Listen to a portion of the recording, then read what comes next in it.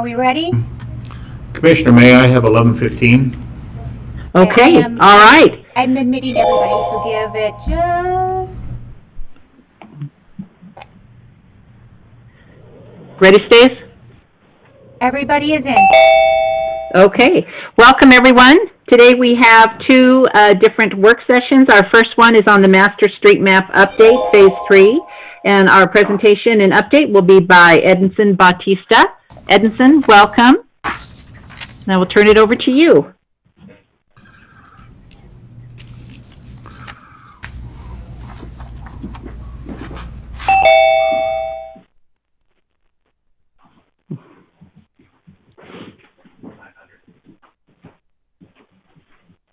For today.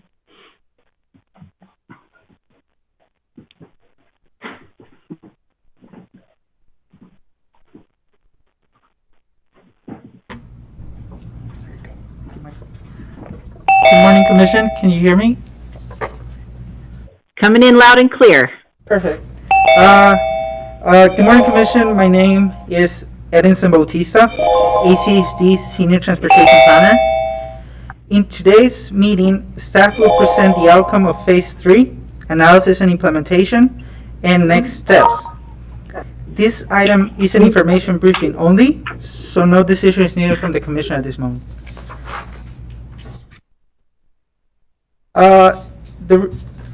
So during this presentation, I will provide an overview of the Master Street Map, provide more details on the Master Street Map Phase 3, analysis and implementation, and upcoming steps.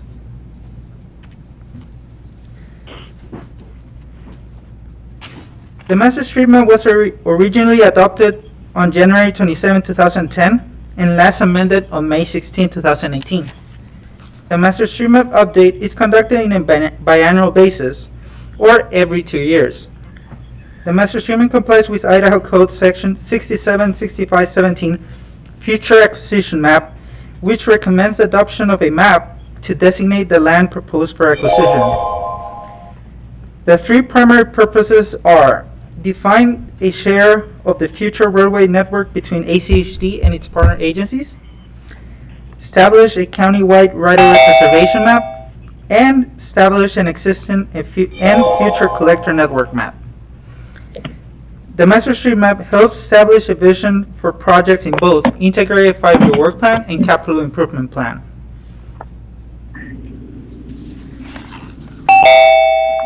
For this update, staff identify key tasks throughout the process and separate them into phases. Staff will provide updates to the Commission at key points during each phase as necessary. Currently, we are in Phase 3, analysis and implementation of modification through the CIP process. The stakeholder outreach process resulted in the identification of 66 minor proposed modifications, including review and update of the collector network, roundabout network, and roadway typology, and 4 major proposed modifications focused on the arterial network that include the removal or constraint of a specific roadway. As requested by the Commission, in your packet, an attachment was included with all the modifications received by the city staff. In the following slides, further details will be provided of the proposed major modifications. Glenwood Street, Mountain View Drive to Cole Road. This modification proposed the removal of the Glenwood Street extension that connects Mountain View Drive to Cole Road. On 2016, the City of Boise acquired the Spalding Ranch property and requested to ACHD on August 2017 the removal of the extension with the intent of developing a park in the property. The City of Boise have been working on the design and plans for the future infrastructure needed at the Spalding Ranch. With the city moving forward with the development of the park, for the development of the extension, ACHD would likely need to condemn the park property in order to acquire the right-of-way needed. Staff conducted a traffic analysis to identify the location that would require improvement if the extension was removed. The traffic analysis shows that surrounding roadways like Cole Road, Glenwood Street, Mountain View Drive, by 2040, traffic congestion will increase, but not significantly to justify an improvement. Intersections, on the other hand, based on the analysis, are required to be improved, including Glenwood Street, Goddard Road, and Mountain View Drive intersection. Development and Technical Services, through the Capital Improvement Plan update, planning staff, and City of Boise, review and support the removal of the couplet extension.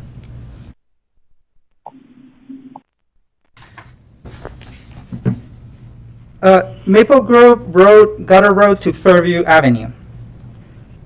This modification proposed a reduction of planned number of lanes from 5 lanes to 3 lanes due to the impacts to the property located along the roadway and the existing infrastructure in place, like sidewalk, bike lanes, and utilities. For the widening of Maple Grove Road, approximately 121 properties will be impacted, including 15 houses, 62 driveways, and 45 side yards. The area surrounding Maple Grove is mostly developed, and the right-of-way has not been preserved. The impacts to the properties and the right-of-way acquisition will significantly increase the cost of widening project and present challenges during the development of the project. The traffic analysis shows that Maple Grove Road from Goddard Road to Fairview Avenue has a level of service F and projected to remain congested without improvement, impacting adjacent roadways like Milwaukee Road and 5 Mile Road with additional traffic. Development and Technical Services, through the Capital Improvement Plan update, planning staff, and City of Boise, support keeping this location with its current configuration. ACHD has chosen to constrain this segment similar to other locations within Ada County.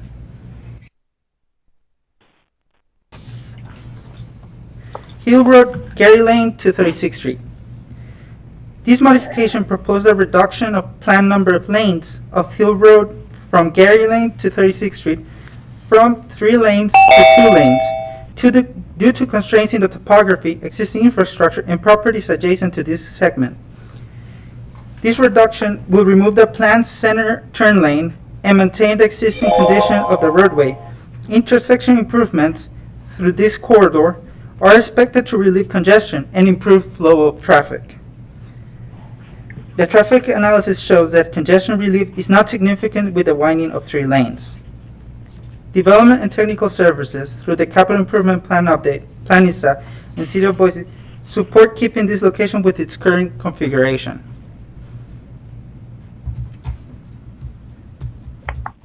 Overland Road, Linder Road to Locust Grove. This modification proposed a reduction of planned number of lanes from 7 lanes to 5 lanes. It was identified that the relocation of utility pole and the utility company exclusive easement will present challenges during the design and construction of the roadway, therefore increased cost. Idaho Power has exclusive easements within this stretch, and it's not feasible for ACHD to preserve right-of-way in location where these exclusive easements exist. The current cost of the relocation of the steel transmission with 3-phase type of pole is approximately $1.3 million per mile. The traffic analysis shows that 7 lanes would provide some congestion relief, but remain near the threshold. Without the improvement, traffic congestion will increase but remain consistent throughout the corridor. Development and Technical Services, through the Capital Improvement Plan update and planning staff, support keeping this location with its current configuration.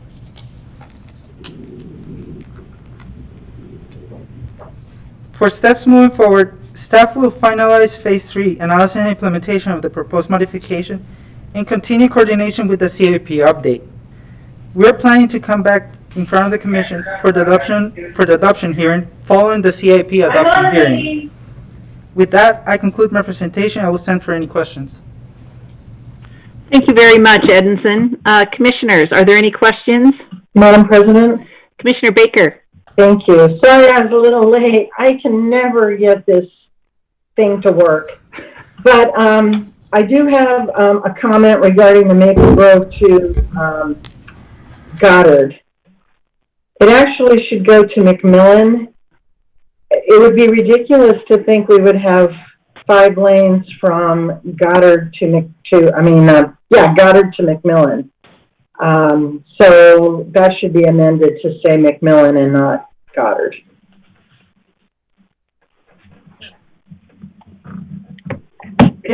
Yes, President May, Commissioner Baker, we'll do that modification. Okay, great, thanks. Thank you. Madam President? Any other, Commissioner Goldthorpe? Yes, thank you. I just would like to ask Edinson if sometime in the next little while after either we set up a Zoom or whatever to go over some of the CIP and master street map issues with some of the north-south arterials in my district. President May, Commissioner Golzer, we will coordinate with staff to make sure that we can present that to the commission. Oh, I mean, just discuss it between Just us to discuss before it. it's presented. Sure. Great. Evan, come out when you're done, buddy. Any other questions? All right, thank you very much, Edinson. Thank you, President May. All right, our next presentation for our work Did you get session. on the meeting, Rob?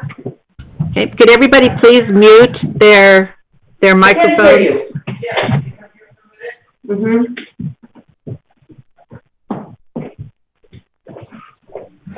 Our next presentation will be on Fairview and Locust Grove intersection, the work session to present corridor management for Fairview Avenue from Locust Grove to Eagle Road. This, again, is information only, and so we will turn it over to Brian McCarthy. Brian, are you with us? I'm in a meeting. I'm here. Good morning, Commissioners. I'm Brian McCarthy. Good morning. The project manager for the Fairview Avenue, Locust Grove Road to Eagle Road project, and we are here for an information briefing ahead of our public open house, the first open house for the project, and the initial business outreach on the project as well. The project consists of widening Fairview from Locust Grove Road to Eagle Road to 7 lanes, which consists of 3 travel lanes eastbound, 3 westbound, and a center channelized turn lane. Project also includes existing and new curb gutter and continuous sidewalk, buffered bike lanes, and continuous street lighting. The other component of the project is the intersection at Fairview and Locust Grove, which consists of widening the intersection to 9x7 with 9 lanes on Fairview and 7 on Locust Grove, with new curb gutter and a 7-foot attached sidewalk, buffered bike lanes, and pedestrian refuge islands for the Fairview legs, or for the pedestrian crossings of the Fairview legs of the intersection. We are currently at the concept design phase. This project the intersection ranks number 4 on the City of Meridian's priority list, and the roadway ranks number 34 on the city's priority list. This display shows the intersection. As mentioned, it consists of 9 lanes on the Fairview legs. You could see the pedestrian refuge island located on the Fairview legs. This is very similar to what currently exists out on Fairview and Cole. Buffered bike lanes and street lighting with sidewalk. The intersection limits stop about 1,000 feet east of Locust Grove Road and then extends for the widening further to east all the way to Eagle Road. The next slide is zoomed in a little closer so you'll be able to see it a little clearer. I do want to point out that U-turns are allowed at the signals of Locust Grove Road, the signal at Fairview Ave, and the signal at Eagle Road. You better get going. This is the zoomed in of a section of Fairview Avenue where you can see 3 lanes proposed for eastbound and 3 lanes for the westbound, and the center channelized turn lane. As you can see, we're proposing 3/4 access for the typical access points along Fairview Avenue. So you'll have the left turn in, the right out, and the right in. Continuing here, it's a similar layout for the other access points, and as noted, the U-turns will be allowed at the signals. This one here on the display is the Hickory Avenue signal. The next steps, we are about to engage on our business outreach ahead of our open house in early June.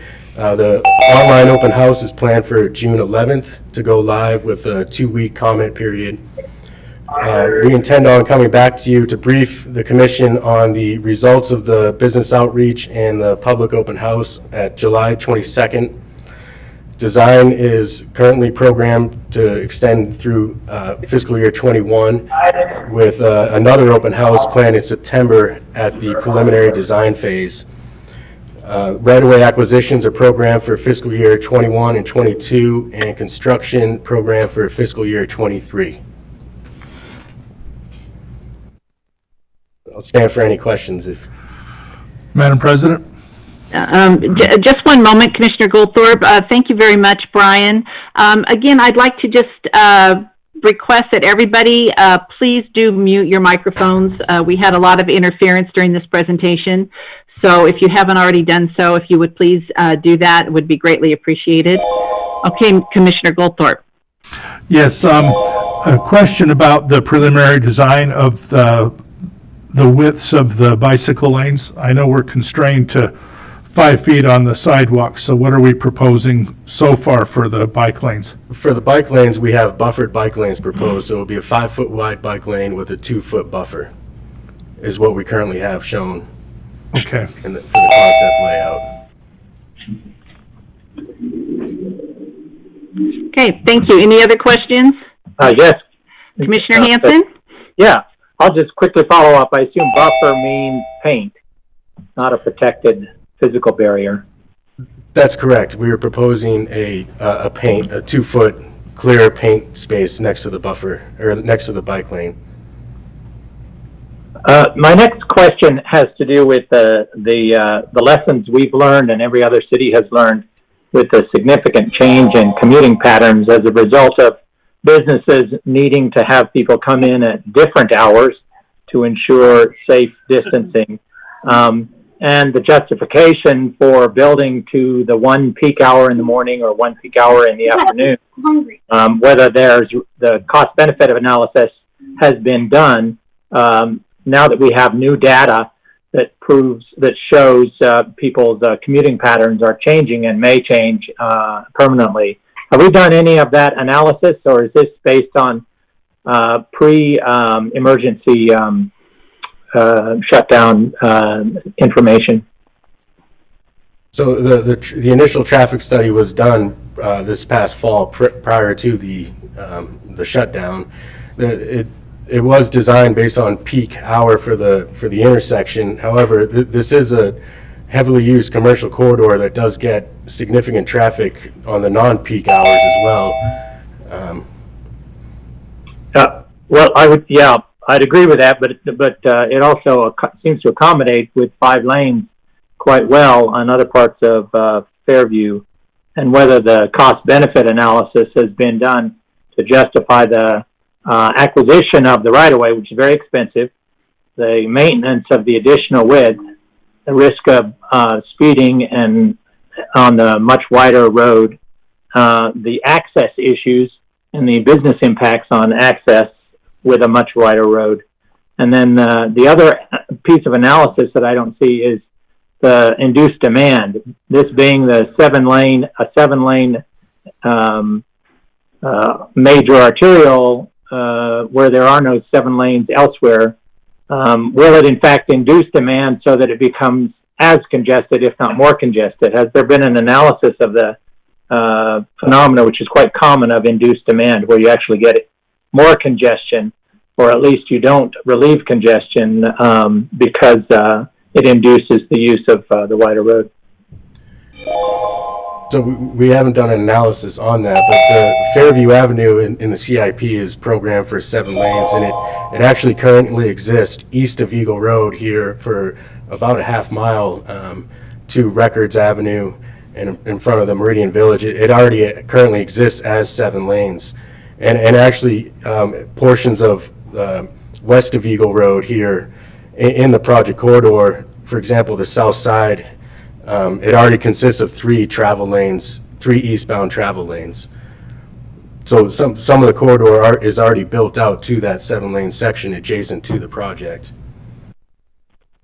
And, well, I would just make a point that doesn't necessarily mean the taxpayers should fund 7 lanes for the entire stretch if the return on that investment simply isn't there, and if congestion, there will be no discernible change in congestion.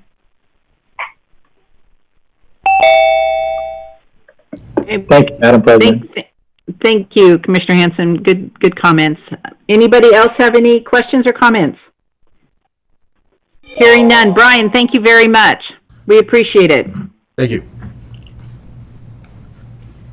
So it looks like we have a few minutes until we start our pre-commission.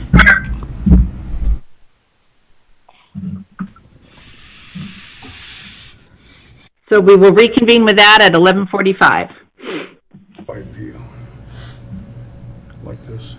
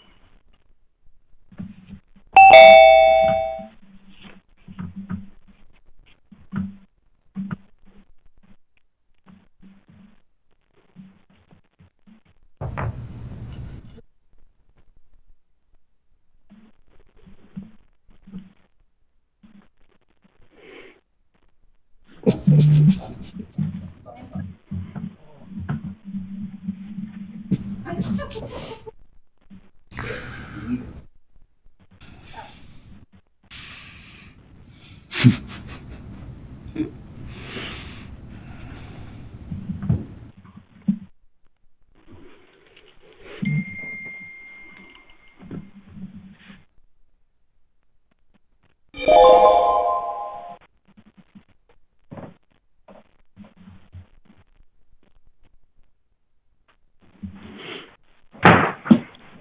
many other people are?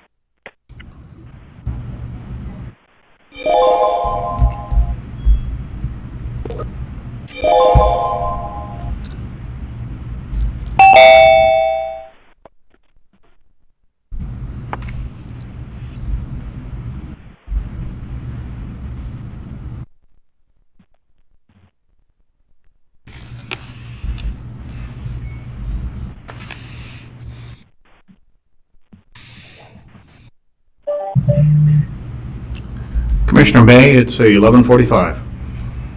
Okay, thank you, Director Wong. Welcome, everyone. We will go ahead and call our pre-commission meeting to order, and we will start with the general housekeeping items. Do any commissioners have anything they would like to bring up? Okay, hearing none. Discussion of our commission meeting agenda. Commissioner May, if I could, please. Yes, Director Wong. I would request that the commission defer regular item number 2 back to staff for 1 week, date certain, May 27th. I've asked the staffs to have one more discussion on this. All right, thank you very much. Commissioners, any comments?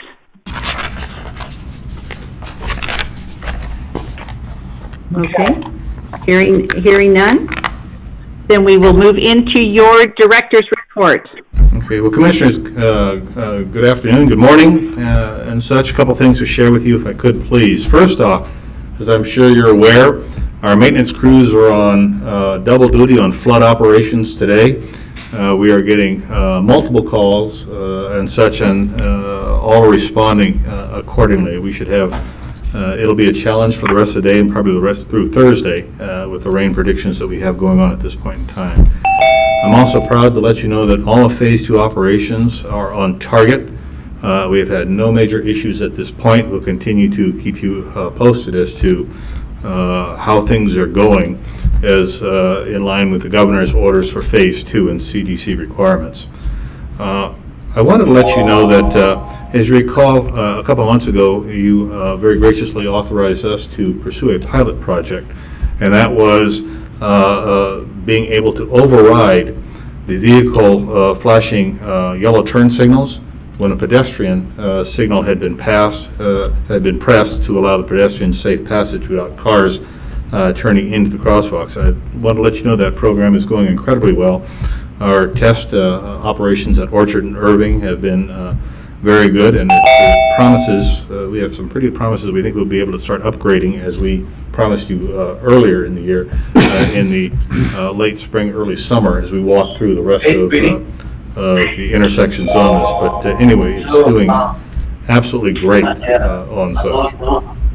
So the meeting now, but it's showing a video of me on there. Can you, whoever's speaking, can you please silence your cell phone? Thank you. Okay, so in line with that, I'd like to share with you another pilot project that we're pursuing regarding pedestrian operations in Ada County. And that next step... Could I ask a quick question? Sure. Madam President and Director Wong, it'd be helpful. Could you email forward to us the report on the flashing yellow? We've been a number of folks are real interested. So you indicated there's been some tests that have been done. So any written analysis would be really helpful. I could pass that on. Thanks. Commissioner Hanson, absolutely. Thank you. And we will do that. Thank you, Commissioner Hanson. Now on the next step of what we believe will be the next iteration of this, and that is hands-free pedestrian cross-button activation. We have been in discussions with a local tech company. I want to underline the term local tech company that is developing a hands-free pedestrian crossing button that we may, and I have to underline may, be able to bench test this concept at one of our local intersections and such, sometimes in the not too distant future. The concept that this company is looking at is to merge both a manual push button and then, of course, the automatic function of that is by waving your hand in front of that button, similar to automatic paper dispensers and such.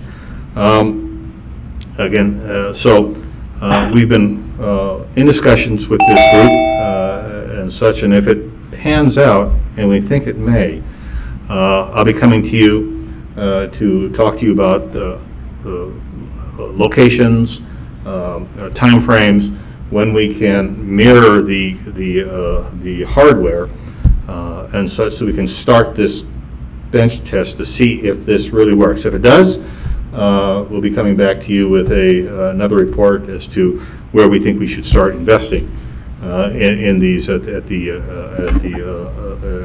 specific intersections. But again, I just wanted to let you know that that's what we're doing now, is to follow on to the steps we took with the yellow flashing arrows for pedestrian safety, and we'll see if this pans out. Thank you, Director Wong. That sounds promising. We look forward to the update. Okay. And Commissioners, that's all I have for you at this point, unless you have any questions for me. Commissioners, any questions for Director Wong? Okay. Hearing none, we will take a short break and reconvene at noon. Thank you. Thank you. Thank you, Director Wong. There we go. I'm in. Cool.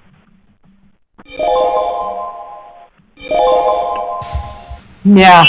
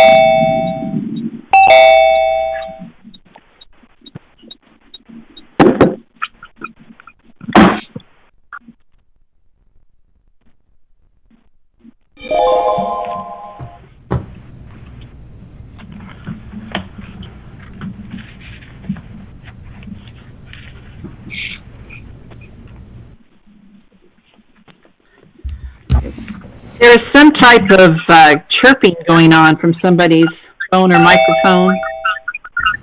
If we could make sure all phones are muted.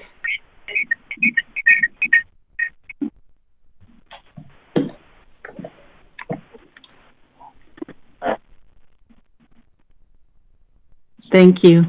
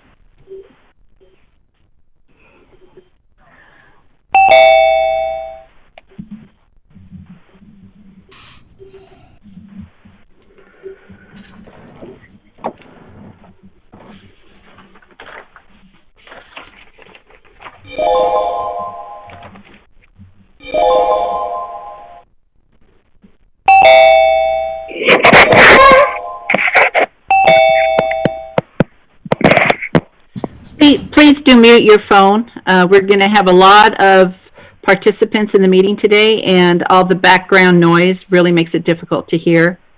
We do appreciate it. Thank you.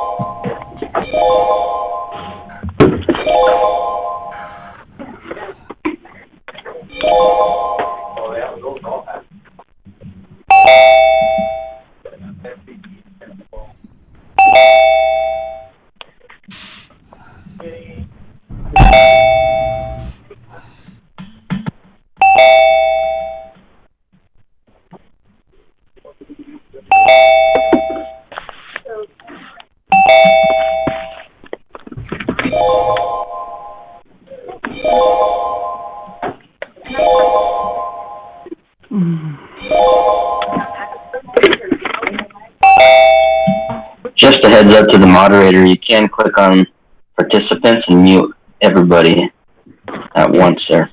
Yeah. Yeah, she's aware. Thank you. Like if you go to the room, it's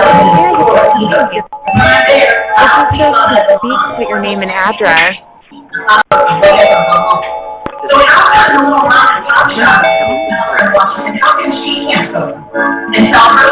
Sure.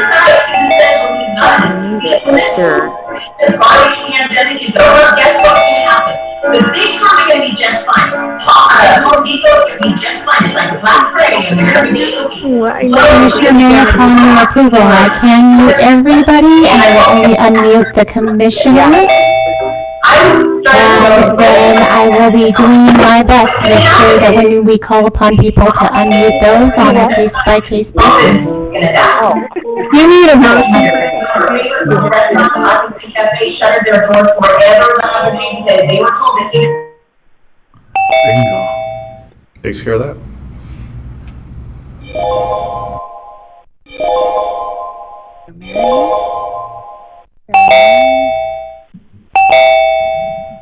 Okay, come on.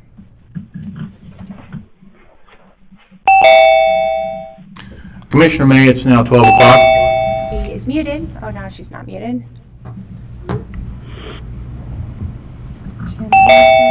Commissioner May? Muted.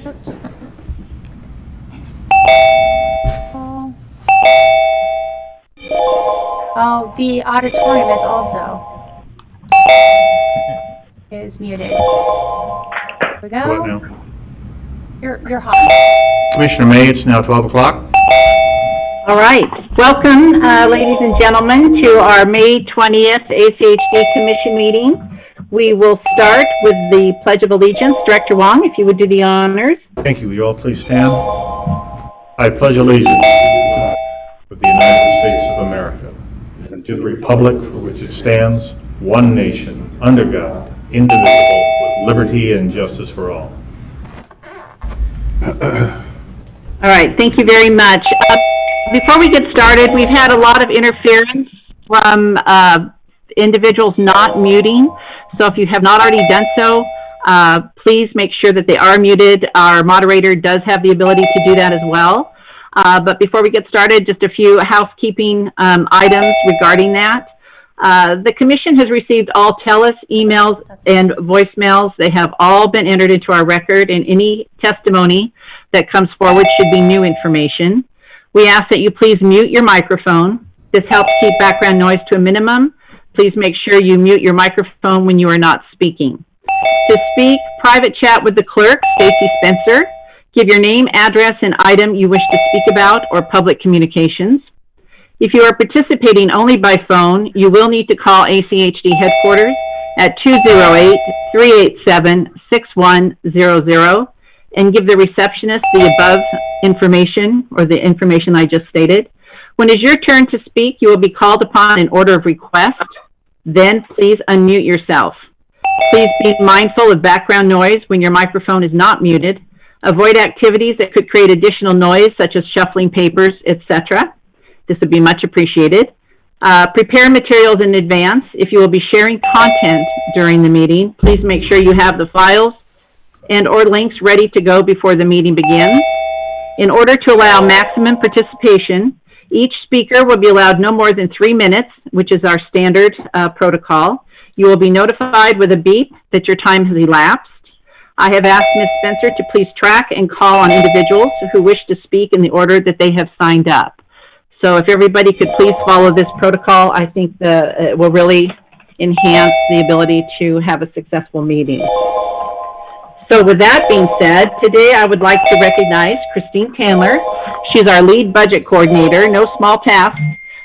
Christine was recently awarded the prestigious Government Officers Financial Association's Award for Budget Presentation Excellence. This is something she does far exceed any other individual in the field. We're very lucky to have her. And of special note, this is Christine's 13th award in a row for budgeting transparency and excellence. So I would ask that everyone please join me in congratulating Christine on this very well-deserved recognition. Thank you, Christine. We're lucky to have you.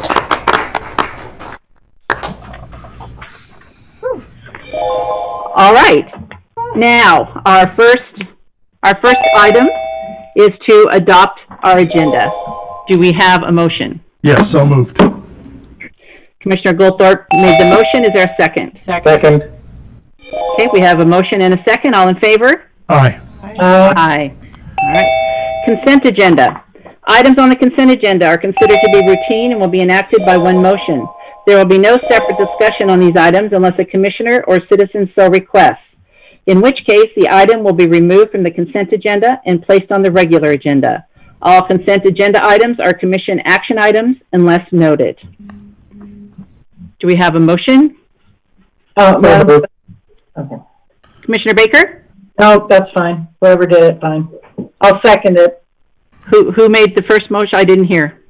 I believe it was Commissioner Hanson. Oh, okay, thank you. Commissioner Hanson made the motion. Commissioner Baker seconded. All in favor? Aye. Aye. Aye. All right, motion carries. Now, we actually have items this week on our regular agenda. We will start today, our first item, ordinance number 244, amending Title II of the ACHD Code with the addition of a new policy, section 7400. This is a request for adoption. And Madam President, quick point of order. Madam President, Commissioner Hanson? would it be appropriate to make the announcement to those listening about the intended removal of item 2 from the regular agenda, so that those who might be on the call don't need to stay through this entire, the first item, because the recommendation is to send item 2 to next week's agenda. I had asked that question before we started and was advised that it had to wait until we got to that item. Would council like to address this? Yeah. Maybe the best thing is to move item 2 to the top of the agenda. Would that be appropriate? Go ahead and move item 1 there too. Why don't you remove them both from the agenda?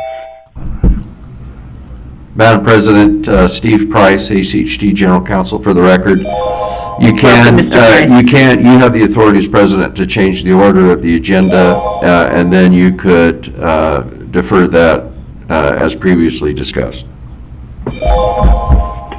All right, then let's go ahead and move the agenda ordering and move up Crystal Spring Apartment item, Certificate of Zoning Compliance. Their request for approval up as our first item, and in line with the director and staff recommendation, is there a motion to defer this item? So moved. For weeks. Commissioner Goldthorpe made them for a week certain. Thank you, Commissioner Goldthorpe. Is there a second? Second. Commissioner Arnold seconded. Any further discussion? Right, James. All in favor? Aye. Aye. Okay. Motion passes. Crystal Springs Apartment Certificate of Zoning Compliance request for approval has been deferred for 1 week. All right, back to our item that we had just started. This will be a public hearing, so I'm going to go ahead and open the public hearing. And before I turn it over to staff, I do want to make an opening statement. Good afternoon, everyone. We're glad everybody could join us today.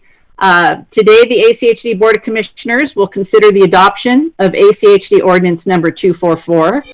Chiefly, Ordinance 244 is about the safe and effective use of the public right-of-way through the adoption of more restrictive locational standards for small cell wireless facilities and allowing the city's land use agencies to make decisions about the safety, welfare, and aesthetics in their community. ACHD followed all the legal procedures to consider the adoption of the ordinance, including publication in the newspaper and posting the agenda notice for this meeting, both at the ACHD Administration Building and on the ACHD website. The ordinance is ACHD's response to numerous wireless small cell providers' requests to place small cell units in the public right-of-way. Federal law and the FCC order requires local governments to allow the placement of units in the right-of-way. This ordinance is also ACHD's response to federal law and the FCC order. ACHD is considering the ordinance to adopt restrictive locational standards. Final session. I have it as a 5-hour. Again,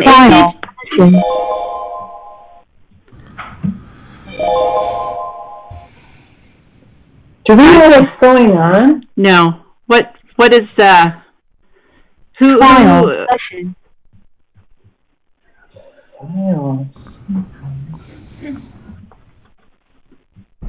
Commissioner Okay, May, we're getting some interruption, here. Director Wong? Yes, What is, Commissioner May, that is just a notice that there are other people that are joining the meeting from a different source. oh, okay, all right. This is exactly why you shouldn't. Got you, sir. This is not your time to speak. I would ask that you please follow our protocol. Thank you. You will have your opportunity. This ordinance is also ACHD's response to federal law and the FCC order. ACHD is considering the ordinance to adopt restrictive locational standards and require the small cell provider to obtain the land use agency's consent before it can be placed. The ordinance does not address the safety of any specific small cell locations. That will have to be determined on a case-by-case basis, and the land use agencies have the authority to provide for the welfare, safety, and aesthetics in their community. Finally, this adoption hearing is not about the safety of small cell technology. The federal laws require it, and the federal government enforces it. ACHD has received numerous telestatements, letters, emails, and voicemails. All of these will be entered into the record, and there is no need to repeat prior communications. The ACHD Commission welcomes your testimony, all of you. However, there is no need to repeat comments made by prior speakers. If you do agree with prior comments, please simply state this. Per its custom and to ensure efficient testimony, ACHD does limit public testimony to 3 minutes. This limitation will be strictly enforced at this public hearing. Thank you all, and we will now hear from staff. Mr. Spears? Good afternoon, Madam President, members of the Commission. For the record, my name open is the public Scott P. Spears, Assistant General Counsel of the Ada County Highway District. I am here to present ordinance number 244, amendments to ACHD code with a new section 7400 concerning small cell wireless facilities in the public rights of way. This is a decision briefing. This is an ordinance hearing, and adoption requires a supermajority, meaning 4 of the 5, or if there are only 4 present, then a unanimous decision. With that, I will proceed. Notice of this public hearing was accomplished in accordance with Idaho law. Notice of the public hearing was published in the newspaper May 13, 2020 and May 14, 2020. The agenda notice for this public meeting included ordinance number 244 and was posted on the ACHD website, and it was also posted at the ACHD building in compliance with the open meetings law.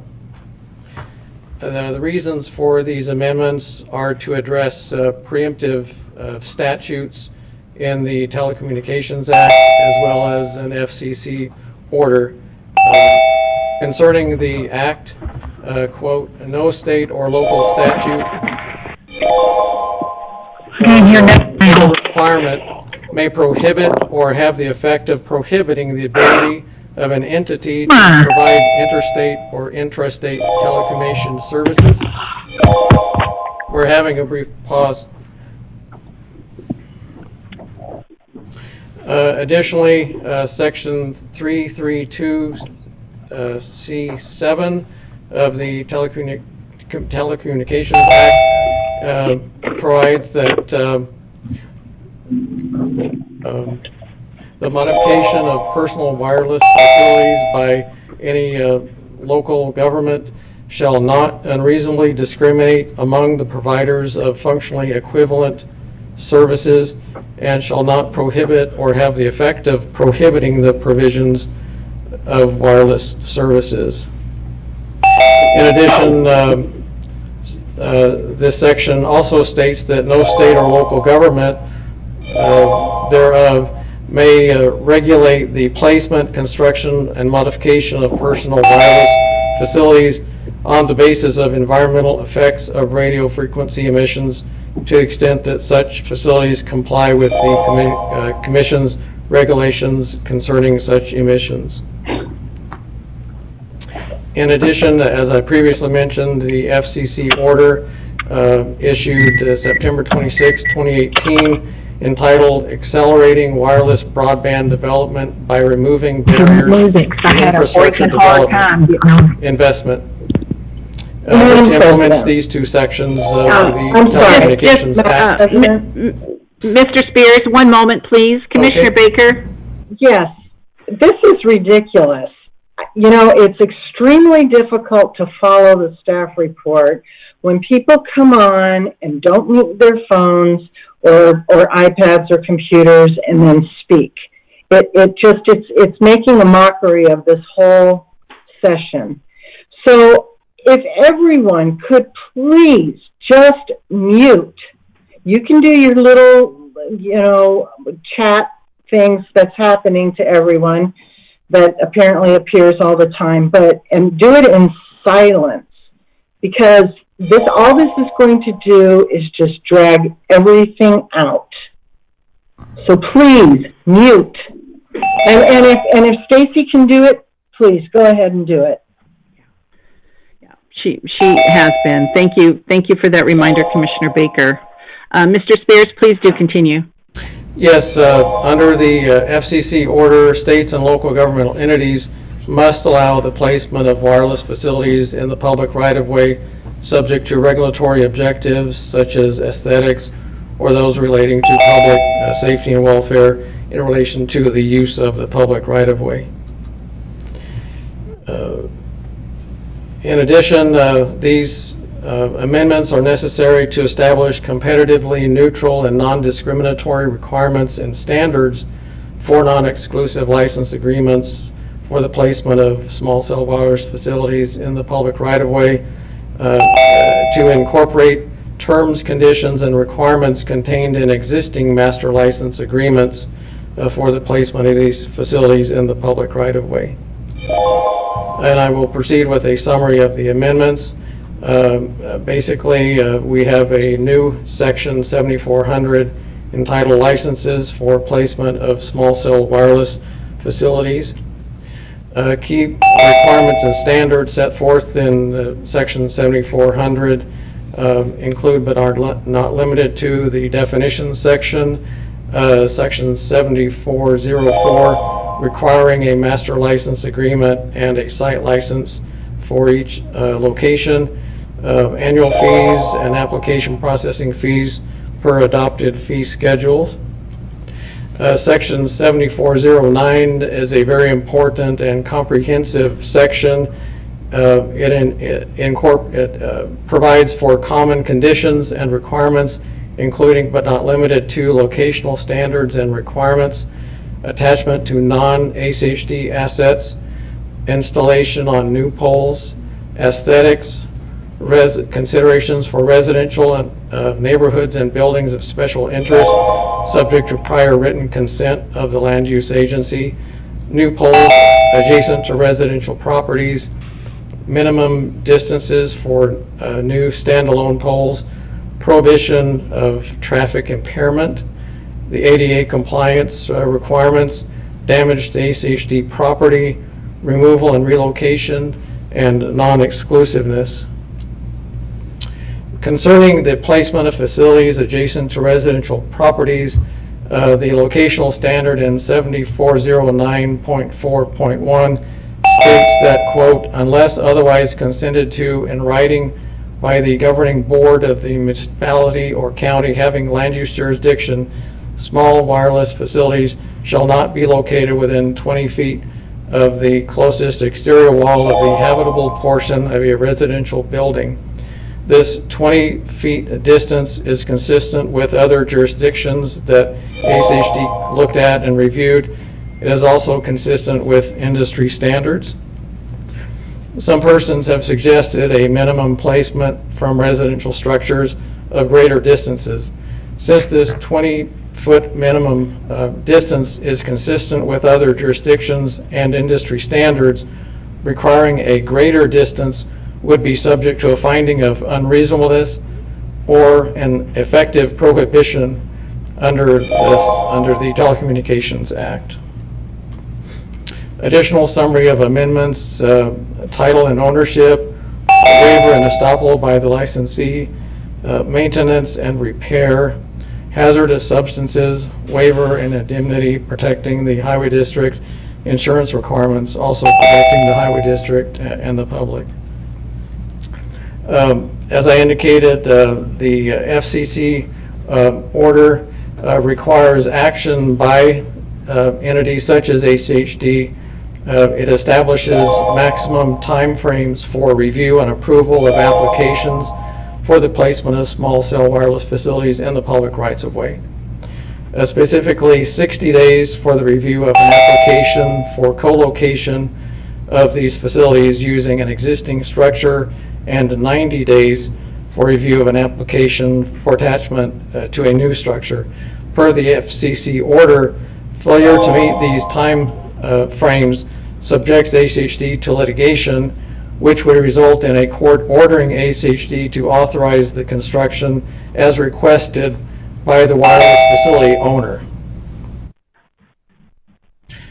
The current status of small cell wireless facilities and ACHD right-of-way. ACHD currently has a master license agreements with 2 wireless infrastructure companies and 1 master license agreement with 1 wireless carrier. Currently, about 75 small cell antennas have been installed in ACHD right-of-way under the terms and conditions of these master license agreements. ACHD currently has 60 site applications pending with approved plans and 54 sites in the pre-application phase. The wireless carrier is planning to add infrastructure in residential areas within the constraints of the master license agreement. The proposed ordinance will memorialize locational standards to help consistently and uniformly regulate the placement of this infrastructure in the public right-of-way. What are the results of failure to adopt Ordinance 244? Well, without a policy in place, ACHD has no standards or requirements that it can consistently and uniformly apply to applications. Master license agreements are not a substitute for policy. Delay of adoption exposes ACHD to litigation and judgment by a court ordering ACHD to authorize the construction as requested by the wireless facility. And again, ACHD currently has 60 applications pending and 54 applications in pre-application phase. It is staff's recommendation that the Ada County Highway District Commission adopt ordinance number 244. And the next steps are that if adopted, this ordinance will be effective June 17, 2020, upon publication in the newspaper. And with that, I would stand for any questions. Madam President? Is that Commissioner Goldthorpe? Yes, I don't have any questions, and I really appreciate how thorough Scott has been with this. I do have, however, to mention an ex parte communication which I have had concerning this ordinance. Yesterday, I received a call from a David DeHaas with suggestions by him to be made for our considering the 5G generally. And I informed him that that was not the purpose of today's hearing, that was water under the bridge, including the public meetings we've held some time ago. And I reiterated what Mr. Spears has included in his email answers to individuals sending in emails, as well as informed that, according to my knowledge of the process, ACHD had met the requirements of public notice. Thank you. Thank you. Any other commissioners have any comments or questions for Mr. Spears? Madam President? Commissioner Baker? Thank you. For Scott, so basically 5G is here, correct? Madam President and Commissioner Baker, yes, 5G is here under federal law and the FCC ruling. So if we choose to not approve this ordinance, we will still have 5G, correct? Madam President, Commissioner Baker, yes, that is correct. Applications will come in. If ACHD fails to act, then those carriers may go to court, and a court would summarily force ACHD to allow the construction. If we postpone this ordinance, 5G will still be here and 5G will still be in place, correct? Madam President, Commissioner Baker, yes, that is correct. So if we approve this ordinance, basically we're setting standards that are not currently in effect, correct? Madam President, Commissioner Baker, yes, that is correct. Okay, and if, for example, if we do nothing, the telecom companies can come in and just put a 5G small cell 5 feet from somebody's house if their house is that close to the right-of-way. Is that correct? Madam President, Commissioner Baker, yes, that is correct. And then the cities and the Ada County, they won't have any say in it either, correct? If it's in the right-of-way? Madam President, Commissioner Baker, yes, that is correct without adoption of this ordinance. Thank you.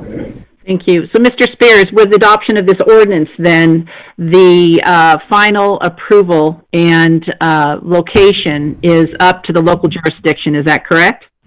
Madam President, yes. The ordinance clearly states that prior consent must be obtained from the land use agency prior to ACHD approving the application and the site license.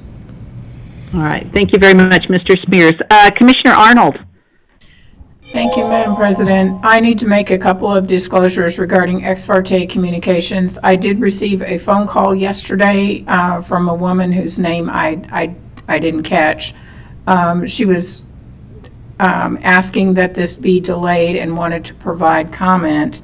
I asked that she email that to the district in order to get it into the record. I also received a phone call approximately 2 months ago from a local lobbyist who wanted to meet with me regarding 5G installations and some companies that he represented. That meeting did not take place.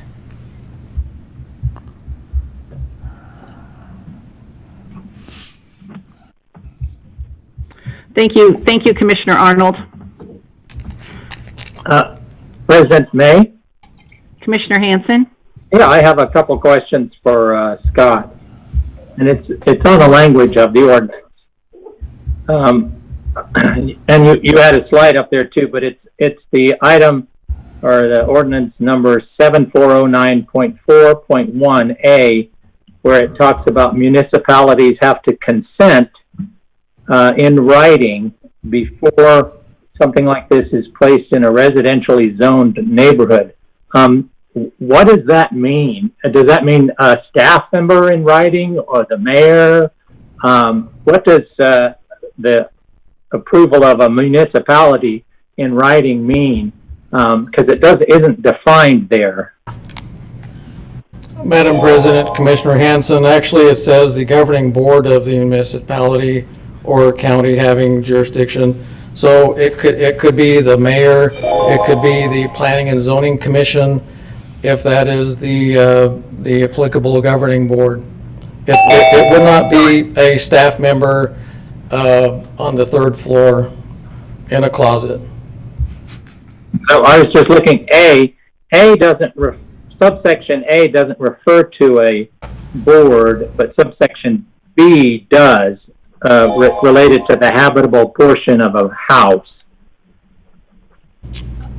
Madam President, Commissioner Hanson, yes, what I am looking at in sub A says unless the governing board of the municipality has first consented, that same language is in sub B. So the municipality has to have its own process for evaluating this. Is that correct? In order to determine whether it does or doesn't approve of this. Madam President, Commissioner Hanson, yes. And presumably the municipality has this with regard to placement of these facilities on its own city land or on private land. Is that correct? Yes. Do all the cities and the county, Ada County, have such procedures in place for the placement of 5G and or these small facilities on private land and on public land in their jurisdiction? Madam President, Commissioner Hanson, yes. I do notice that under section 7403, it refers basically to the master license agreement. It prevails. But the municipality is not a party to the master license agreement. Is that correct?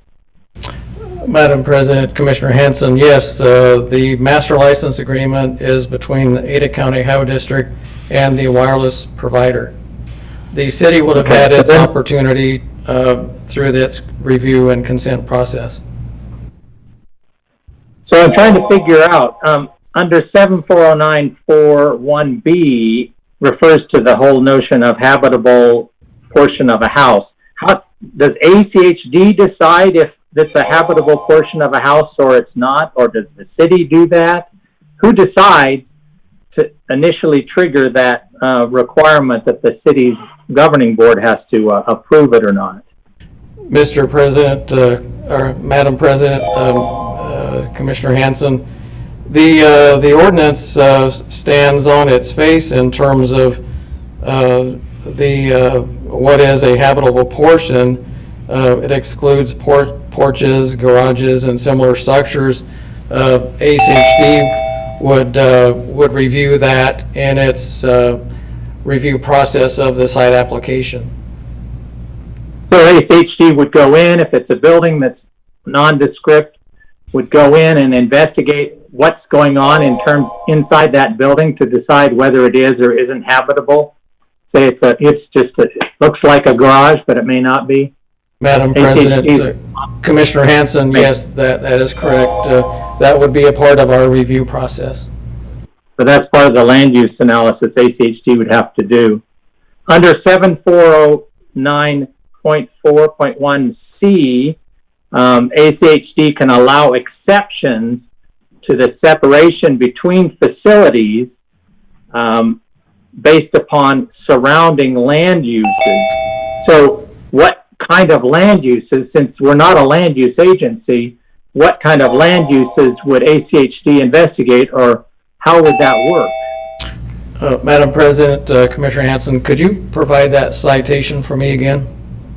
It's sort of right after the other one, 7409.4.1C, and that's where you're making an exception to the 6-foot separation between two facilities?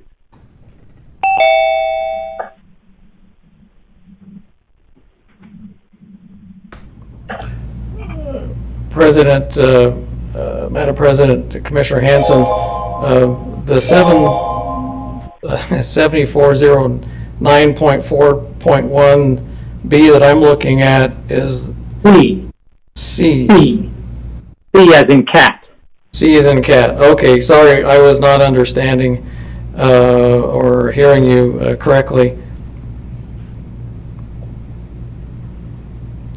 That restriction is for the placement of wireless facilities owned by the same wireless provider closer than 600 feet from each other. Right, but it does refer to incompatible land uses, surrounding land uses, considering the nature of surrounding land uses. Yes, Madam President, Commissioner Hanson, ACHD in its review of that application could examine the nature of the adjacent land uses. So ACHD would be evaluating what land use is going on adjacent. Madam President, Commissioner Hanson, yes, with a focus upon things such as schools and other facilities of that nature. Oh, wow. Okay. The next item would be 7409.4.2, where there's a reference to the National Register of Historic Places. And this is where ACHD has to decide if the facility fits with the historic nature of a building that might be listed. Does ACHD evaluate that in any other area where we have to evaluate if some of our facilities and determine whether something's of historic value or not? Madam President, Commissioner Hanson, I am not aware of that. However, the provision is quite clear in simply asking the question of whether or not the building is on the Register of Historic Places. So if it's a historic building that, say, Meridian Historic Preservation Council is looking at but isn't actually registered, ACHD wouldn't inquire into the historic value, the historic nature of the building listed? Madam President, Commissioner Hanson, under the, we would be constrained by the language of the ordinance. However, the city would be considering that, and again, there is that introductory language that puts that consent requirement upon the city. I read that consent requirement in residential areas. So if the historic structure is not in a residential area, what's the role of the city?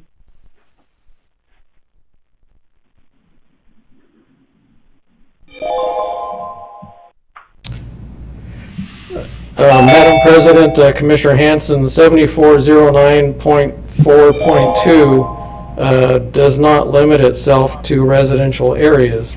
It applies any time that a facility is to be placed adjacent to a commercial establishment, shop or restaurant, or a building listed on the National Register. So I'm going to look next at 7409.9, and it talks about ACHD can require the deactivation of a facility based upon an emergency or to protect public health or safety. So what does, do we have tools to determine what is or isn't in the public health? I know we evaluate public health in terms of automobiles. We collect a lot of data, crash data on automobiles, but there's other health issues. Does this, how do we evaluate public health, or is it limited just simply to the kind of public health issues we look at in terms of automobiles? Madam President, Commissioner Hanson, it would be what we look at plus the cities help evaluate those emergencies. But it doesn't refer to the municipality's determination in that section, does it? Madam President, Commissioner Hanson, no, it does not. All right, the next item is that ACHD has to determine whether a facility cannot interfere with other broadcast devices. Now, I know ACHD is very sensitive to when a facility interferes with our own telecommunication devices, our traffic signals, and so forth. But under 7409.16.1, it looks like ACHD will now take on a determination role as to whether it interferes with other kinds, television, satellites, and so forth. So we have to have the capability to determine whether this was going to interfere with these things over which ACHD has no experience with. Is that correct? Madam President, Commissioner Hanson, that language currently exists in our master license agreements. We do have the bandwidth to address that problem.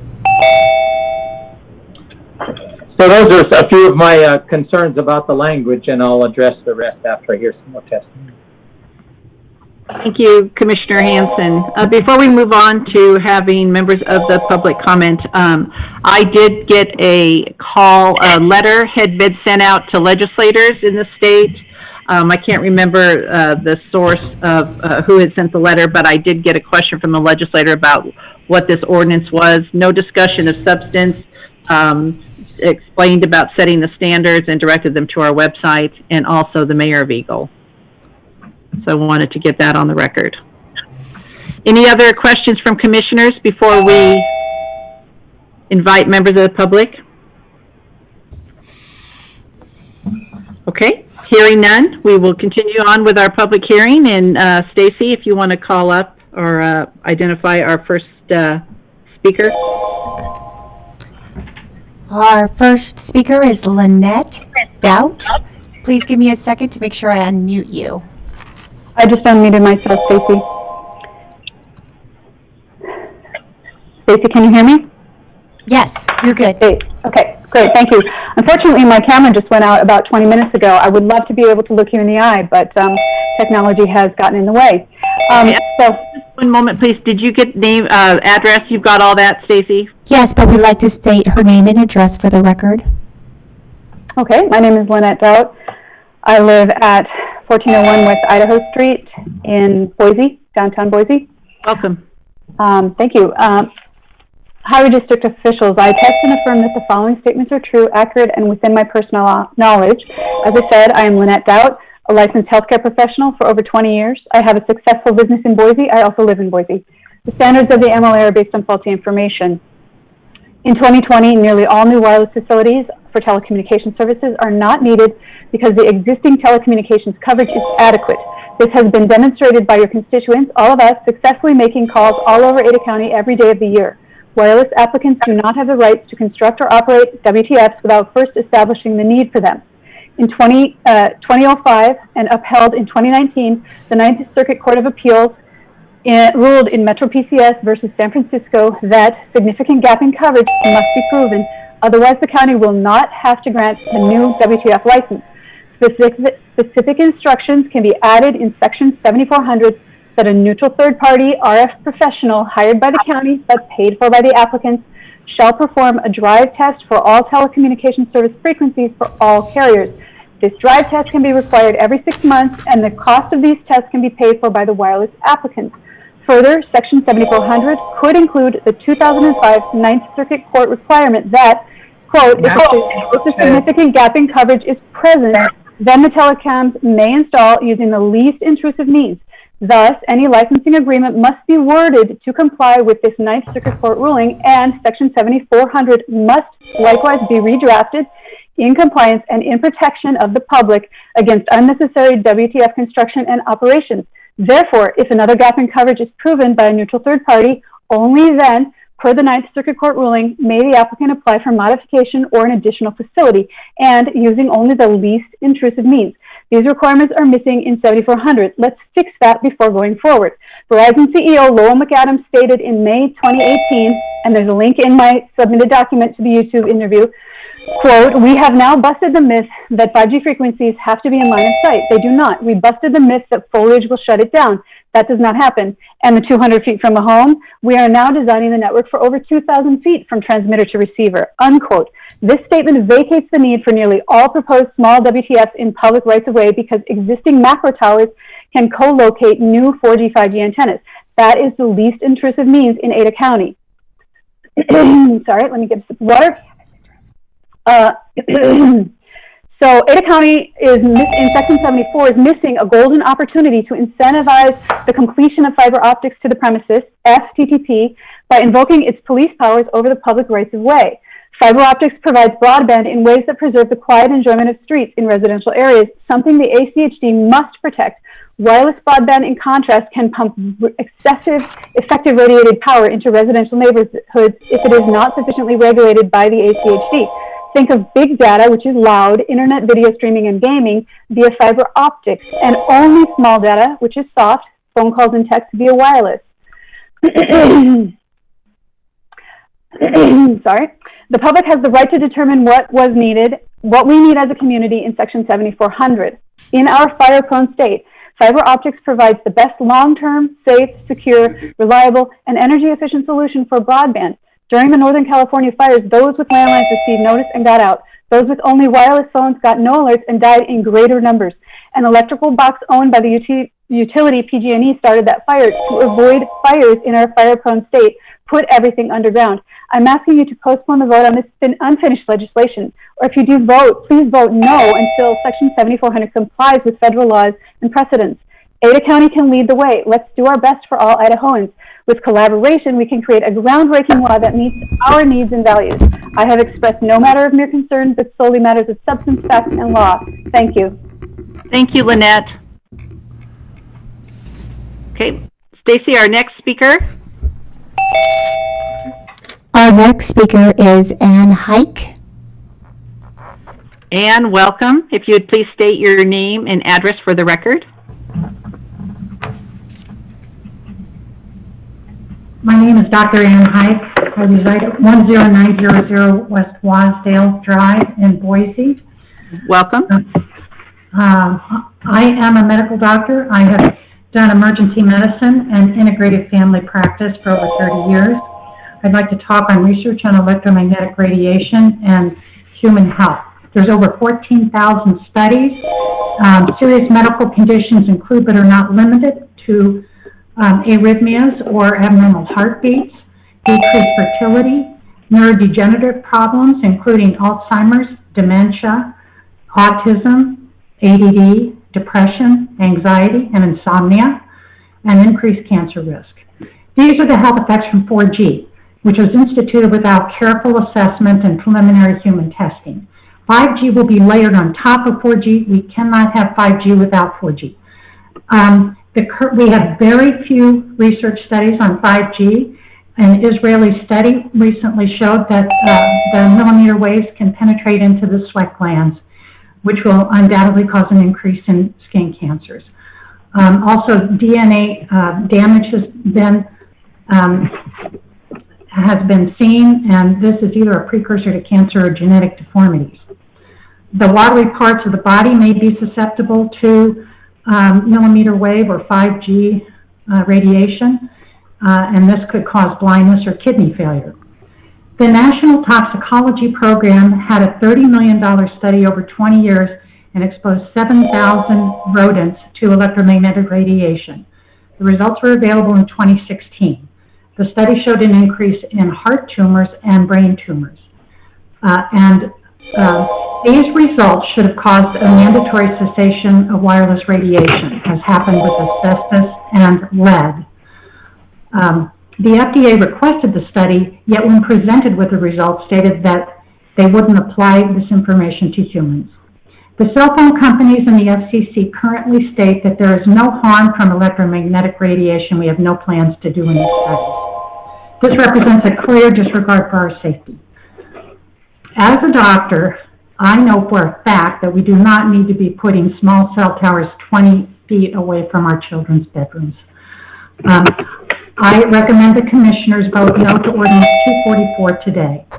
I've expressed no matter of mere concern, but solely matters of substance, fact, and law. Thank you. Thank you, Dr. Height. Next Stacey? person is Hank Allen. Hank, welcome. Please state your name and address for our record. I'm going to share my screen with you guys real quick. Just give me 1 second. Please state your name and address, please. Hank Allen, Eagle, Idaho, 687 West Rush Court, Eagle, Idaho. Thank you. I'm part of District 3. Can you see my screen okay? Yes, we can. Welcome, Hank. Thank you. So I'm a general building contractor. I've owned my own business for 24 years. I'm going to take the car away. Is that? I attest. Someone's talking over me. Can you turn your mics off, please? All right, so I attest and affirm that the following statements are true, accurate, and within my personal knowledge. Let's go here. Who protects the people? Not the FCC. They only set the standards. Federal government? Nope. State and federal legislators? Nope. This responsibility is entrusted to you, our local officials. Jim, Mary, Rebecca, Ken, it's your responsibility to protect us, the people. This is a huge decision that should not be taken lightly and deserves public input. Your decision will impact the health, safety, freedoms of men, women, and children in Ada County for years to come. I want to talk to you about general liability insurance. The way the current insurance on your form is set up is a disaster to Ada County. And I know as a general contractor, this is a problem. 4G and 5G cell sites were never intended to be in close proximity to residential neighborhoods. Lloyd's of London, Swiss Re, AM Best, all major insurance companies exclude coverage for injury and death claims from RF, electromagnetic radiation exposure. People are getting sick, and the telecommunications companies are getting rich. RF, electromagnetic radiation exposures, are scientifically established health hazards and a hazardous pollutant. Cell towers in the public right-of-way next to our homes, schools, and offices is a disaster. The effective radiation power levels approved safe by the FCC way back in 1996 are way too high for 24/7 exposures. The general liability insurance policies must include hazardous pollution coverage, or no license agreement should be issued to the communication companies. RF radiation will escape from the public right-of-way. People will be harmed from this pollutant, which is currently proposed, with the currently proposed insurance requirements. ACHD, the taxpayers, and Ada County have assumed Verizon's liability for pennies. You have the authority to require proper insurance without exclusions. Require a copy of the insurance policy. A simple certificate of insurance does not show this exclusion. Beware of self-insured scams and shell games from the telecommunications companies. If they offer self-insured, ask for proof of real assets before covering losses. Let's fix this before moving forward. I want to remind each and every one of you that as an elected official, you took a sworn office to uphold the Constitution of Idaho and the inalienable rights of man, which are defending life, liberty, acquiring, possessing, and protecting property, pursuing happiness, and securing safety. Attorneys, directors, FCC, Verizon employees do not make this consequential oath. Only you do. Please make a decision that will affect our children's and grandchildren's for generations to come. I have expressed no matter of mere concern, but solely a matter. Thank you, Hank. Next on the list is Rick Walsh. Okay, thank you. Hi, my name is Rick Walsh. Welcome, Rick. 4081 Thank you. Good, glad to be here. 4081 North Breeze Creek Way, Meridian. And I attest and affirm that the following statements are true, accurate, and within my personal knowledge. I'm a husband, father of 5 daughters from the ages of 12 down to 1, and I'm a Meridian small business owner. My talk today is about the effects of the cell towers in residential areas, and my kids play out every day, so this is really hitting home for me. So pursuant to Ada Zoning Code 8-5B-3, when considering application for a conditional use permit, the applicant is required to prove, and your board is affirmatively required to find, that the proposed use shall not create undue adverse impact on surrounding property. So-called small cells have multiple adverse impacts on the residential character and actual value of our homes. Notably, the D.C. Circuit Court of Appeals ruled last year, so very recent, that every application in the U.S. for these wireless telecom facilities, WTFs, must go through review under the National Environmental Policy Act and the National Historic Preservation Act. I don't think 244 addresses this. This ruling needs to be acknowledged in this new ordinance. Decisions with zoning agencies are quasi-judicial. In the Idaho Supreme Court case, Neighbors for a Healthy Gold Fork versus Valley City, the court held that in planning and zoning decisions, due process requires 4 things. I'll just name 2 of them. Specific written findings of fact, and 4, an opportunity to present and rebut evidence. Ada County residents thus have the right to see specific findings of facts and be afforded the opportunity to present rebuttal evidence about these residential small cell towers. We need facts on safety and health and everything. Not only should this be stated in the new ordinance, it should be carried out in practice in each public meeting here. When determining whether a resident's rights have been violated, courts have held the rights were harmed when property values are impacted, the variance will interfere with the use and enjoyment of property. That was Humgate versus Bonner County. So this small cell is going to affect my property value. I have a light post right outside my front door, and it is going to interfere with my enjoyment of the property. Substantial evidence indicates that the property value will be impacted and the resident will suffer interference with the use and enjoyment of the property. Meridian has specific wireless comm facility codes, and I'll just cite a couple of them. The purpose of these codes, it says, are the safety, aesthetic appeal, and general welfare of the Meridian community. Further, it is the purpose of this section to regulate the impact of communication towers within the city limits and to provide the wireless comm needs of the public. As of right now, there are no gaps in coverage in Meridian. We can all make calls without a problem. The city code also says co-location of new wireless communication equipment is required when possible to reduce the number of towers. We have a ton of towers around here. They can upgrade the equipment to keep up with technology, but we don't need these small cells littering our neighborhoods. Under Meridian Code Section C, the process for wireless communication facilities is... Thank you, Rick. Madam President? We do need to adhere to our 3 minutes. Is that Mr. Price? Yes, Madam President. Again, Steve Price, ACHD General Counsel. I just wanted to remind everybody that ACHD is not the land use agency, that a requirement of Ordinance 244 is that the land use agencies will review each of the individual applications and make a determination onto those locations, determining many of the land use issues, including the welfare and safety of the community.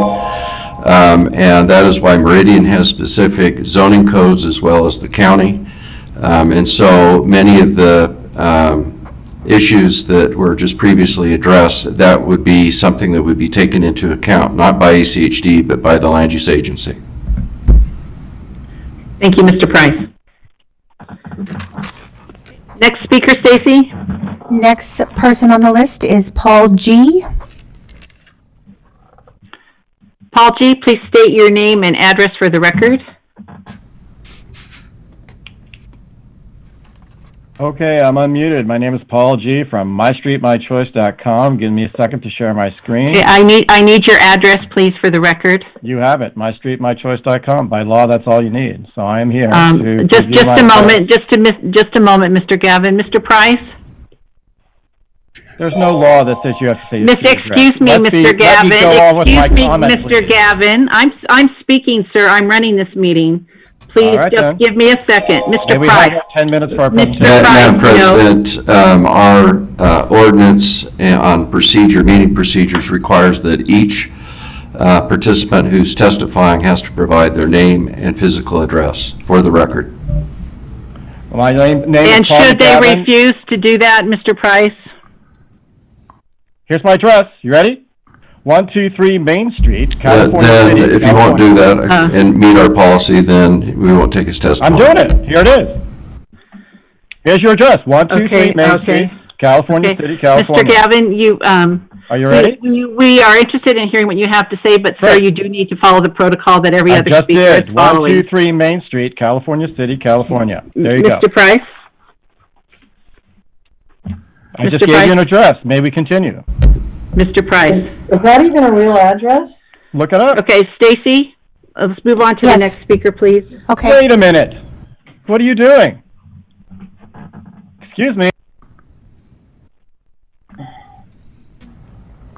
Next on the list, we have a Miss Susan Lang. Welcome, Susan. Please state your name and address for our records.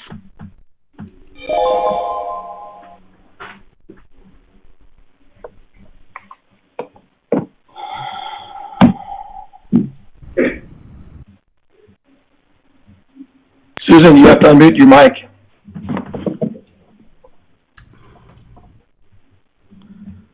There we go. Got it. Thank you. My name is Susan Lang. I live in Boise. I'm not giving the street address where my children live. Stacy has it for the record. I attest and affirm that the following statements are true, accurate, and within my personal knowledge. I lead a Facebook group of 92 people watching the influx of 4G, 5G facilities in the Treasure Valley and who oppose them in residential areas. I respectfully request, based on deficiencies with Ordinance 244, that you postpone your vote until these are resolved. We Idahoans are independent and self-reliant and expect to be involved in the critical decisions that affect us. We will thank you for reflecting on our contributions. Your mandate and oath require that you support local values, not the telecom industry. No public input was solicited or allowed in the drafting of the ordinance. We would remedy that with scientific and technical facts, legal precedents, and intelligent options. But this cannot rightly be handled by a Chinese video chat company. We object to the process and believe it unlawful. The production of an ordinance is urgent to no one but the telecom industry. This process effectively shut the public out of deliberations, eroding confidence in our officials. For regular commission meetings, Idaho Code states that the public is, quote, invited, welcomed, and encouraged to attend, end quote. Online meetings cannot substitute for direct interaction. They exclude some people and disallow essential in-person communications. The commission was urged to wait until governor's orders had passed, or even until public input were included in the ordinance, but the commission declined. As I stated in an affidavit emailed to you yesterday, the ACHD website was down at least 5 hours on Sunday. Worse, the agenda for today's meeting was unavailable to the public. As late as 12:20 p.m. Monday, it was not posted on ACHD office doors. Idaho Code states that agencies must post agendas 48 hours prior to regular meetings. Insufficient newspaper posting further impaired public notice, and until 3:15 p.m. yesterday, your phone recording stated that your office was closed due to the governor's orders. You also wrote to say that you did not want phone calls. Mr. Wong stated that the messages that arrived were, quote, disadvantaging us. Given these circumstances, your constituents need a show of good faith and respect for due process. You must postpone the vote or vote no until the ordinance is refined in discourse with the public with expert information and legal guidance. Given your written response yesterday to one of us, we see you are functioning on an FCC rule superseded by federal judicial precedents and misrepresentations of the Telecommunications Act. The proposed ordinance itself dares consider an antenna a mere accessory on a pole, as if to pretend it did not operate electronically to irradiate people ongoingly. We deserve proper democratic process. Do not force this ordinance through without consideration of relevant facts and laws. Postpone the vote. I have expressed no matter of mere concern, but solely matters of substance, facts, and law. Thank you. Thank you, Susan. Madam President. Mr. Gavin, Mr. Price? I'd just like to add that, again, as a restatement of Mr. Spears, this meeting has been lawfully noticed both through the ordinance code in terms of publications within that requirement, as well as the open meeting law. The secretary for the commission has executed an affidavit, which is in the record, as to when she posted the meeting, and they're apologize for the website being down, but there's no requirement that the meeting notice be on the agenda. It was only down for a little while. This was actually put on the website Friday at 1:30. Had been on most of the weekend, but because of technical difficulties, our website was down, but it was back and resuming Sunday. It was not on the door Monday at 12:20 p.m. Okay. Thank you, Susan. And to Susan's point about her address and that Stacy has it on the record, I would be totally fine with Mr. Gavin if he wants to just give his address to Stacy and not make it a matter of the public, so that he can go ahead and take his opportunity to speak. I would be totally fine with that. Mr. McGavin did post an address on the chat. Awesome. So. Okay. All right. Madam President, that's acceptable. All right. Thank you, Mr. Price. Okay. I would like to go back to Mr. Gavin then. Sir, you can go ahead and if you're ready. Yes, as soon as I get my screen up. Okay. Can you see my slides? That's my question. Not yet. Okay. Hold on. Apologize about that. I guess I didn't share it properly. Let me go back to the side. We're all learning. No worries. I thought I did it properly, but not yet. So let me do that. Share screen. I gotta pick this one. Here we go. That is a share. Okay. Can you see my slides now? There you go. Perfect. Thank you so much. I appreciate You're very the welcome. time. And I appreciate the consideration. So I'm here to speak on behalf of the Idahoans for Safe Technology. And I hope you really understand that these people have some of the best knowledge in today's meeting. Their testimony and evidence that they entered surpasses the due diligence that your own city staff has done. I'm here to share even better, stronger information as well. Let's not end up like Scottsdale, Arizona. Here's where it is. This is where it is, all over the city in this density. And you see that picture to the left, that's a macro tower. Why? Because these small cells put out macro tower power because you're not sufficiently regulating them. So it's that much closer, meaning in the bedroom, it's 10,000, 50,000 times higher than what you might get from a macro tower. That ruins the quiet enjoyment of streets. It's completely unnecessary. You do not have to do this. This is what's really going on. The radiation power of a cell tower is just way too high when you're in the main beam of radiation. That's the problem. These are at too low to the ground. You're in second and third story bedroom windows. That's the problem. In Sacramento, we had to move the kids out of the bedroom within the first month because they got sick. And we had to pull that tower down.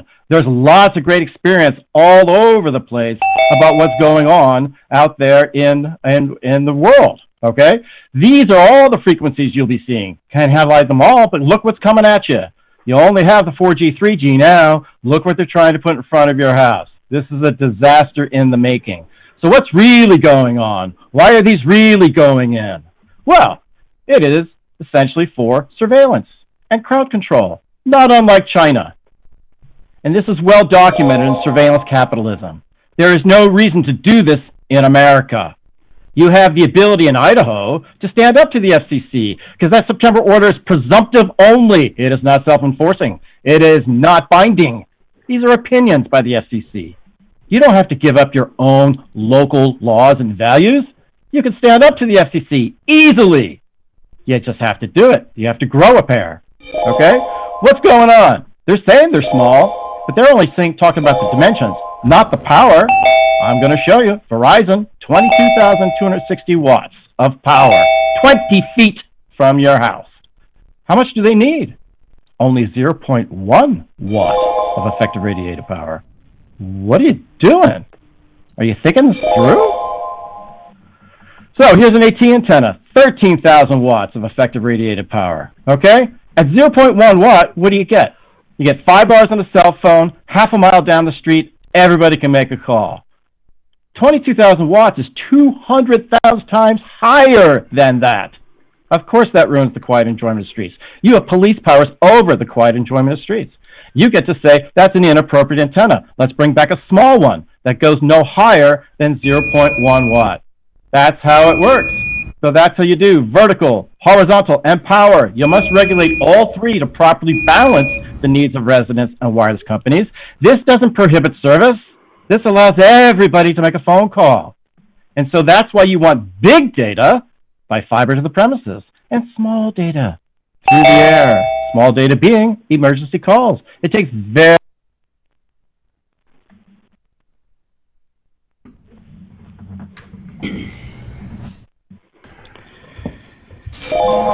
Next on the list, we have Kathy Cook. Okay, Kathy, please state your name and address for the record. Kathy Cook, 688 North 29th Street, Boise, Idaho. You can hear me? Yes, thank you. Great. I test and affirm that the following statements are true, accurate, and within my personal knowledge. My name is Kathy Cook. I'm a certified building biologist and electromagnetic radiation specialist practicing in Ada County. I am an expert in measuring and mitigating radio frequency microwave, RFMW, radiation exposures. My business has been booming ever since Boise started installing so-called small wireless telecommunication facilities, SWTFs, in the public rights-of-way because RFMW exposures from WTS is actually tens of thousands times higher than RFMW from macro towers. This is because the SWTFs are so much closer. It's the proximity to home businesses that is so hazardous. I use professional, certified, calibrated radio frequency meters and always measure the peaks of RFMW radiation, which is thousands of times higher than averages because the peaks of RFMW are what really matter. People in Ada County are facing safety, privacy, and property value hazards simply because the ACHD to date has failed to sufficiently regulate vertical, horizontal, and power for SWTF antennas.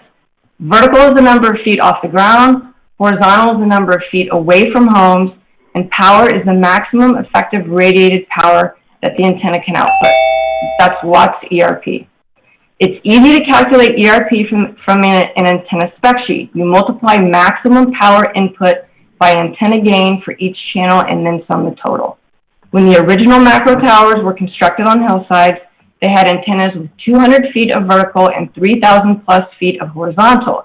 This VHP recipe allows the RF signal to waft into residential areas at a low enough level to enable calls and will not ruin the quiet enjoyment of streets.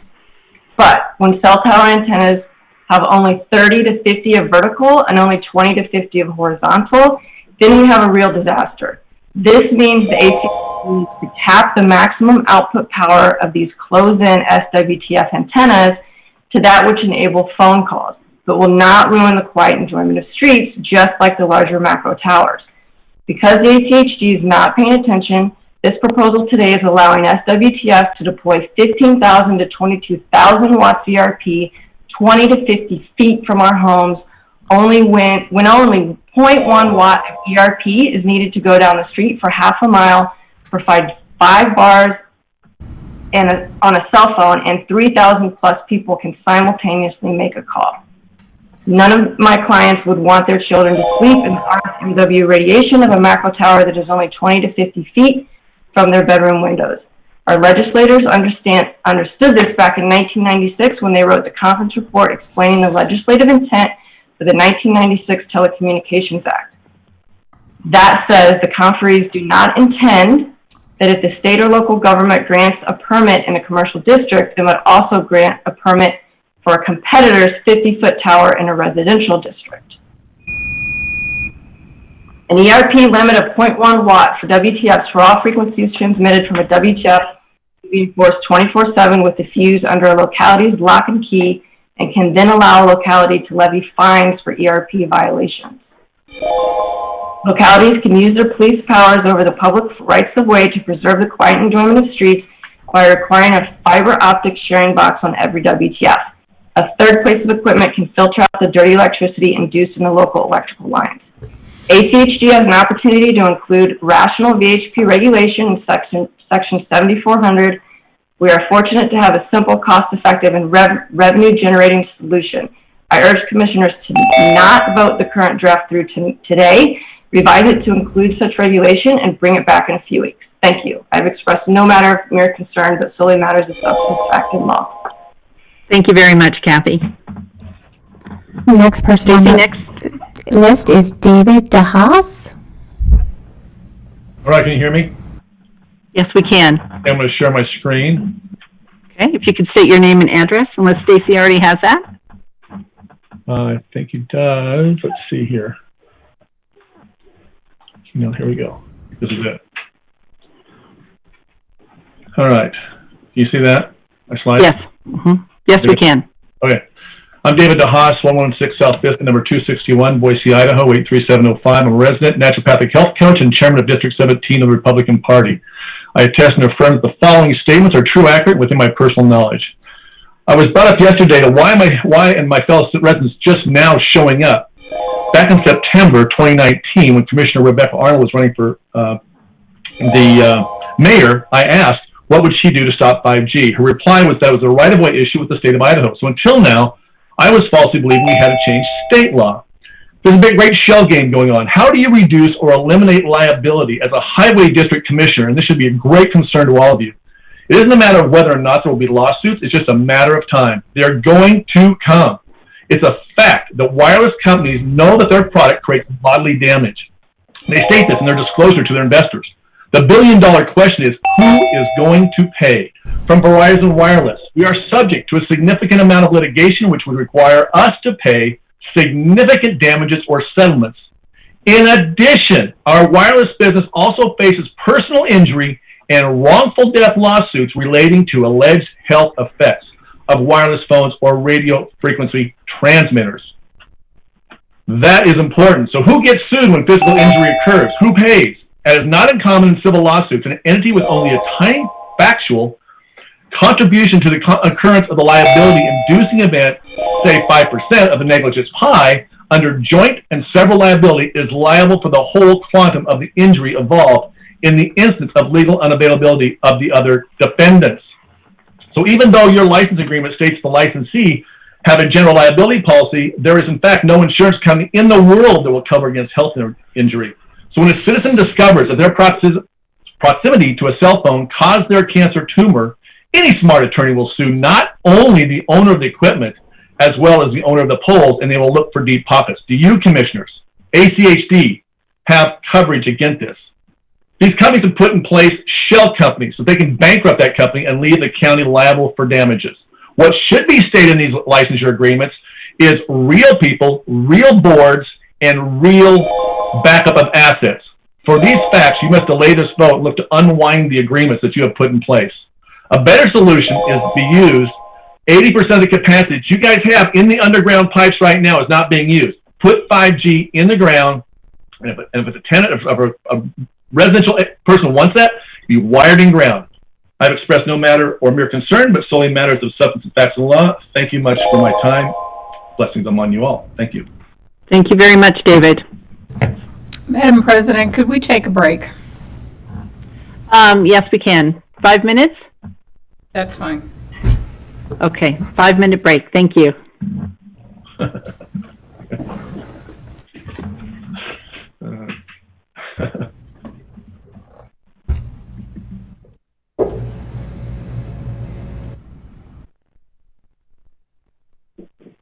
Nice job, David. Oh, thank you. You know, we have some really cool cats here in this Boise Valley that know their stuff. Good job, David. Proud of you, buddy. That was awesome. I have to tell you, David,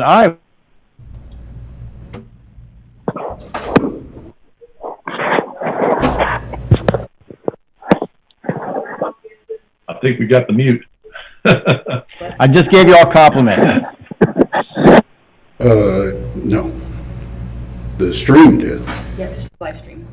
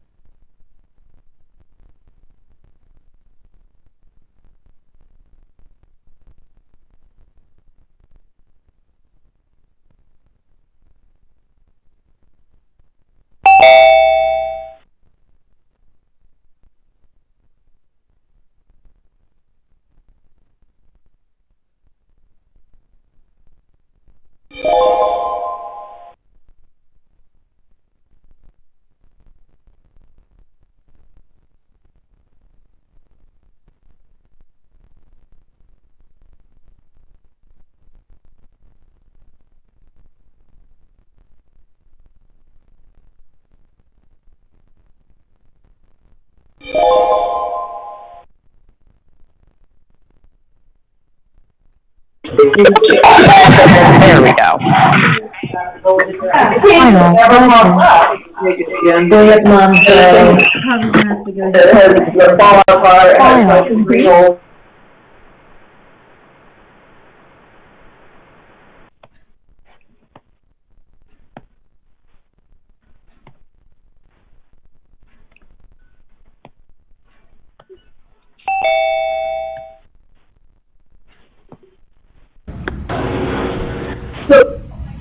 So Commissioner May, we are back on. Commissioners, please unmute yourselves.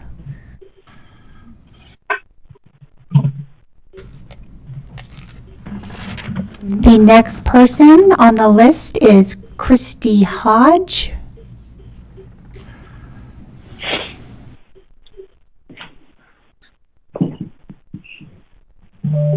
Christy Hodge.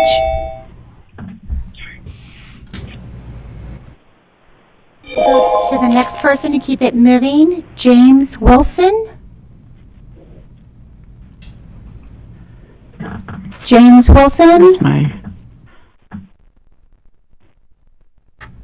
How about... JC, are we ready to go in there? Yes. Everybody back? Here we go. Can you hear me? Yep. Okay, so the first one on the list we have is Christy Hodge. Christy, welcome. If you could please state your name and address. Hello there, sorry. Oh. My name's Christy Hodge. I am a native of Eagle, and Stacy has my address for the record. Thank you for Very your good. time. Thank you, Christy. I'm speaking on behalf of my precious family and my neighbors, my friends, and those Ada County citizens who have or have yet to be negatively affected by irresponsible placement of 4G, 5G deployment next to their homes. Last month, my neighbors and I, while quarantined, sat in our homes forced to watch a macro cell tower erected steps away.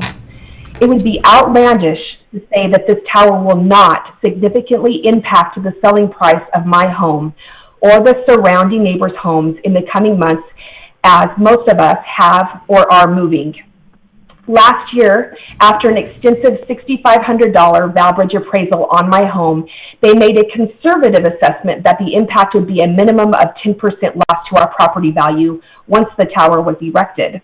To this day, states like California, years in the deployment of macro and small cells, report devastating effects of buyers who will simply disregard a home with this infrastructure present.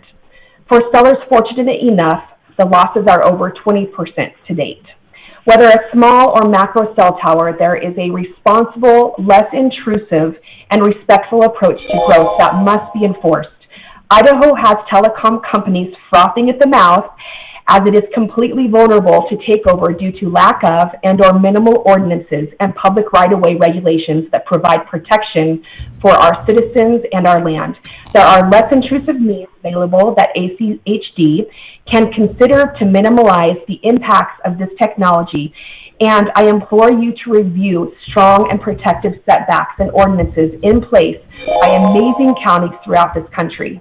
I'm asking you, the commissioners, to consider the negative impact on our property values when these towers are deployed with such minimal setbacks. These are our homes and your homes. Start speaking with realtors in the area and do research on cell tower and property values, which will derive a list of data from real estate reports to surveys to property devaluation assessments. Please take the necessary time to ensure regulatory control over these installations in order to minimize adverse impacts to our property values and to protect the health, welfare, and safety of Ada County citizens in the same way that other ACHD regulations do. Please vote no if you are voting today on this issue. Thank you on behalf of every single Ada County homeowner who has and eventually will face the nightmare of this deployment steps from our homes if we do not rise to the occasion. Our beautiful state and our county is worth it. Thank you. Thank you, Christine.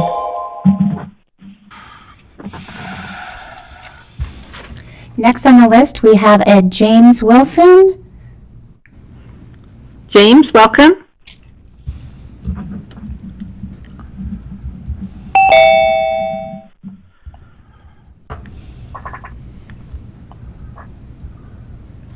Okay, I think we're going to move on. Okay. Terry If he Ward. comes back, Stacy, if he comes back, let's make sure we give him an opportunity to speak. Will do. I'm sorry, the next one? The next one is Terry Ward. Carrie?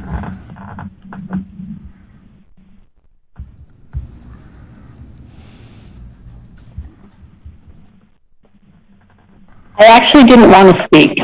Oh, I'm agreeing with everything that's been said. Next on our list. We'll note that. Let's note that for the record, Stacy. Okay. Thank you, Terry. Carla Kyle.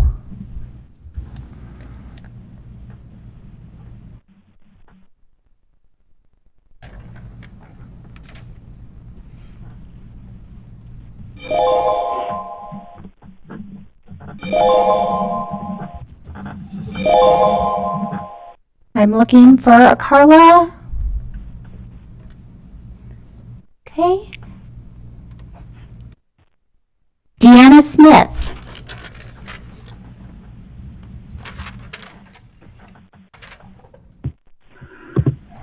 Hi. Good afternoon, I guess, I should say. Can you hear Good me? afternoon, Deanna. Yes, welcome, Deanna. Hi. I included my address in my chat, but I can give it to you now also if you like. If Stacy has it, that's fine. Thank you, Deanna. Okay. I'm really here to comment just very specifically on some of the language in the ordinance and how it seems to unnecessarily include a lot of land use language. I understand ACHD's need to create a clear licensing policy for their own infrastructure and how to enable these to occur when they're requested or not enable them. However, I think the ordinance goes unnecessarily, includes too much land use language. And the reason I bring this up is I think this, when ACHD does this, you're always very clear that you're not the land use agency and you don't make land use decisions. And I think it's confusing to the public as well as applicants when your own ordinances overlap. Commissioner Hanson raised some of these in his questions, and I would concur that I would really urge you to look carefully at this language and remove any land use authority language from the ordinance and keep it very carefully to the areas that ACHD has authority over and not create that confusion for your citizens and your applicants.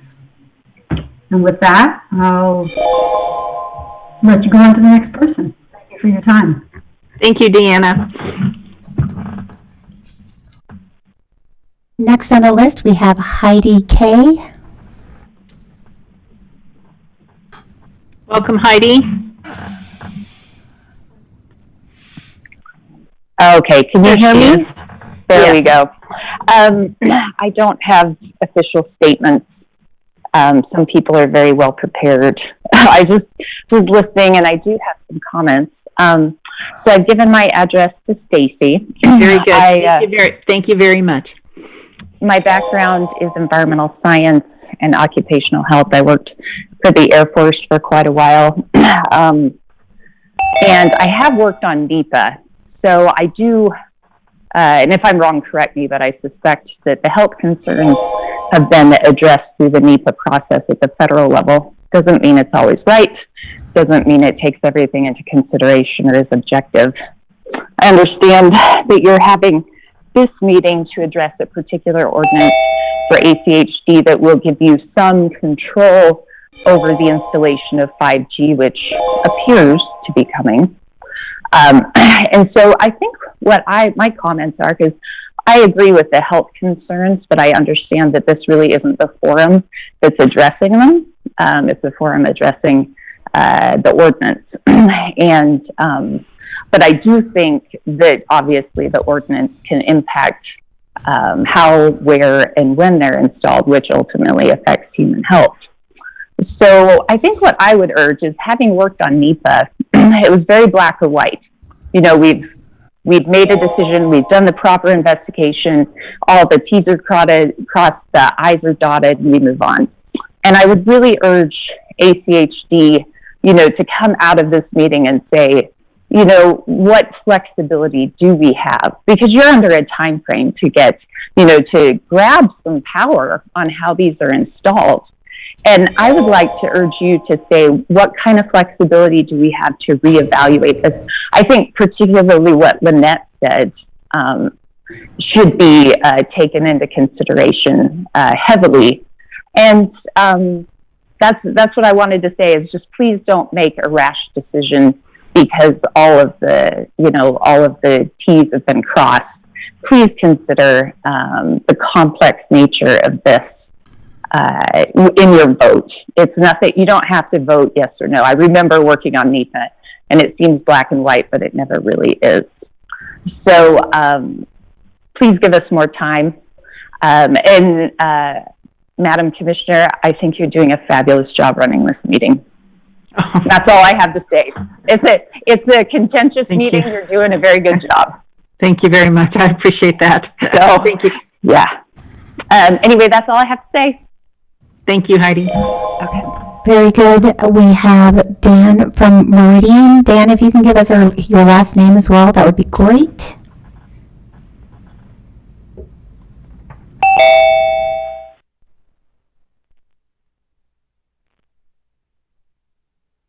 Did we lose Dan?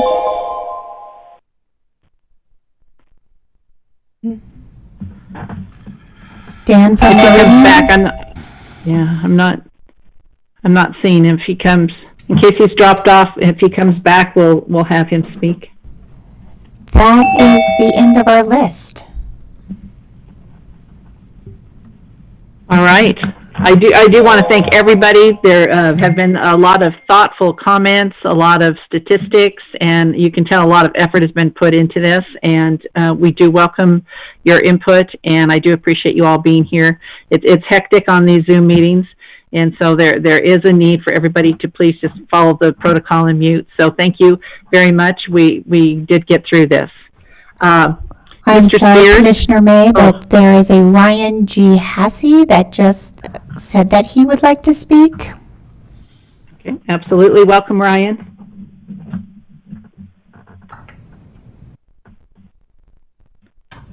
Okay, sorry about that. Can you guys see me? There you are. Sorry, I requested earlier in the meeting. It must have gotten missed, but thank you for letting me jump on. Name and address for the record, please. Yeah, my name is Brian Hasey, and my address is 3308 East Frontrunner Lane, Boise, Idaho, 83716. To the commissioners here, the representations of public notice were not accurately stated by legal counsel. Per the direct observation, photographic evidence, recordings, and affidavits of community members. Council failed, moreover, to distinguish between FCC Title I and Title II wireless facilities. Furthermore, 47 USC Section 332 C7B4 maintains the operations of wireless facilities under local governances for any and all reasoning. The 20-foot setback, if increased, is not subject to a claim of effective prohibition or prohibition. Legal counsel's claim thereto is false. The FCC rule to which counsel referred as constraining ACHD has been superseded by 2019 federal judiciary precedents, of which he is apparently unaware. The new ordinance is not comprehensive. It is neither informed by current federal laws and policies, nor in accordance with them. Commissioners and councils refer to 5G as single deployment. This is false. The term 5G, from an engineering perspective, includes many wavelengths and different types of deployments. More importantly, the law makes these distinctions. Due to council's industry language usage, the board is failing to distinguish these differences. Despite the fact that 1934 Communications Act, the 1996 Telecommunications Act and Amendment, and the ruling following Mozilla v. FCC all require such distinction. Since council fails to inform the board about the true nature of these laws and section 7400 fails to provide for these differential deployments, the new ordinance is not in accordance with federal laws, precedents, and policies, and must by law be revised. Thank you. Thank you, Ryan. That is the end of the list. Madam President. Right. Commissioner Arnold? I would like to hear the rest of a presentation that was cut off. I believe it was Mr. Paul Gavin. I'd like to see the rest of his presentation. I have no objection to that. Does it matter if Mr. someone Gavin? else does? Oh. You know, 3 minutes is 3 minutes. I as didn't far do as I'm that. I don't concerned. have a problem with that either. Hey, that's fine. Okay, so I have to actually figure this out. 1 second here.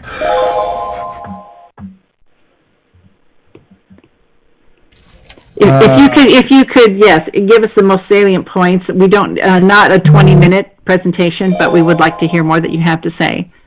No problem. And all I want to do is make sure I have the latest one. So if you can just give me, I wasn't planning on doing this. I had already thrown it off my computer. So I'm just going to take a 20-second copy, and I'll be ready to go. So feel free to talk amongst yourselves. Come back to me in about 30 seconds. I'll have it on the computer. Okay?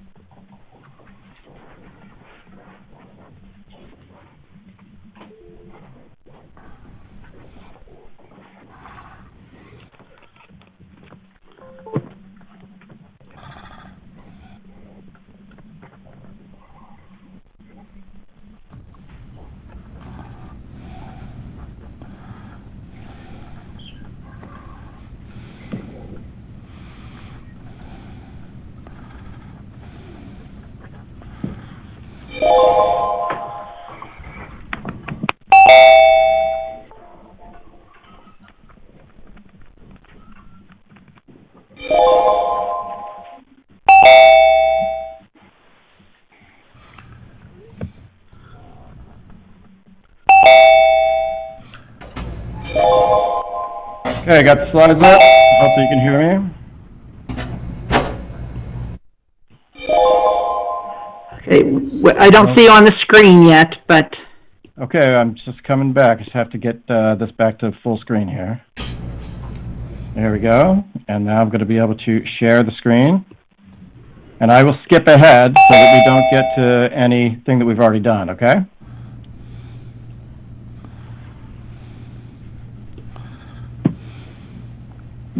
Can you see that? Yes. Okay, great. Here's where Boise is today, okay? And so you're getting close to what it's looking like down in Scottsdale. And the problem is it's completely unnecessary because you actually could do a better job of saying, well, look, we have to make a choice between how dense we get and then maybe we lower the power, or we decide to keep the power where it is and put them further away. Well, one or the other are decent options for cities. You don't have to be fully dense like this. And this is what's coming here just due to the traffic lights.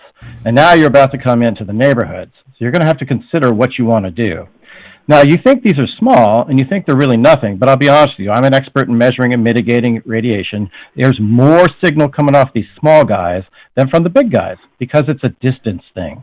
When you're this close, you're getting 50 to 100,000 times more in your bedroom from the small guys, just because they're low and close to the ground. I'm going to skip over that and that and that, and it's okay, we've seen this. But what I really do want to get is to why you can do this. This is the important part. And not many councils look at the history, and you really do need to look here. This is a very important comparison. On the left column is what they were about to pass in the fall of 1995. In the right column is what they actually passed in 1996. The one on the left was the House bill, and they thought this was a top-down deal from the FCC. They were going to run the whole show, and they were going to preempt placement, construction, modification, and operation. But they didn't go that way. In fact, they went the other way, and they said here in 7A on the right that no, this act, nothing shall limit or affect the authority of the state, except for 3, placement, construction, and modification. See, they dropped operations off. That's because they wanted to make sure that the local community still had that power. That's what we're talking about. You have the power to affect the operations of cell towers, and you've always had it. And this is the original intent of the 1996 Telecommunications Act. It's explained in the conference report, so you can read that, okay? The rulings that you're not quite taking advantage of is that the foundation for small cells, the whole agenda is crumbling because they lost a key lawsuit in 2019, and that was the NEPA suit. And they said specifically that the deregulation of small cells is arbitrary and capricious because its public interest analysis did not meet the standard of reasoned decision-making. It was a mere wish list by the wireless industry, and it didn't balance the needs of the public and the wires companies. And this is what you have the opportunity to do today, is look at it that way and approve Ordinance 244 to achieve that balance. You've really only heard from the wires company to date. You really haven't heard from your very well-informed citizens, but they can help you. And the other decision is October 1st, 2019. That's where the FCC no longer regulates the internet. So the only thing we're talking about is phone calls. That's all they have regulation over anymore. So every single WTF requires NEPA review. That's not in your 244. Needs to be. This is directly from Erica Rosenberg, the FCC. These are the rulings we've talked about. This is Title I versus Title II. This is really important. Title I is unregulated. Title II is regulated. They moved internet out of Title II into Title I. That's what they did. And that happened on October 1st, 2019, at the behest of the FCC. So you have to understand what the difference is here and why that's important, okay? And so what we are talking about is that we have great studies. This one's from 2019. One moment. We've got a lot of interference. If somebody could please mute their cell phone. A lot of dishes, and so we can hear you. Somebody can master mute everybody, and then I can unmute myself. Yeah. I can do that. Stacey, why don't you do that so we can hear? I did mute the one person. Okay. Thank you. Okay, so I think I'm still sharing. I'm going to go back to the slideshow. Okay. Yeah, go back. And I stopped the timer, so I will restart it. All right, thank you, Stacey. Okay, I'm going to be real short, cut off whenever you need to, but all I want to tell you is that this is for real, okay? This is the city, this is the family in Sacramento. They are a party to a lawsuit now, and that is a tower that's literally 40 feet from their home. This is going to look like Boise, okay? That's second-story bedroom windows where the 3- and 6-year-old were sleeping. Within the first 3 weeks, they got real sick. They went back and forth to the doctor for 8 weeks. They finally figured out it was the tower. They had to move the little girls out of the room. They had to spend $10,000 or $20,000 shielding the house, and they're trying everything they can to get that tower moved because they've been diagnosed with a condition saying they are sensitive to it. It's easy to figure out what it is. It's microwave radiation sickness. There's 2 ways to fix it. Number 1, cut the power. You don't need that much power. All you need is much power to do a phone call. That's how you really fix it. Instead of a 4-foot antenna, bring a 4-inch antenna. Instead of a box on the sidewalk over there where it says, no, stop this, that's 28 cubic feet, you can have something the size of your hand. It's just way too much power, way too close. Hey, the one in the middle, that's Cheryl Hogan. She's a friend of mine. On November 20th, we told them not to turn that on because there was no NEPA review. They turned it on anyway. 3 months later, diagnosed with a brain tumor, and she had it removed on March 2nd. Of 2020. This is what's coming because you're not paying attention to the power. So the whole point is that the woman over the right had to move. She couldn't live there. She was already sensitive. She had to move. Electromagnetic sensitivity affects 10 to 30% of the U.S. population today. They will be defending their rights to make sure they don't have this excessive, effective radiated power ruining their quiet enjoyment of streets. This is coming if you don't pay attention right now, okay? So what do we know? We know that this was never the intent of the 1996 Telecommunications Act. It says so right at that link. You go to that link, you can find the conference report. That's what explains what the legislators meant when they passed the law. It says specifically this: we do not intend If a state or local government grants a permit in a commercial district, it must also grant a permit for a competitor's 50-foot tower in a residential district. It was never the intent to put 50-foot cell towers in neighborhoods. Maybe the House version wanted that, but not the Senate version. How do we know? It's in the conference report. Why do we listen to the conference report? Because the Supreme Court justices in 2005 in Abrams versus Palos Verdes cited this conference report for the basis for their decision to say it's cooperative federalism. Whatever the feds don't claim for themselves falls to the state and locals. Whatever the state doesn't claim for itself falls to the local counties and towns. This is you. You need to step up and say, hey, we don't have to do this. This is not what the whole thing was about. You just have to quickly say, no, not appropriate. We're going to stick with our macro towers. We'll put extra antennas on those. Hey, if you want to come to our commercial district, we'll work with you. But we don't have to come to the residential area. How do I know? That's exactly what my town did. August 2018. There will be no small cells in residential zones in Petaluma or Sausalito, California at all. All right? Because they passed the ordinance. It was simply done. They're not changing it because of the 2018 order. That 2018 order is presumptive. It means it's an opinion. It's not binding. It's not self-enforcing. That was admitted by the FCC themselves on February 10th of 2020 in court. You can listen to it right on my website, okay? Here is a workable vertical horizontal power recipe. It's called antennas 200 feet off the ground, at least 1,500 feet away, and then you don't have to regulate the power. Okay, they know how to build those. They've been building those for years, okay? Well, this is a disastrous recipe. 25, 50 feet off the ground, 10 to 20 feet from homes, and then thousands of watts. How many thousands? We see 20, 30,000 watts right there. Can we, 1 minute and... This is it. Can you wrap up? Okay, awesome. Here's the workable one. Hey, still come in, still build it. 25, 50 feet off the ground, 50 feet from a home, but 0.1 watt. Now we're talking. Now you have a solution. Now you're not prohibiting service. Now you're allowing phone calls. Well, what does that mean? It means that your video stuff comes through fiber optic to the homes. You do that by putting a sharing box. You see, it's the public rights of way, and there needs to be public benefit. And the public benefit is from sharing access to the fiber optic cables in the public right of way. I will rest there. That's the best thought you have. Thank you. Thank you very much. We appreciate you wrapping that up. Thank you for your time. I appreciate it very much. Thank you.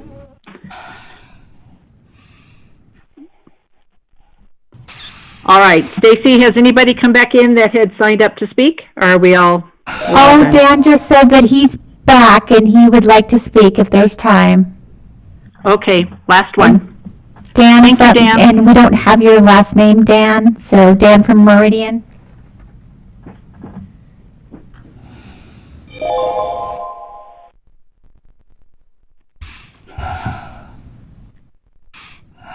Are you there, Dan?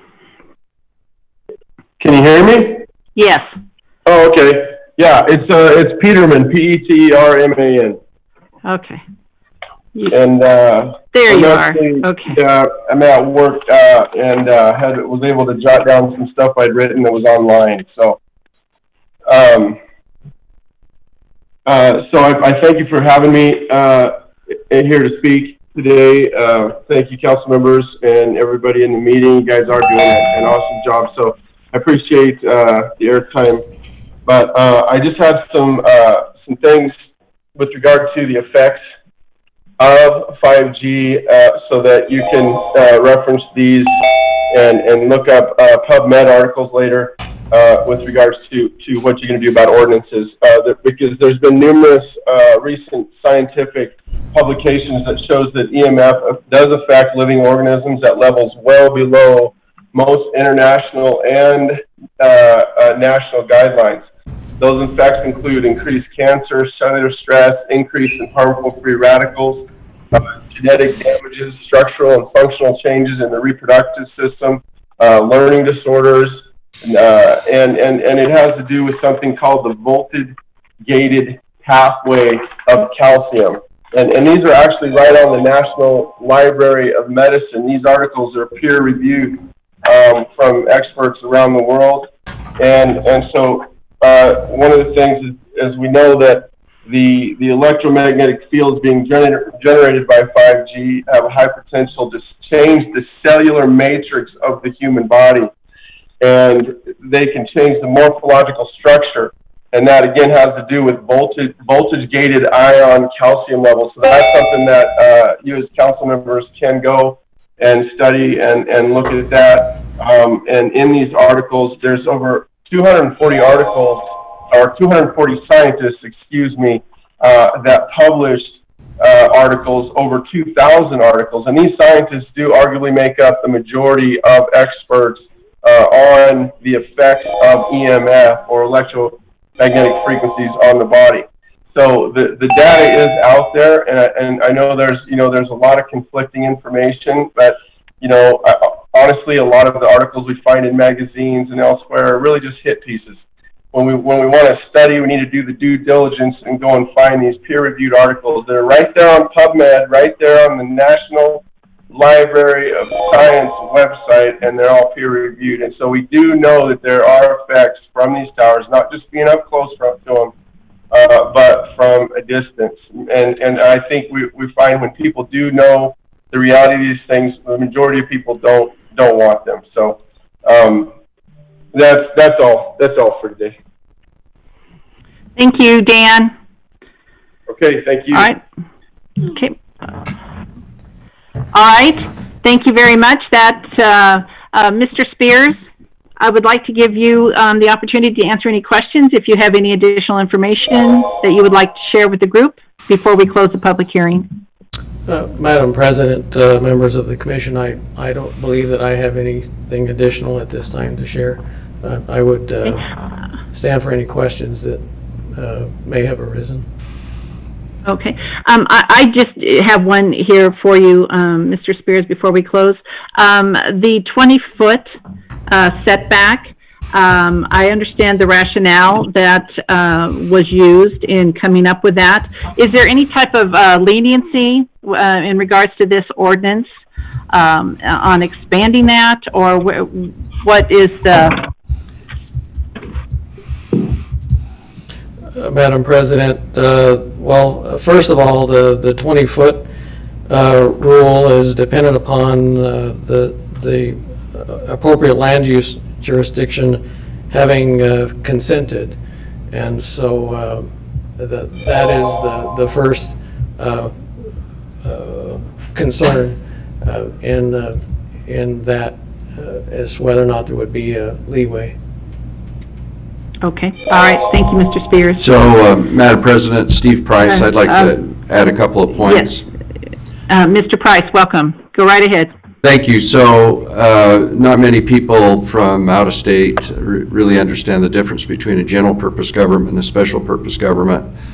We don't have the same police powers or mandate that municipals or the counties have in terms of the general welfare and safety and aesthetics over the community. We generally look at our mandate as transportation safety and safety within the public right-of-way. We have, in terms of the locational standards, we have looked across the country. There's several states that have state legislation in place that's similar to what we're trying to achieve today. Idaho to date has not adopted a law. And if that ever changes, the law, if the Ninth Circuit has a different ruling, we're not controlled by the DC Circuit, but if the Ninth Circuit ruling changes and changes the law, there's also two pieces of legislation in Congress right now that are going in different directions, but if the law ever changes, obviously we would have to change our ordinance, and more than happy to do that. But the locational standards we're trying to meet just in terms of what the federal mandate is, in terms of reasonableness, is trying to meet what other jurisdictions are allowing. But again, with the cities having control and with the police power, they can create greater distances in terms of location because they have the police power and the jurisdictional mandate to do so. So we're simply creating a minimum standard, but the cities would be able to come in and make individual determinations based upon locations, individual locations on a case-by-case basis that may require different locational standards for that particular location.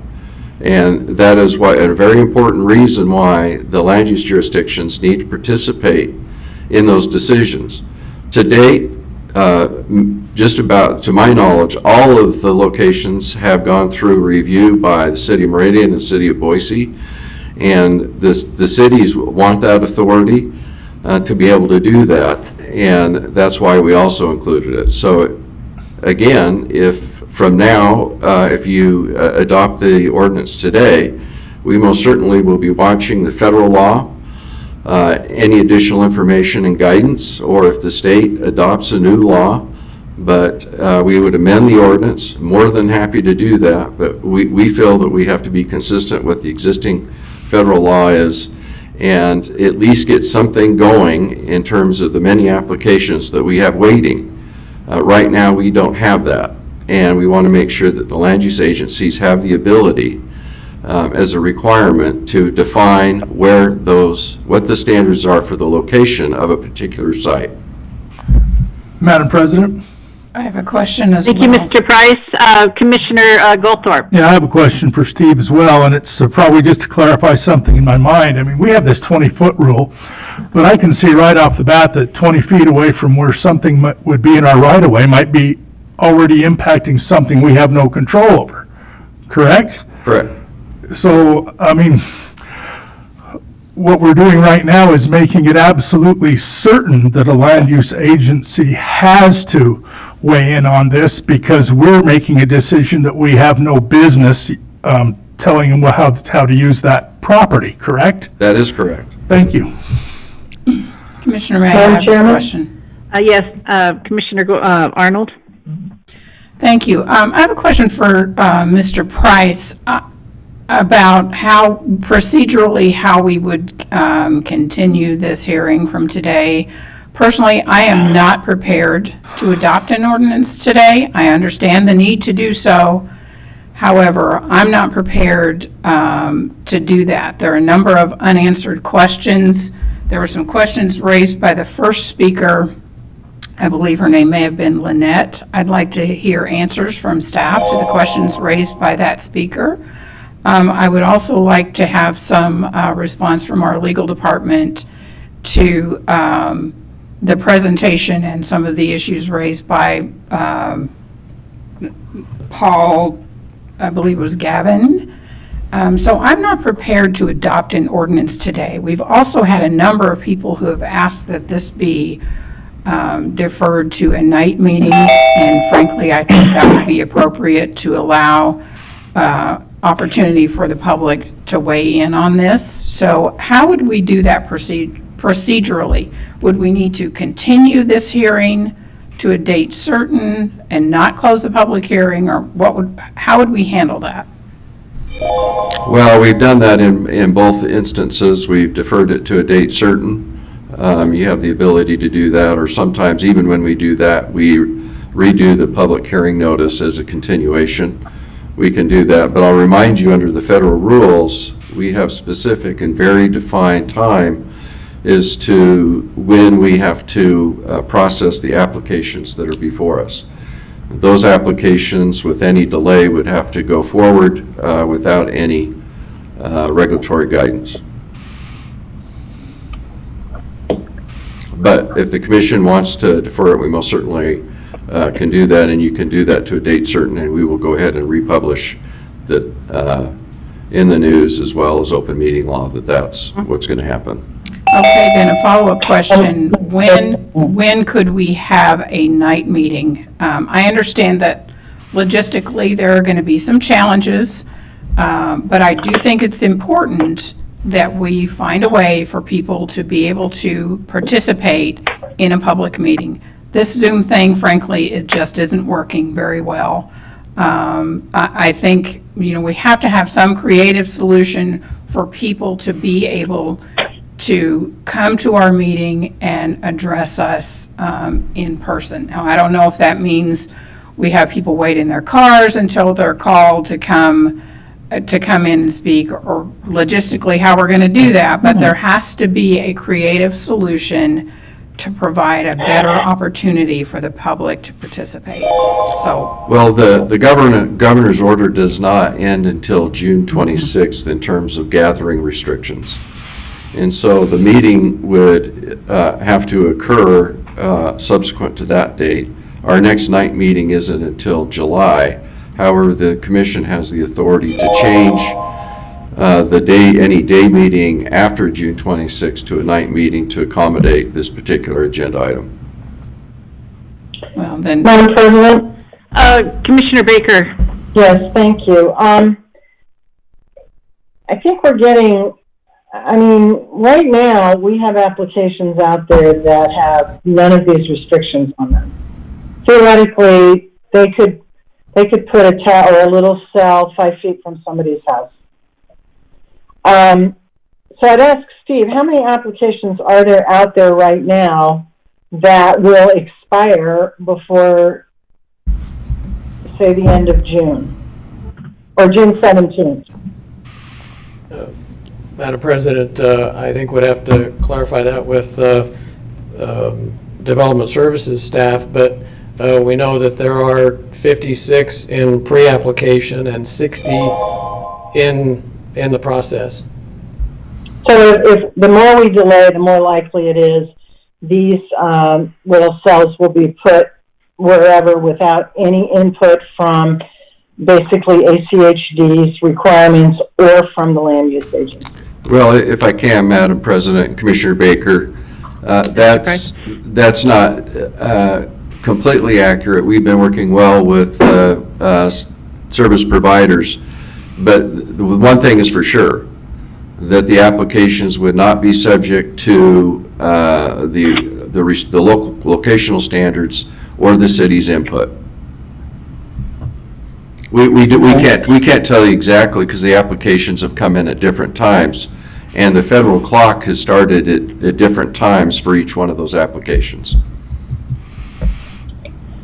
Okay, thank you. And I understand that the law is always in flux, sort of. I mean, this Federal Telecommunications Act of 1996 has obviously been out there for 24 years.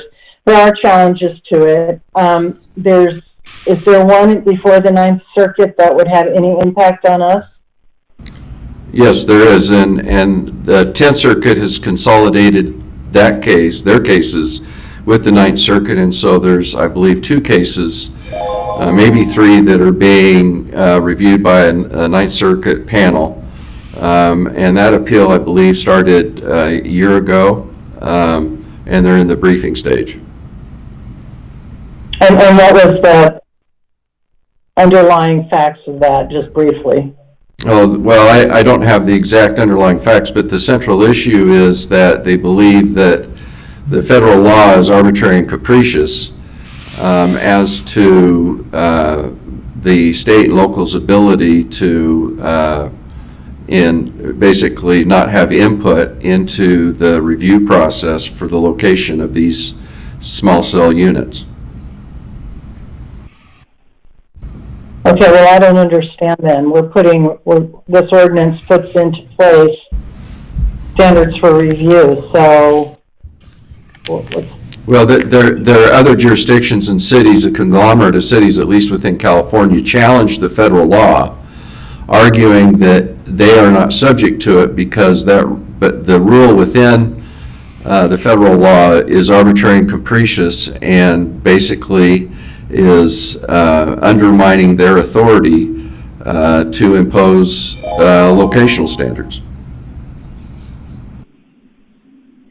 But here we would be imposing locational standards under this ordinance, right? Right. Well, we're trying to, we're not challenging that authority. We don't want the litigation. And so we're trying to comply with the federal law until there's a decision that clarifies what is already being challenged. Okay, thank you. Just a couple of comments. Obviously, we are trying to fill a void by developing these standards. I think that's important, whatever they end up being. At the end of the day, it ends up with the city making the decision as to the placement of these devices. However, I do feel we've got a lot of unanswered questions out there, and we did get a lot of good information today.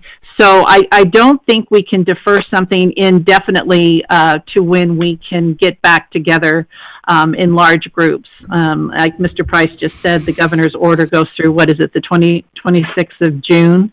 But you know, I would not be averse to getting some answers to some of these questions as well. So I would like to maybe talk through that process. I don't know if does a week give us enough time to have answers to some of these questions. I just don't want them to go out into a vacuum. I think everybody put a lot of time and effort into their research and their comments today.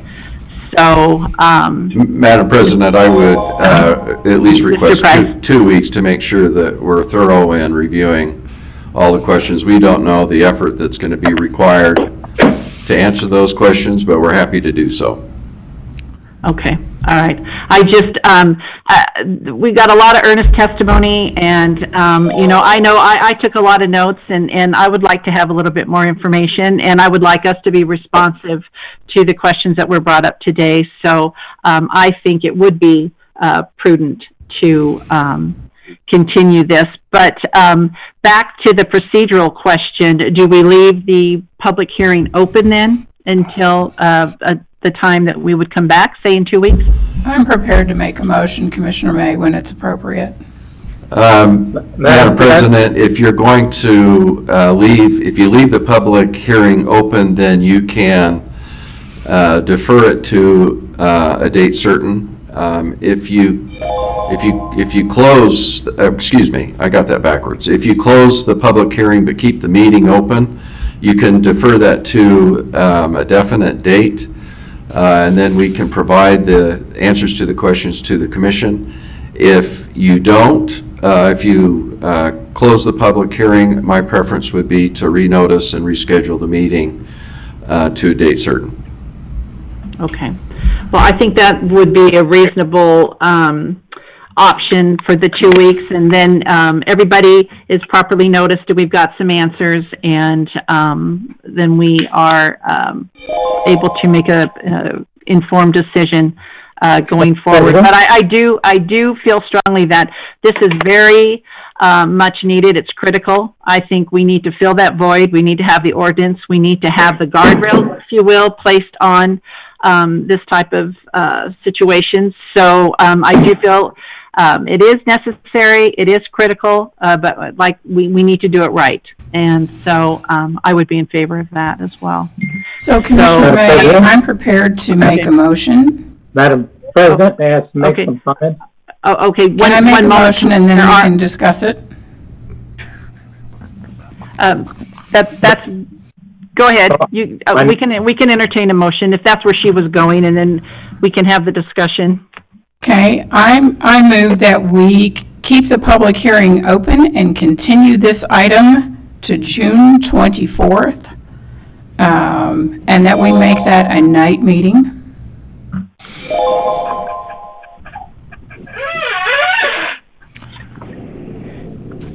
Am I going to get a second to my motion? Now,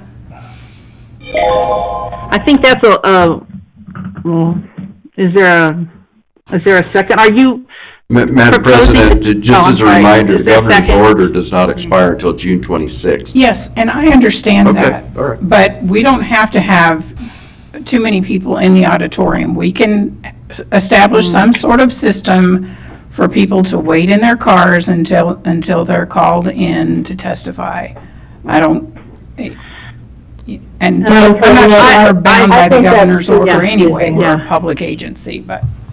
Yeah. That is way too confusing, and I think how would anybody know what was going on? Yeah, I don't want to complicate this any more than it already is. I think I would not like to have a motion predicated on the ability to bring people into the building. We just don't know. It's too tenuous right now what's going on. Okay, I'll amend my motion then to make it July 1st, which is the first Wednesday in July.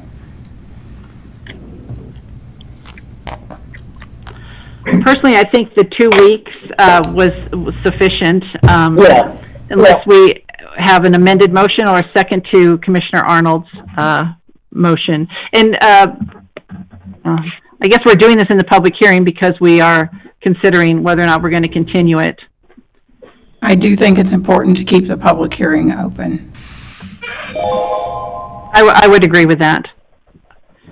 Madam President, I'll make a substitute motion, and then Mr. Hanson can make any discussion he needs, and that is that we keep the public hearing open and we defer the decision on this issue until June 3rd, which is 2 weeks. That's the 2 weeks? Yes, okay. 2 weeks. Okay. Is there a commissioner that would like to second that? I'll second the motion. Okay, we have a motion by Commissioner Baker. We have a second by Commissioner Arnold. Any discussion? Well, Madam President, doesn't sound like the motion makers want to debate. My comments really don't relate to that particular motion. I've heard a lot of evidence today, and I've been reading this proposed regulation since it was posted. And today, and very likely in 2 weeks, I would be voting against it. So there's a huge problem in this, and it's an Ada County problem, because the law was written and the FCC's order was written with the assumption that the local government to whom it refers has authority over land use, health and safety, aesthetics, historic habitability of residences. We have been warned time and time again against what's often called mission creep, when this highway department, this highway agency, extends beyond and starts to delve into areas over which it has no expertise. And this is far beyond mission creep. It is duplicating what the cities are or aren't doing, but their responsibility is to regulate the health and safety of their own citizens. I understand cities do want to incentivize fiber optics. How does this supersede that? They would have to act on every single one of these. HHD uses a level of service of traffic at peak hours, traffic counts. We have a very detailed pavement conditioning index to determine the quality of the asphalt or the concrete. We use crash data. We have no measurements for public health. We do not hire occupational therapists or health engineers to evaluate these kinds of things. And yet that language is in our proposed regulation. Our proposed ordinance would require us to do that. Or sit passively and hope that the city does or doesn't do that. Whether it has a regulatory framework adopted yet, we would move forward on that. We have no measurement based on economic value, whether that's the company that's asking for this and feels an entitlement to it, or whether that's a business that is affected by it. We don't have metrics to measure historic or otherwise, other than the one reference to you happen to be registered on the historic registers list. The cities are regulating and supporting historic preservation far beyond just those buildings that are on the historic register list. We even use this term habitability of a residence, and so we have to go in and determine whether a residence. We look at a building, oh, it's a garage, looks like a garage. Oh, sorry, I didn't realize someone was living there. We made an assumption about habitability. I think this is a duplication, and of course it's only an Ada County issue that can be resolved. The master agreement could be made with set up and made with the local government, the general purpose government, the city or county. And if they don't have a framework for it, then there ain't no master agreement yet. ACHD then simply plays a role like we do in the approval of developments. Oftentimes, we are a recommending body. And as long as they don't interfere with our facilities, our signal poles or access on the sidewalks, we would have something to say about that. But otherwise, we don't get into any of the health, aesthetics, historic. This is a highway agency. We use very different tools. Listening to the information as a independent reviewer of this body, if someone were to come to me and say, okay, we want you to evaluate different radio waves that these different types of facilities are putting out. We have no tools within our own agency to evaluate that. Now, the cities potentially have that. The health districts, maybe they have that. I think this needs to be sent back to the drawing board. It needs to be set up as an ordinance that, because Ada County is very unique and in the entire country, that we would then assign that authority, whatever authority we might have for developing the master license agreement, to the city.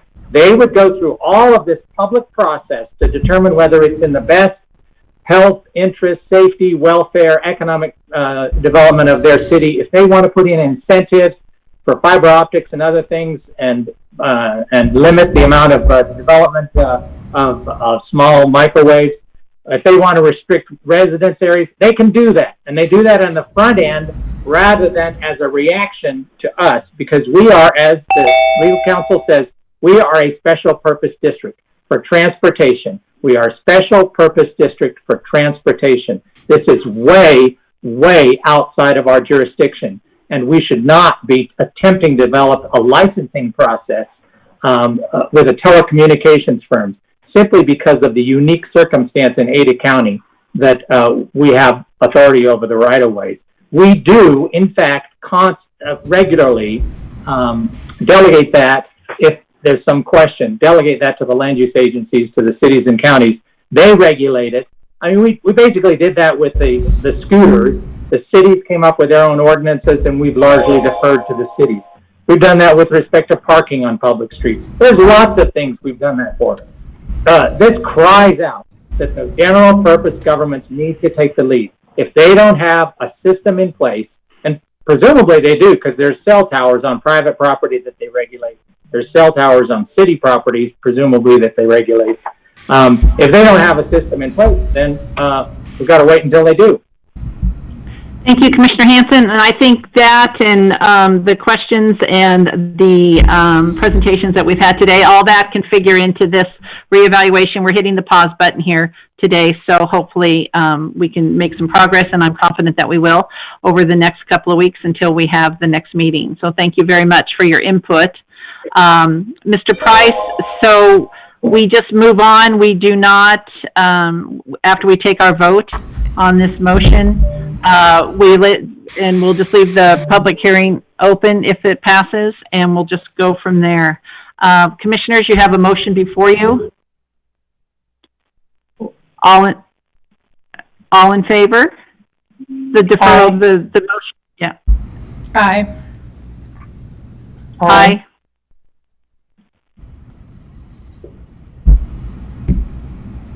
Nay? Any nays? Nay. Nay, I'm ready to vote it down. Okay.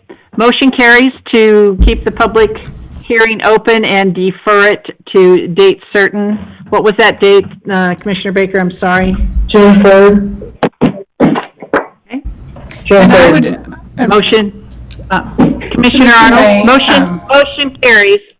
I would ask that during that time that we do get some answers to the questions that were raised today. I would also like to see copies of any ordinances that have been adopted by the local land use agencies with regard to the placement of cell towers. I want to know what position they've taken and what they're doing with these. Absolutely. So everybody needs to buckle in and do their homework the next couple of weeks. And I would request too, any of our speakers today, if you have some additional information that you've shared with us, if you could send that so that all the commissioners have access to that rather than just the view that we saw today. And again, I sincerely thank all of you for your input today. So we definitely want to do right by all of our citizens, and we appreciate your time and effort. Thank you. Can we take a break? Yes, let's take a 5-minute break, and then we'll continue on with our agenda. Thank you, everyone.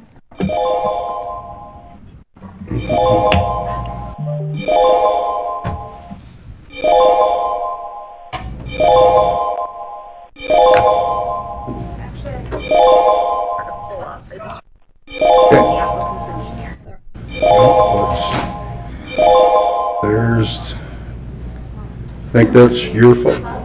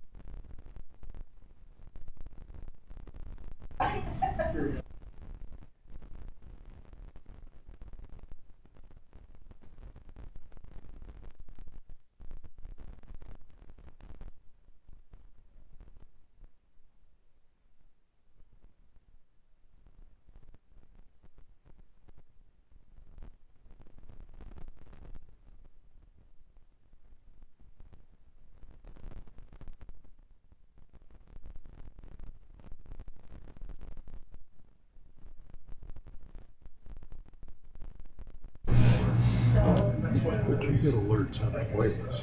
You get alerts other ways. Entering anyway, because you have a waiting room.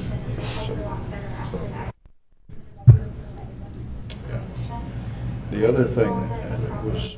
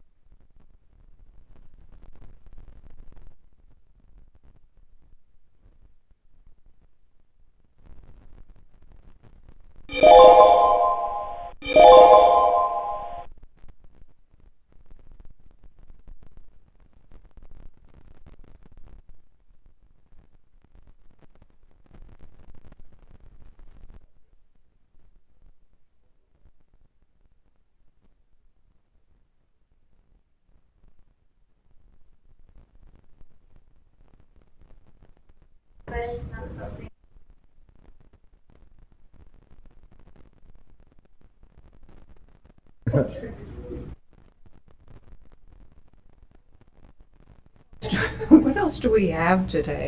Commissioner May, the commissioners are in position.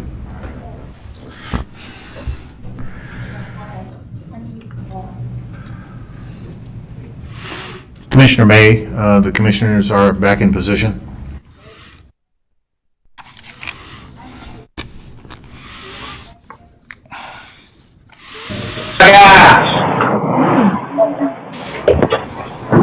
That's what I do. Yeah, you could have moved this stuff before, Mom. Sorry. Oh, we're keeping that living room? everyone. There we go. Commissioner May, the commissioners are in position. Thank you, Director Wong. All right, moving on in our agenda. The next item we have is Cedarbrook, request for approval, modification from policy. If everybody could still mute their, or Stacy, if you could mute, please. We'll turn it over to Dawn Battles, planner with Development Services.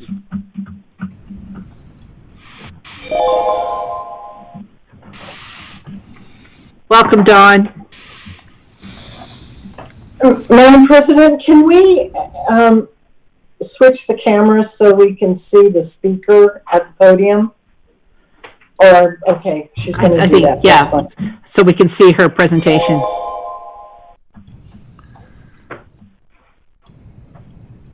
Oh.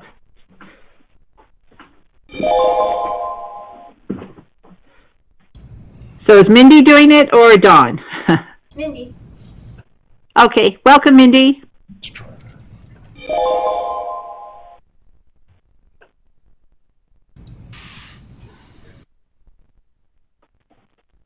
But that's only our view. I'll use this.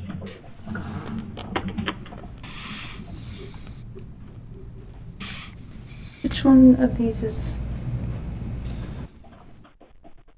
Full screen. Yeah.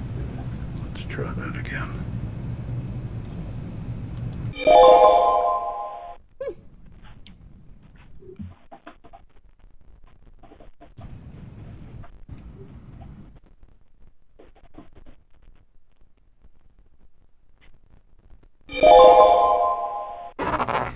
I'm gonna go help Mindy.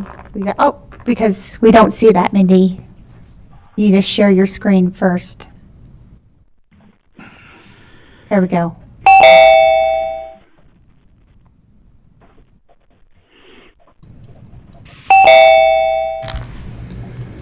But it won't let it.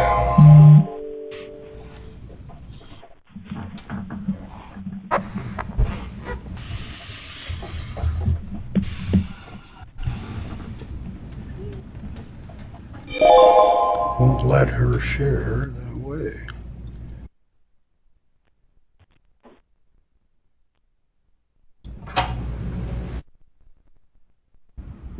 So there's that. When you go into here,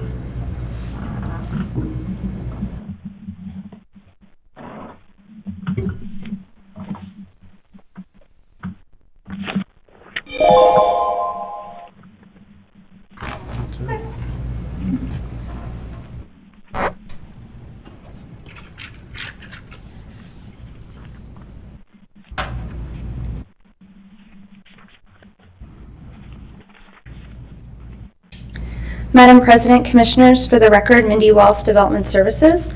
And before you today, we have a decision briefing for the Cedarbrook subdivision.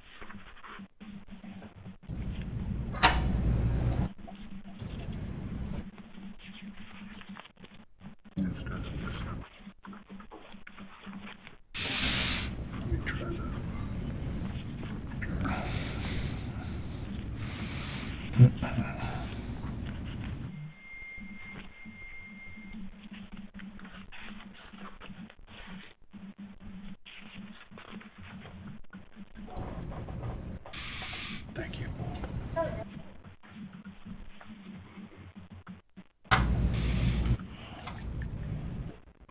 Again, for the record, Mindy Walsh, Development Services. And before you, we have a decision briefing for the Cedarbrook subdivision. So today we'll have a brief project overview and a discussion of the request to remove a north-south collector roadway from the master street map and staff's recommendation. So this is an annexation, rezone, and preliminary plat application to allow for the development of 330 single-family residential lots, 38 common lots, and 4 driveway lots on 119 acres. The site has frontage on Amity Road and Linder Road, both classified as minor arterial roadways, and this development is estimated to generate approximately 3,334 trips per day, with 330 of those occurring during the PM peak hour. The applicant and staff are in agreement on all findings for consideration and site-specific conditions of approval, and this application is before you due to a request to modify the master street map. The master street map shows a north-south collector roadway abutting the site's west property line. Typically, the applicant would be required to construct the roadway as shown on the master street map. However, after discussions with the City of Meridian, staff has recommended a modification to the master street map to remove the collector roadway shown at the site's northwest property line. It's the segment of collector that's in the red circle. Staff's recommendation is due to discussions with the City of Meridian held during the pre-application meetings. Meridian determined that the collector roadway isn't necessary to support the land uses shown on their future land use map, which designates the area south of the site as low-density residential. Additionally, construction of the roadway would be difficult due to the parcel configuration south of the site. The request to remove this collector roadway was proposed to be included as part of a full master street map update anticipated to be before you this fall. However, we received the development application ahead of that process. Connectivity in the area would be achieved through local street connections and stub streets to adjacent parcels. The City of Meridian staff has recommended the removal of the collector roadway, and the application meets ACHD policies and standards. This application was before Meridian's Planning and Zoning Commission on May 7th, and they recommended approval to City Council, and that hearing will be held on June 9th. Staff recommends approval of the staff report is written, and I'll stand for any questions. Madam President, Thank you, Mindy. Commissioners, any questions? Yes, Madam President, I do. Commissioner Goldthorpe. I've just got a few that are mostly curiosity questions. Mindy, what was the rationale behind not requiring 2 access points for this development? Madam President, Commissioner Goldthorpe, because Linder Road is a minor arterial roadway, we have access management standards which say that access to arterials should be limited to what's actually needed to serve the site. This site can be adequately served by 1 access point, a collector roadway. There will be 2 secondary emergency access points onto Linder Road, and those will be gated or bollarded at the direction of the Meridian Fire Department. So there's one up here north of the road, and then there will be one down here south of the road. Okay. On page 4, there's some right-of-way constraints referred to for the left-hand turn issue. What are those?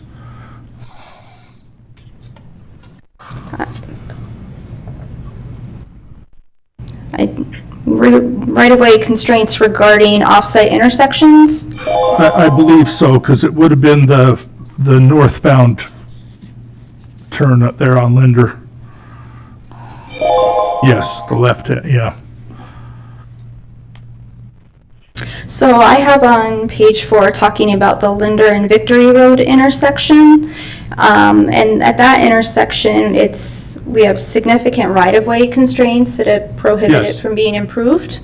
Okay. Yeah, there's houses on the 2 northern corners that are right at the intersection, and I'm trying to remember what the south approaches look like right now, but I believe there's homes pretty close to the intersection as well, and we would need to acquire all right-of-way from all of those intersections to make an improvement. Any idea at this point if we need to purchase the home on the northeast corner? Commissioner Goldthorpe, I don't know, and that's not a decision that is made through development services. It would be made through the project. Let's see. I guess I don't have this third question, so I'll go to 4. Do you know when the design phase is going to be for the Linder Road improvements from Overland to Amity? I do not, but perhaps Mr. Wallace, are you familiar?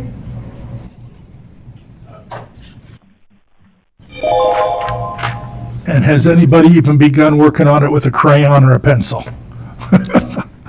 My apologies, Commissioner. Dave Wallace, Deputy Director of Plans and Projects. Could you repeat the question, please? When is the design phase going to begin for the Linder Road improvements? And I'm specifically from Overland to Victory, then Victory to Amity. I'll have to get back to you on that. Okay, thanks. Thank you, Mr. Wallace. Now, let's see. I'm a little concerned about what I see happening in that area with regards to the road usage and the need to provide better and more for modes of traffic, meaning bikes and pedestrians, but I'll get to that probably a little later in the motion section. But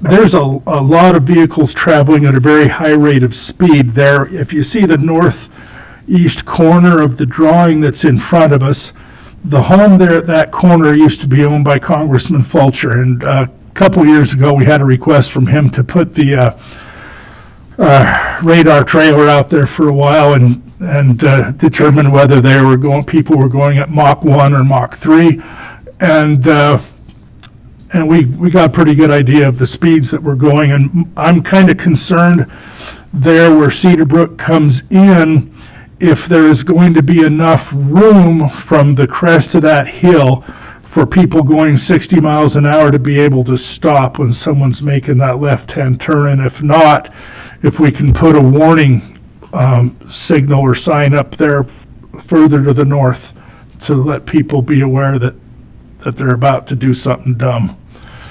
President Maine, Commissioner Goldthorpe, we did have staff go out and verify the site distance yesterday. So this is a picture from approximately the intersection of where Cedarbrook will intersect Linder and looking north, and they determined that there was adequate site distance, and the applicant's engineer provided us some additional data, and they have 900 plus feet of site distance north of the proposed roadway and 1,000 plus feet to the south, and based on the current posted speed limit, 555 feet is required. Okay. So what you're saying is that you'd have to be blind not to be able to see someone making a left turn. In my words. Don't answer that. Okay. I also will add that they're gonna, the applicant's gonna construct a dedicated right turn lane at that intersection, so that should help. Okay, cool. Is there sufficient room in the proposed, I think it's 96 feet of right-of-way, to include buffered bike lanes on the collector as well as the two arterials? President May, Commissioner Goldthorpe, the 96 feet of right-of-way accommodates ACHD standard 5-lane arterial, which would not have buffered bike lanes, nor would those be on the collector. I think design issues like that are typically contemplated with the project, and through development we're just acquiring right-of-way based on the master street map typologies. If those typologies were to change, then certainly that's something we would be doing, but they haven't changed at this time. Okay. That was the reason at the beginning of the meeting, before the meeting, that I was asking about for Edinson to arrange a visit so we could look at the master street map where it concerns this and some of the other north-south especially. Thank you. Madam President? Commissioner Baker. Yes, thank you. Mindy, what was the reason that Meridian didn't want to have the mid-mile collector? President May and Commissioner Baker, they didn't think that it was necessary to serve the traffic that would be generated by this development south of here. It's a little bit easier to see on this map. So we have a mid-mile collector down, and it kind of goes over to accommodate these houses, and then intersects Amity, and it's something that we talked about several times, numerous times before the applicant made application, and they were pretty hard and fast that they didn't feel like it was necessary. The city or the applicant? The city. Okay, because I have to tend to disagree because, 10 Mile has the overpass, and, Cuna's building out. We saw under last year when we looked at all of the numbers of plats that were even, the number of plats that were already in existence but not built out were extremely high in this area. The list. 10 Mile is, like I said, is in Linder. Meridian wants an overpass at Linder. If Meridian gets the overpass at Linder in conjunction with the 10 Mile overpass, this area is just ripe for development. I don't understand why we would get rid of a mid-mile collector. We know this area is going to develop. It may not be today. It may not be tomorrow. It may be 10 years. It may even be sooner than 10 years. But it just seems like we would put that in because these quadrants are all going to develop at some point. Mm-hmm. And it would be, and right now, if you look at it, to look at the plat, I'm trying to find it on my thing, people are going to be cutting through. That's what's going to happen, is people are going to cut through these neighborhoods instead of on a collector. So, I understand that they would have to go back probably and redesign it because they would be responsible for building part of that collector, or maybe they wouldn't redesign it. Maybe they would just build the collector anyway. I don't feel good about getting rid of the mid-mile collector. I just don't. Madam President? I would agree with that as well, Commissioner Baker. Commissioner Goldthorpe? Well, thanks, President May. I was just going to give you a little bit more color on what's there at the left south corner. There is a large old dairy farm that's there, and then the homes that are just to the south of the development are all on an acreage, and they're all very expensive, well-built, beautiful, some estates homes. And so where the mid-mile collector was proposed would probably be a perfect location for it. Madam Chairman, instead of going Mr. Baker. straight, instead of just going straight down to Amity, take that blue line and go straight down to Amity. That blue line could go straight down to Amity, yes. Oh, no. So there is obviously a location. There we go. That could do that. Either this proposed one or just going straight south. I like I said, I don't feel good about taking away the collector at this point in time. Thank you. Madam Do you President? have any other, Commissioner Hanson? Yeah, I would just follow up. I think I agree with Commissioner Baker's comments. Mm-hmm. And I wanted to ask Mindy to follow up. Actually, in the staff report, it's some real troubling language on page 9 that says after removal of the north-south collector there south of Harris, that it, quote, connectivity will be achieved through local street connections. That's a big red flag for me to say that a collector's function will be fulfilled by local streets. And the only local street right now is this Rustler's Place, which has, houses on it. Can't seem to know what they are. But what local streets? What local streets will it be? Are they streets that are yet to be built, or are they ones that are already there? Madam President, Commissioner Hanson, it would be from streets that would be constructed as these area parcels develop. And Commissioner Goldthorpe raised a good point regarding the homes that are built on the adjacent parcels south and west of here is one of the primary reasons my Meridian felt this was reasonable to remove. We do have a stub street that will be constructed to the south in this location. This will extend north as a collector, and we're looking for opportunities to extend the collector to the west. But because of those large lot platted subdivisions, the extension of the roadways may be a little bit difficult in the future. There's also a stub street right here to the north. If I could just follow up on that map, it looks like on Cedarbrook, that point, if you used part of Cedarbrook as the north-south as well as the east-west collector, that traffic would go right by that clubhouse, right? So the main attraction in the entire neighborhood where people are walking to would be the area through which two collectors would be. Is that correct? That is correct. The section of Cedarbrook directly abutting the clubhouse is planned to be divided with a center landscape island and 20-foot wide travel lanes. Yeah, it's still, so the question I have a great deal of reservation about just relying on future roads. And particularly as there's a school site just to the west of here. So there's going to be a lot of people driving to and from there, and they're going to be wanting to use, they should be provided collector roads, and we should not be providing connectivity through local roads where a collector road was contemplated. My next question is, there's a reference to the fact that it would be difficult to construct. Now, this collector, this north-south collector road has been on the master street map for a long, long time. Don't we evaluate the difficulty of collector road topography when we first designate them? Why is the difficulty of constructing it something new, or? Madam President, Commissioner Hanson, this is not new.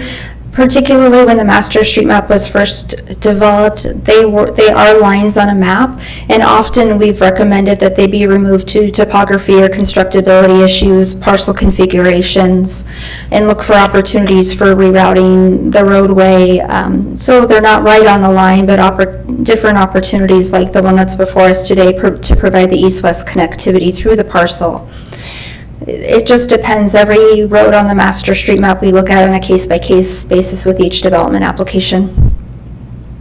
So is there a huge grade difference between that point at the north and that point on Amity where the collector road would be? What's the I'm not elevation? sure that it's really grade. The city of Meridian was more concerned with how do you construct a road with all of these large lot acre subdivision that's already been subdivided, and then these are quite large homes. as Commissioner Goldthorpe alluded to, and how do you construct that road through there, either as we have shown, or does it need to meander over and cut through this area? There's lots of difficulties with constructing a road through an already developed area.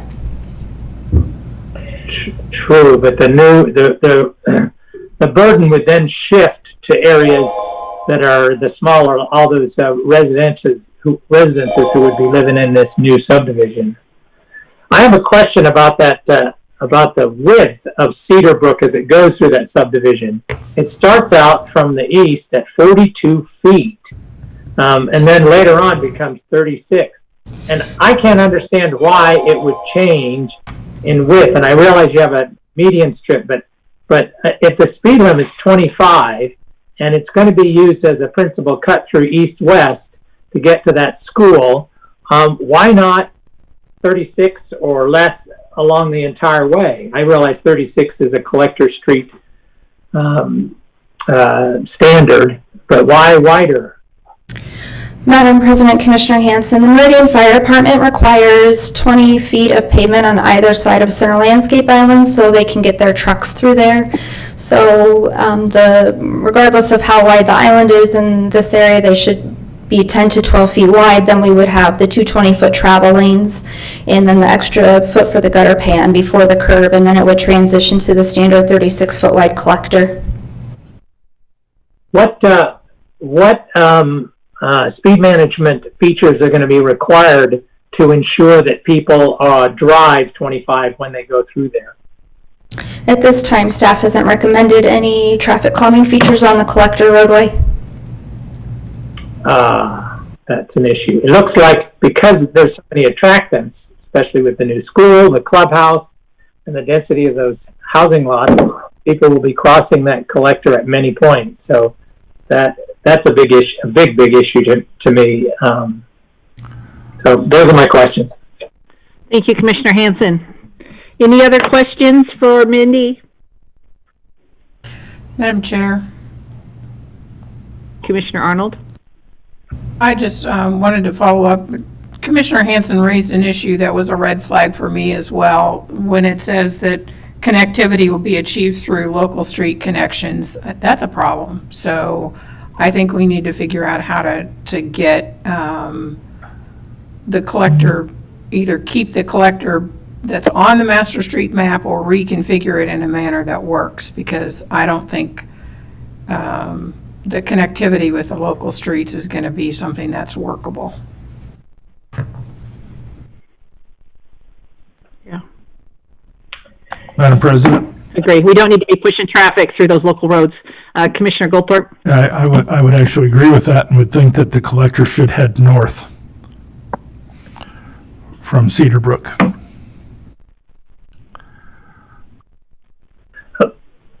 Okay, thank you.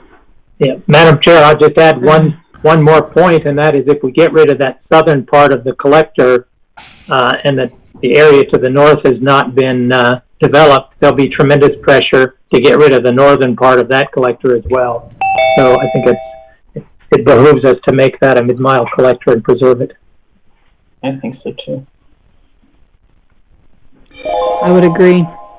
Thank you, Commissioner Hanson. Any other comments?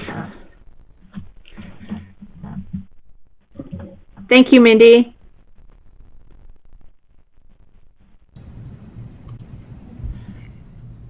Stacy, did we have anybody, we did get a couple of letters regarding this. Do we have anybody that would like to? So yeah, from Kittleson and Associates is wanting to be testified as applicant. Okay, very good. Madam President, Good afternoon. One other thing that I probably should do before we hear this particular testimony, and that is admit that both Debbie Weiler and her husband David and Kelly Biss, who's a neighbor there, that we've had very, very general conversations about this over the months, and I informed them that they should just get involved with their neighborhood meetings, which I guess they did. Okay, thank you very much for that. Okay, now we'll hear from Kittleson. Welcome. Thank you, President May and Commissioners. Stacy, it looks like you'll be sharing the slides. Do you want to run it that way as opposed to have me sharing my content? I'm fine either way, whatever works best, but since you have it up on the screen, I'll just go with your slides and ask you to switch to the next slide. So thank you, commissioners. I am here on behalf of Toll Brothers, the applicant. Again, Sonia DeLyden with Kittleson and Associates, 101 South Capitol Boulevard, Suite 600 in Boise. The application is in front of you today. We want to thank staff for working with us. We are in agreement with all of the conditions of approval and appreciate staff's time and effort on this project. Just a few things to highlight or maybe even re-highlight based on what Mindy said, and I'll have you go to the next slide. Thank you. So this is the development site plan before you. Again, the properties in the northwest quadrant of the Linder-Amity intersection. The application is for 330 single-family units. I will just have you note that the traffic study completed for the project assumed 365. So the analysis in that study is actually slightly conservative based on where the site plan ended up. Next slide, please. And then this slide has a few animations. So if you could click the first one, this just summarizes the conditions of approval. So first, the development will be doing half-street improvements along the entire site Linder Road frontage. So that does include providing that additional right-of-way and doing half-street improvements to add multimodal facilities along that stretch. And then if you can click next, please, the same as for its frontage along Amity Road. And next, please. As Mindy highlighted, there will be a exclusive right turn lane provided along Linder Road at the site at the key access along Linder. And then next, please. I do want to highlight that the development will be paying, upon build out of all the lots, will pay in excess of $1 million in Ada County Highway District traffic impact fees. We're highlighting that because if you can switch to the next slide, those fees can be used by the district to go towards 5-year work plan and also CIP projects. And this slide just highlights that there are quite a few projects in the area that are planned, that although the development does not trigger the need for these projects, these are planned in the future. So I just wanted to show that. It includes widening on 10 Mile Road, as well as 2 intersections on 10 Mile Road in the 5-year work plan. This may answer, or at least provide additional information for Commissioner Goldthorpe's questions. On Linder, the widening from Overland down to Victory is scheduled in the 2021 to 2025 CIP. It's not included in the 5-year work plan that goes to 2024, but the way it's currently scheduled, it looks like it will happen around that 2025 time period. The widening south of Victory on Linder is scheduled for the 2031 to 2035 CIP. And then you can see in the pink highlights the improvements along Victory, which are scheduled in the 2026 to 2030 CIP. So next slide, please. The site distance at the access was asked. I will just highlight again what Mindy highlighted. At the access point, they're based on the posted speed, which is 55 miles per hour. 555 feet of site distance is required at that intersection. To the north, there's over 900 feet of site distance before you get impacted by the curve. And then in the south, it's over 1,000 feet of site distance. So we are very comfortable there's adequate site distance for the turning movements in and out of that access. And next slide, please. For those of you who may have delved deep in the traffic study and noticed at the time of the study they were proposing the 2 access points to Linder before conversations with ACHD about access management. Just wanted to highlight the operations of the single access point. Excuse me. that will serve the property well, operating at level of service C and a VC ratio of less than 0.5. So those are the key slides I have to highlight. I do just want to follow up briefly on the discussion of the mid-mile collector. The developer is a little bit caught between a rock and a hard place here, between what the direction and the desires of the City of Meridian and those expressed by the ACHD Commission. I will state we're willing to work in either direction, but there is conflicting desires on both behalves. So with that, I'd be happy to stand for questions. The development team is also dialed into this meeting and can answer questions as well. Thank you. Okay, perfect. Thank you very much. Commissioners, any questions? I have a question. Commissioner Hanson? President. Yeah. Sonia, thank you. One question I wanted to ask, I forgot to ask Mindy, but I'm sure you're in a better position. So there's a little segment of Harris that was originally designated going to be connecting where Brookland connects with it, and then it would continue on west towards the school site. But it would need to jog in order to get around some buildings just to the west.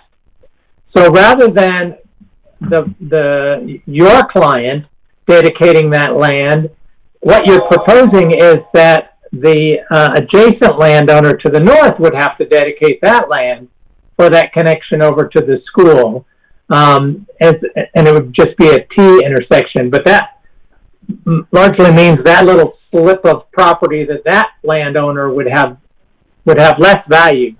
Why not? Why couldn't the Harris go to the west and then jog north to get around those buildings and then head on? That certainly would provide a little less of a speedway to the school. A nice turn right there would be probably appropriate to offer some speed control. So what's the rationale behind shifting the obligation onto the other landowner to carry this future collector? And is there discussion with them about what that does to that little strip of land to the south of the future collector that might be largely useless because it's too small? Thank you, President May, Commissioner Hanson. I know it's difficult when we're not looking at the same map. Are you referring to the potential north-south, the east-west collector? Yes, I'm looking at pages 11 and 12 of the staff report.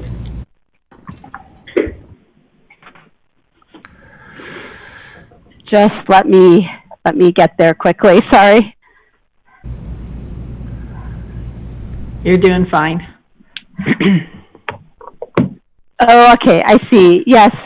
So, the development is willing to dedicate the right-of-way required to provide those mid-mile collectors. The site plan has gone through several evolutions based on feedback from both the city and ACHD staff. I see where you're saying Harris and Brookline. Perhaps I will pass this over to either Adam Capel or Sabrina from Toll Brothers, because I believe they have had the most recent conversations with the city regarding the mid-mile collector positions, if that's all right. Absolutely. Adam or Sabrina, are you able to address that? Yes, this is Adam Capel, Toll Brothers, business address 3103 West Sherrill, Meridian, Idaho. Welcome, Adam. Thank you, President May, Commissioner Hanson. We were willing to do either. The preferred route after discussions with the city, the neighbors, and ACHD was to find a property line the road could be centered on just north. Again, we were happy to do either, but we believe that the alternative proposed route makes more long-term sense. I'll add to that, there are also a few new buildings going up that may not be shown in the aerial, and there's a large shop centered directly where the proposed east-west collector is shown right now.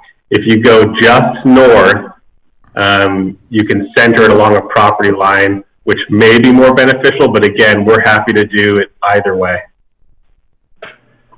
Yeah, I guess my point, thank you, is that you can still center it on that property line just north. We do see the shop designated on page 12 of the staff report, and then have the road turn to the south or curve to the south along what appears to be a natural line contour, and then hit your property as where it connects into a junction.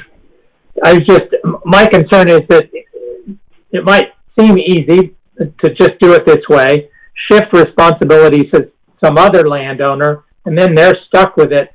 And if they're not a party to this discussion, appears to be some sort of entitlement. And if there's a problem with that, we may have difficulty getting that connection made. So that's why these connections are typically best made when development occurs, and your property goes right on the mid-mile line. So it seems like the original, it's just the contour of the road. The road can function just fine. It doesn't have to be straight. In fact, it probably shouldn't be straight. It's going to a school. Yeah, President May, Commissioner Hanson, I don't disagree with you. Again, we were just trying to do what best served the neighborhood and was at the request of the city and staff.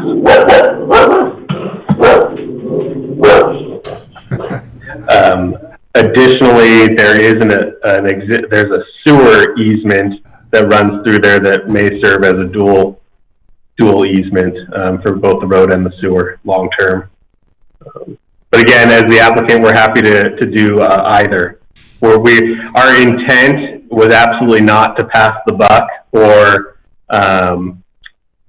restrict the future landowner or require any additional responsibilities to the north. We were just trying to do what seemed to be the most logical and the easiest for everyone at the time. And again, as Sonia added, this site plan's gone through dozens of iterations, particularly to try to accommodate the best road network throughout. I have a follow-up question, if I may, President May. The question I have about the speed limit on Cedarbrook and the movement of pedestrians, especially to the clubhouse in the future. Mindy indicated that there was no other speed management or traffic calming measures that were going to be required. All five of us commissioners can testify to the fact that we get lots and lots and lots of requests from existing neighborhoods where speeds of cars exceed the posted limit. If we can anticipate those when the roads are being built at the very beginning, knowing there's a certain attractors in an area, and then requiring or the developer making sure that they speed management features, bulb outs, and not necessarily speed humps, but areas where it's just difficult, uncomfortable to drive in excess of the speed limit, are built at the outset, so that we don't have to come back. The burden is on the neighborhood later on to have to collect petitions, and then they may end up having to pay half of retrofitting something with speed management features when we could have required that at the outset. So my big concern, because Cedarbrook is now going to be seen as the principal east-west collector road that's going to head to that school, what kind of features are going to be planned in that area to ensure speeds stay at 25? Thank you, President May. Commissioner Hanson, this is Sonia Delighted with Kittleson again. Commissioner Hanson, definitely understand your concern regarding the potential for higher speeds on the collector roadway. I will say this roadway does have several design features that have been incorporated in order to manage it. We do know it will be, at least within this development, the major connectivity route. But as you can see from the site plan that's on the screen right now, The roadway was laid out with curvilinear alignment. It's not a straight shot roadway. It does have curves in there that are appropriate for the design speed of the road. It is proposed to also be heavily landscaped. It will have sidewalks, and those streetscape treatments do a lot to change the context of the road and give cues to drivers about the type of facility they are on and how they should be driving it. The landscape median, in addition, while I recognize the comments about the lane width in that area, the landscape median is something that also gives those cues to drivers. All that being said, if there are particular treatments that you are or that you would like to see or are thinking about, would definitely appreciate hearing those, and we could have a conversation about how those may be included in the site plan. Well, I just comment that under the ACHD policies, there's a whole list of traffic calming or speed management features. I wonder whether we should look into, if in fact speeding occurs on this, we didn't anticipate it or didn't somehow require it. I'm not requiring a specific feature as much as you're the experts on designing and you understand design speed, is to make sure it's designed for those people who are going to live there and walk back and forth. So that looks like an area that they're encouraging people to walk. There's pathway connections between streets. And of course, the big attractor right in the middle at the clubhouse and all the other features on Amity and Linder Road and the school. So there'll be a lot of walking and biking in that area. And so you don't want to have to come back later to put those in. And we need to, it's our job to anticipate that, because we already know it's going to cost the taxpayers a lot to have to retrofit it. Thank you, Thank Commissioner. you. Yeah, Commissioner Oh, sorry, go ahead. No, I was just saying thank you. Go right ahead, Sonia. Okay, thank you, President May. Yeah, Commissioner Hanson, agree, and we did look at the policy manual, and that is where the design of this road came from in terms of the curves that are incorporated into the road, the landscaping treatments, median, that sort of thing. So we care about those things as well, and do believe we've included elements that will support managing speeds in the design. Thank you. Commissioners, any other questions? No? We do have people to comment. Okay. Sonia, did you have any more that you wanted to add? President May, I do not. Thank you much for your time, Commissioners, but would be happy to answer if any further questions come up through public testimony. All right. Thank you very much.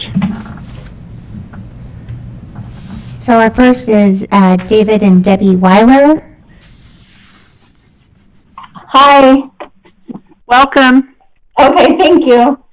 Good afternoon, Madam President, members of the Commission. I'm happy that we have a chance to talk about this.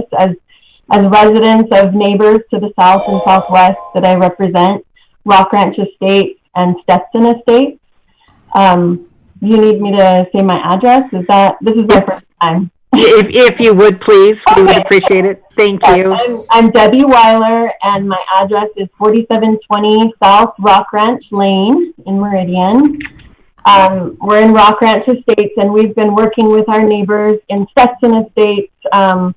We've worked quite extensively with the developer, and we've appreciated the things that they have taken into consideration as they've changed a bit of their plan. But we don't feel like it's quite there, and so we want to address that today.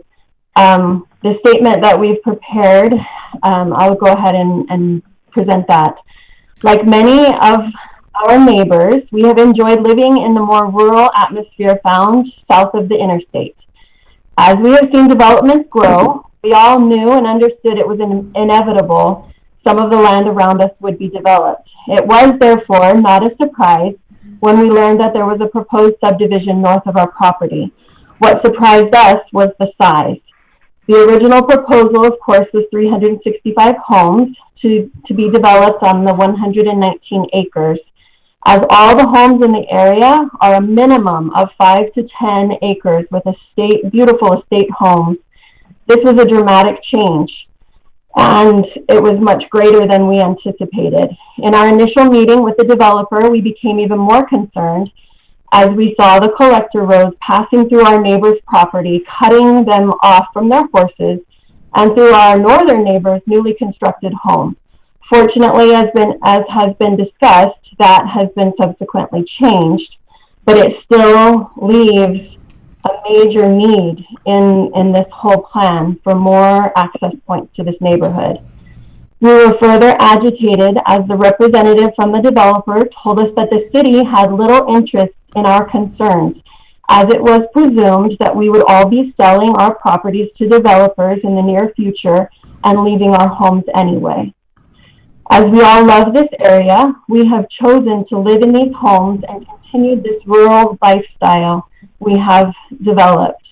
We have become quite active in trying to at least mitigate the impact of this large subdivision coming in and giving voice to some very real concerns about the way the area is being developed.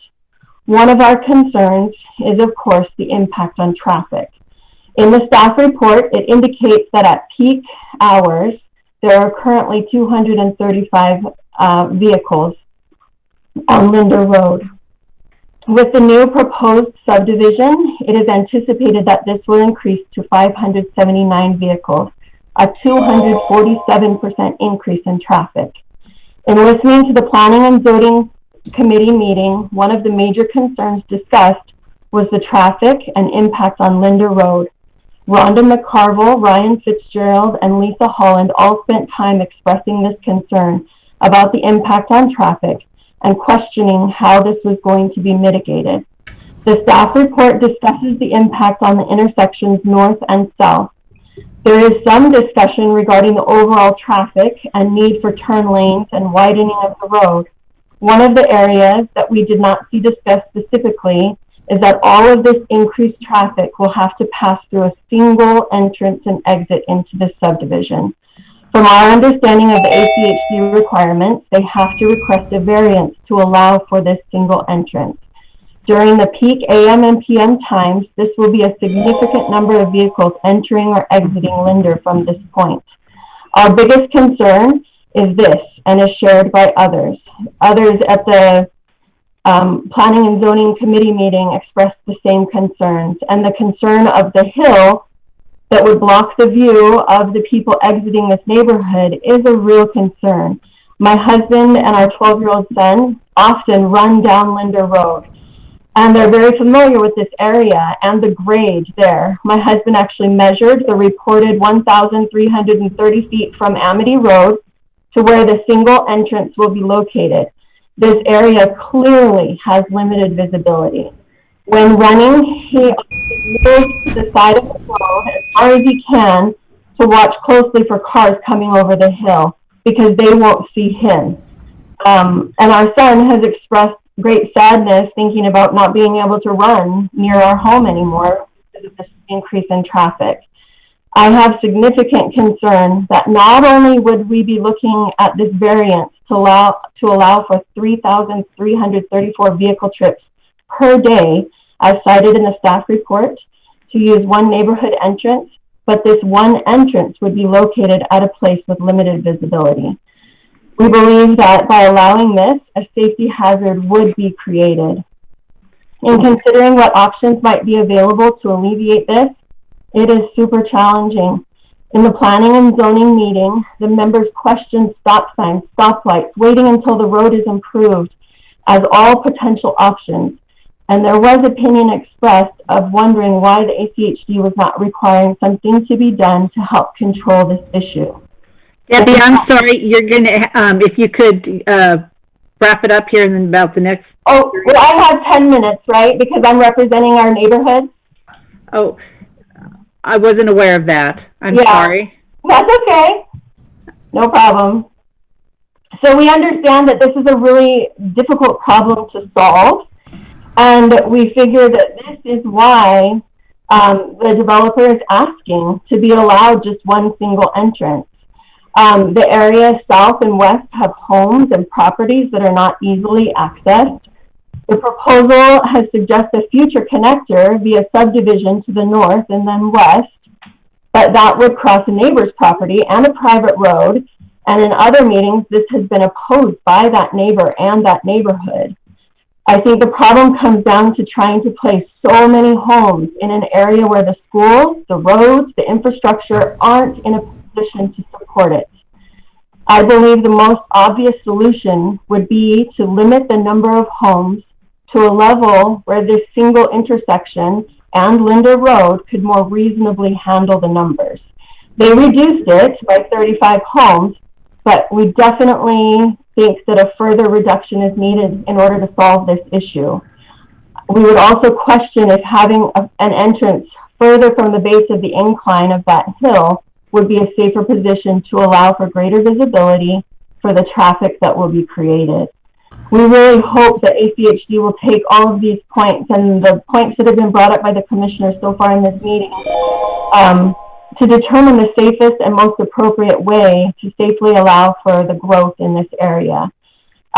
Sonia mentioned that the development that they have proposed does not trigger the need for the planned road projects, and I would object to that and disagree. It absolutely triggers that need. And these planned road projects in the next, 5, 10, 15, 20 years, whatever they are, that's not soon enough to accommodate this many homes in this rural area.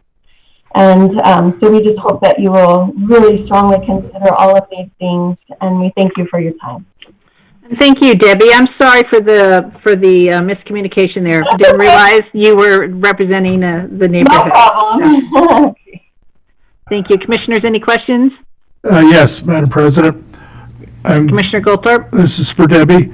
Debbie, I know you waved your magic wand and kind of said what you'd like to see happen, which is a reduction in the number of homes. But if that wasn't possible, what would your second wave of that wand include? I know that's kind of a tough question. No, at the very least, there needs to be not just planned roads for these stubbed roads. I think it has to be in process. We have to have the infrastructure in place before we plan all of these homes. And we're just talking about one subdivision in our area right now. There are already multiple that have been approved, and I'm sure many more that will come down the line. We have to get ahead of this. Debbie, you're absolutely right. Everybody in this room would agree with you. And then we'd have to show you our bank account balance for the next 20 years. We're about 15 years behind on that, so we're we're trying to work with what we got. Yeah, and I understand, and so that's why I think if we don't have the money, then why are we approving these huge subdivisions when we don't have the infrastructure to support them? That's my question. Yeah, the actual answer to that question is because of the property rights guaranteed under the Constitution that the current owners of any properties have. And you and I can discuss that sometime at length down the road, but we are absolutely unable by law to deny a plat based on that. Okay. Bad news, Yeah, it doesn't make sense. I mean, this is just a tragedy waiting to happen, to have one entrance and exit out of this huge subdivision. Thank you. Next on the list is Lisa Brady. Hello, everybody. Lisa Brady, residing at 1506 North 12th Street, and excuse me. Welcome, Lisa. Good to see you all. This is such a great opportunity to take a good look at our bicycle facility matrix, which doesn't seem to be referred to in the planning document. So I would really like to see us have a conversation with the Bicycle Advisory Committee and also take a look at that facility matrix, which is sitting next to me here at my house. For my Safe Routes to School hat, I am always concerned when I hear the words curvilinear and heavy landscaping, which to me designates a couple things. Yes, it can slow traffic, but it also limits visibility for youth in these areas. And that I saw that at the school build over on 10 Mile Black Cat. I've driven around that site. It's a similar design, and it really makes my job, again, very hard for encouraging kids to be able to walk and bike. And I really hear the comments from Debbie about being able to get out there and do some exercise. Throughout this entire long meeting, I ran out my back door to run around on my patio to get some exercise. And, you know, the traffic counts that are being cited for the traffic on Linder are just for this project. And we know that it's going to continue to build out there. And I see the reference to our standard 5-lane arterial roadway. And we know that that's not a level 2 facility application anymore because of the speeds on those and the amount of traffic it carries. So I would just ask that we really do look further into the design and consider the facility matrix, and also that we look hard at what our future builds look like around schools. Curvy roads, heavy landscaping, it's just not safe enough for the kids out there. So thank you very much. Thank you, Lisa. Any questions for Lisa? All right, hearing none, thank you. Stacy, do we have anyone else? John Mooney. John, welcome.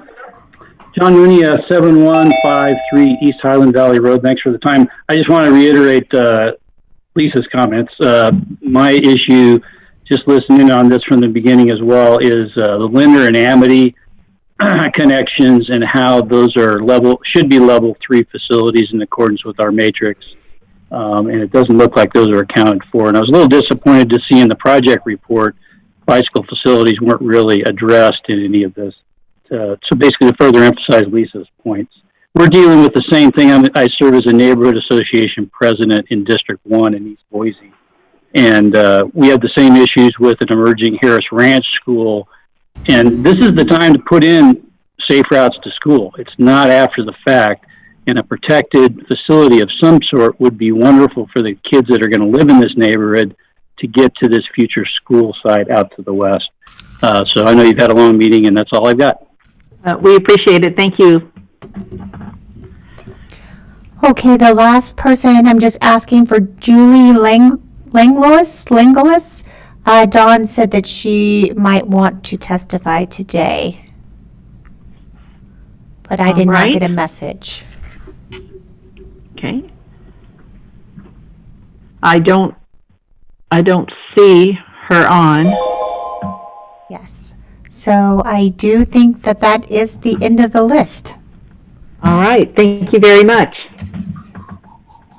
Sonia, did you have anything you'd like to add after hearing some comments? I don't believe there's anything left to address that I haven't mentioned already. Appreciate the comments and the perspective. I will just say on the collector system, the developer is willing to do what everyone thinks is best in terms of where those collectors align. I think the challenge is that, we're getting conflicting ideas about what is best from different agencies. So they're willing to accommodate what the best approach is in order to make those mid-mile collectors work for ACHD. Thank you. We appreciate that. Thank you. Thank you. Mindy, did you have anything that you wanted to address before we move on? Unless you had any questions. Did anything come up that you would like to address or expand on? President May, no, not unless you had any additional questions. Okay. Madam President, I have one quick one. Okay. For Mindy, Commissioner Goldthorpe has one quick question. It's a pop quiz for Mindy. What's a level 3 bicycle facility to refresh my, okay. Oh, here comes Mr. Wallace. The other Wallace. The other Wallace. Madam President, Commissioner Goldthorpe, Dave Wallace, Deputy Director of Plans and Projects. We have a matrix within our bike master plan, which lists the type of bicycle facility which is appropriate for traffic in a given area. Level 3 is the highest consideration, and there are a number of treatments that would be considered for that. Is that like what we did with Fairview this morning? No, Fairview, Fairview's category 2 or 3. I'd have to look and see what the streets are. All right. Thanks. All right. Thank you, Mr. Wallace. Any other questions? Madam President? Commissioner Baker. Yeah, thanks. I have a question for Mr. Price. And that is, this is an annexation and rezone in which we are just the recommending body. And then it's for the preliminary plat, which we actually have more authority over. It's noticed on the agenda that it's, all three.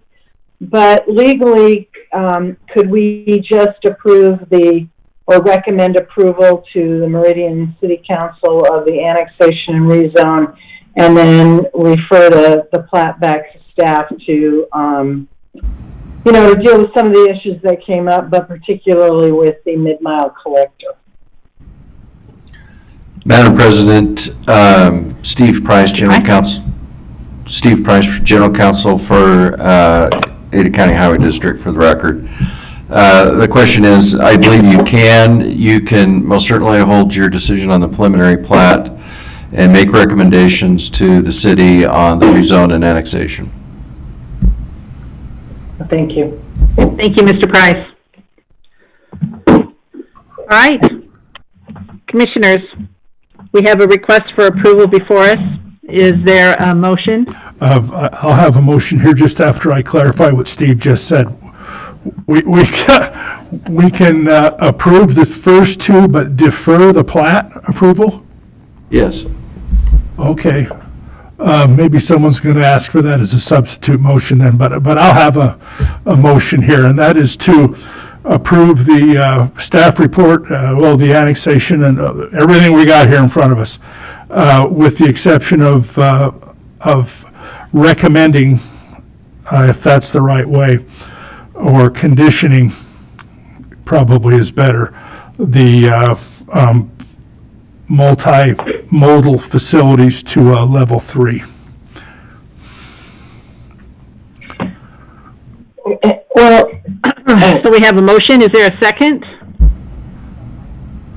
If I may, Madam President, I think what Commissioner Goldthorpe is saying is in terms of the recommendation on the annexation or comments, that your comment would be that you would recommend to the city that they consider level 3, our level 3 matrix bicycle facilities.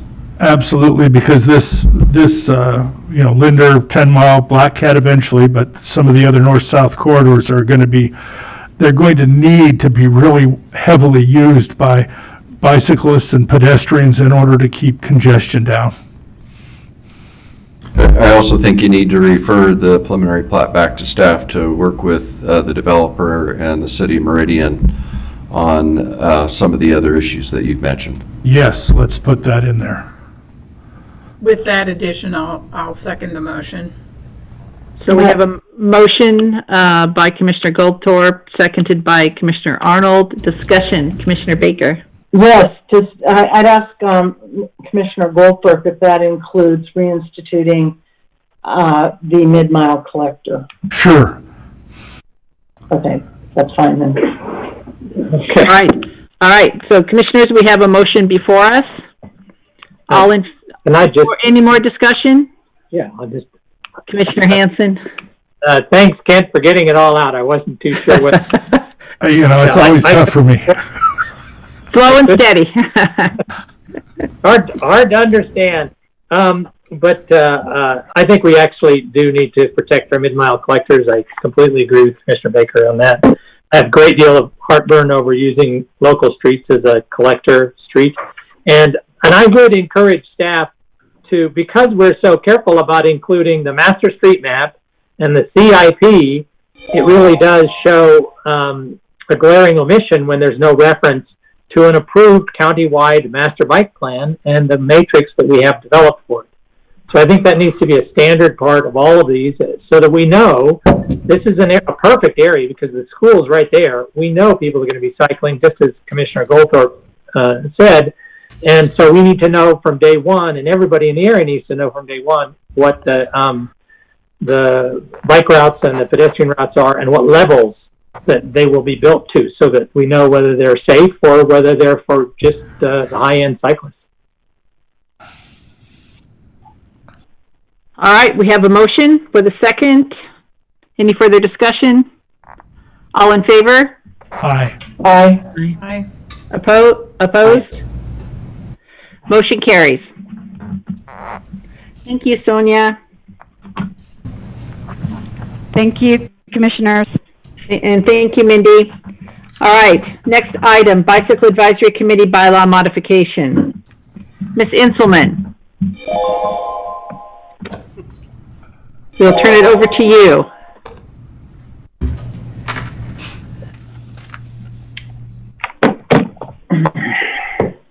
I don't see it on these.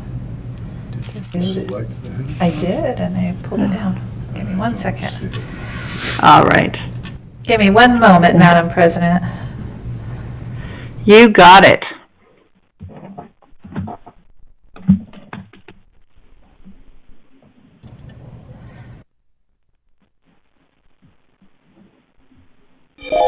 Appointments.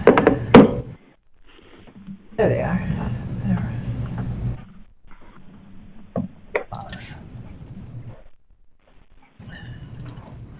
Is this shared? Yeah, it is shared. Okay. And thank you, Christy, ahead of time for all the work you've put in on this. Much appreciated. Absolutely, Madam President. Just for you, though. So good afternoon, Madam President and Commissioners. The item before you is the proposed amendments to the Bicycle Advisory Committee bylaws. Amendments to the BAC bylaws are occasionally needed to clarify our process and overall membership needs. Over the next few slides, I'll briefly go through the proposed changes to the bylaws. Due to the interest shown from the public serving on the Bicycle Advisory Committee, as evidenced by the large number of applications received in January, the recommendation is to increase the membership from 10 members to 13. I apologize, I'm not coughing, my throat is just dry. Member attendance has been a concern. Another item would be member attendance. That has been a concern from staff as well as BAC. Therefore, it's appropriate to add additional measures to address those concerns. This includes the addition that if a member has 2 consecutive unexcused absences, they may be removed from the committee. Also, the recommendation is to reduce the maximum number of excused absences from 4 to 3 per year. The committee meets monthly, and currently as written, they could miss up to 25% of all meetings, and we would not like to encourage that. Madam President? Just one moment, Christy. Commissioner Baker? Yeah, I just wanted to weigh in on this. But theoretically, Christy, you could have 2 consecutive unexcused absences, and you could end up having, or even 1, and have 3 excused absences a year.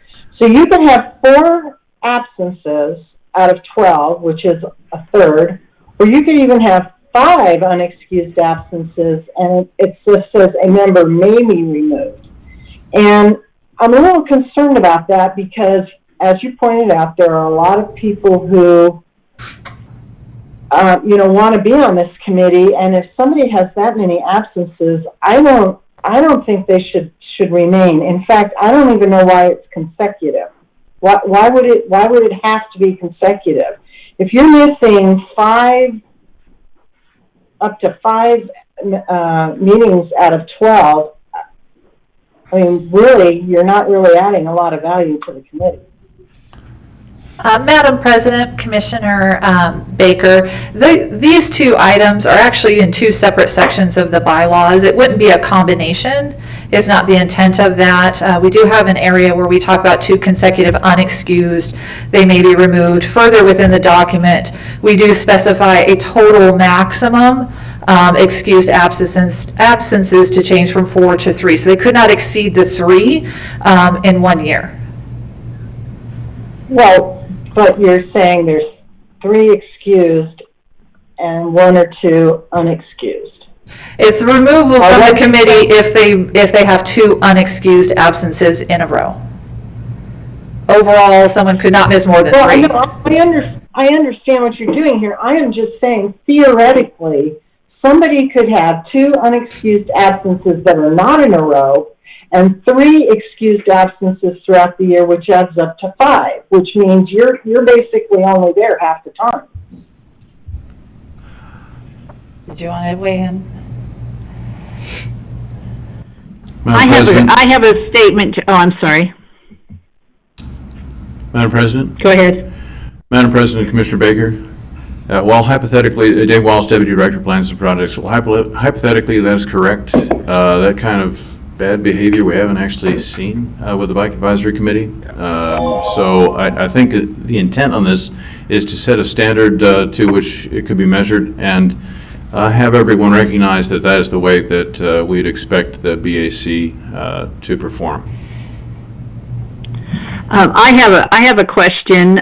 Changing the wording from shall to may, using the word may makes it a little bit more subjective. Then it kind of waters down the statement, I think. Did we change that? You're saying 2 consecutive unexcused absences and a member may be removed. So there's some subjectivity in there as to whether or not that would happen. So in my mind, that kind of waters it down a little bit. Yeah, it does. I think initially it said shall. That's correct. Yeah. So I think I would prefer to see it say shall. So otherwise, there's really nothing to compel. There's no compelling. Thank you, President May. That's certainly, we can make that change if the commission would like us to make that change. Okay. All right. Thank you, Christy. Thank you, Dave. Okay, so I'll continue. So the next item on this slide is recommended changes include clarification to who is notified when a member resigns or seeks appointment. The director or the staff designee and chairperson should be notified. Currently, the bylaws only say the chairperson should be notified. Excuse me. So there are a number of syntax corrections throughout the document being recommended. Other recommended changes include updating language to provide consistency and clarification on current procedure and responsibilities. We're also requesting language be added to clarify that ex officio members are not entitled to vote on items. Language has been added that reflects current procedure and public outreach efforts when seeking new members to serve on the BAC. Language has been recommended to be added that clarifies process and timing regarding member recommendations from the BAC to the Commission, the length of time for those outreach efforts, as well as the Commission's exclusive authority over appointments. And finally, the last article is recommended to be changed to clarify that the ACHD Commission holds exclusive authority to amend the BAC bylaws. A copy of the red lines were sent to ACHD legal staff for review and corrections. A clean copy of the recommended bylaws were provided in the online packet, and red line versions of staff and BAC recommendations were provided to the Commission. Staff recommends the Commission approve the amended bylaws as proposed by staff and legal, and I will stand for any questions. Madam President, I have one. Thank you, Christy. Commissioner Goldthorpe. Could you back off one slide, Christy? Oh. It's next to the last one. That's it. The one about clarifying that the authority of the ACHD Commission. The committee itself would still bring proposed bylaws amendments to us, correct? Madam President, Commissioner Goldberg, yes. The BAC members could still, as they did with this process, could make recommendations to the commission for changes, but it will be ultimately up to the commission. Okay, thank you. Thank you. Any other comments from the commissioners or questions for Christie? Okay, seeing none, thank you, Christie. So commissioners, you have before you a request for approval and adoption of the modifications to the Bicycle Advisory Lisa Committee. Brady would like to testify. Okay. We will hold off on that. Welcome, Lisa. Thank you very much. Lisa Brady, residing at 1506 North 12th Street, Boise, Idaho. Currently, at your pleasure, serving as the chair of the Bicycle Advisory Committee. I wanted to say thank you both to the staff of ACHD and the commission for considering our amendment changes as well, or our amendments to the bylaws, as well as adding your own. The language clear up has been pretty good overall. I do see a lot of mentions of the director, so I'm looking forward to seeing the director at many more of our meetings, so that we know exactly what we're doing. Just to address the absences, you know, I think a lot of times bicyclists get this notion put to them that we're scofflaws, and I've never seen a more dedicated committee. It's a rare situation, usually something traumatic like what's going on with our good Vice Chair Ray Hubing, where somebody's not coming.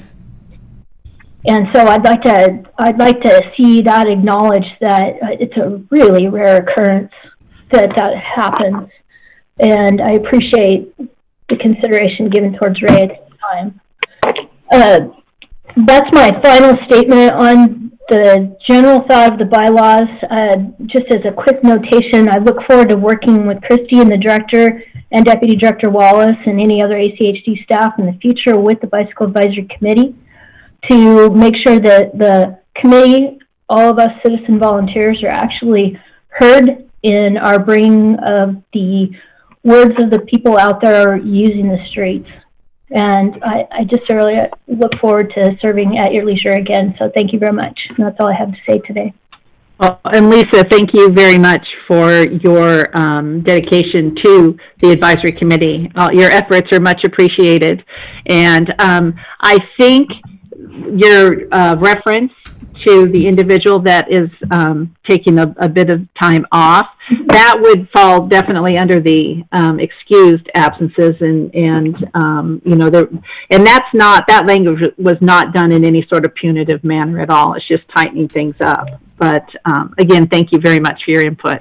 You're welcome. Thank you. Okay. Next speaker is Deanna. Deanna? Are you still with us? I am still here. All right. Good to see you. Now we see you. Thank you, and good afternoon, Commissioners. I am a bit dismayed by the recommendations that are before you, because they appear to imply to me a desire on the part of ACHD to create a less independent advisory committee. I attend many of the committee's meetings, and over the past 5+ years, I've attended a majority of their meetings. I sat through several meetings this past year where they discussed and deliberated their recommendations to changes to these bylaws. And I really see little to none of their work in this final document. To me, this is at best an insult to this very dedicated, hardworking group of volunteers who committed their time and knowledge to this effort only to be ignored. ACHD prides itself on recognizing individual effort and dedication, and frankly, it shocked me to see this group so readily dismissed. I have read through both documents and consider them both to have valuable recommendations, but where was the collaboration between your staff and the committee? I see no evidence of that. I'm especially concerned about a couple of specific changes that to me lend this suggestion of a less independent committee. One is Article 7 for the recruitment, appointment, confirmation of members, Section C.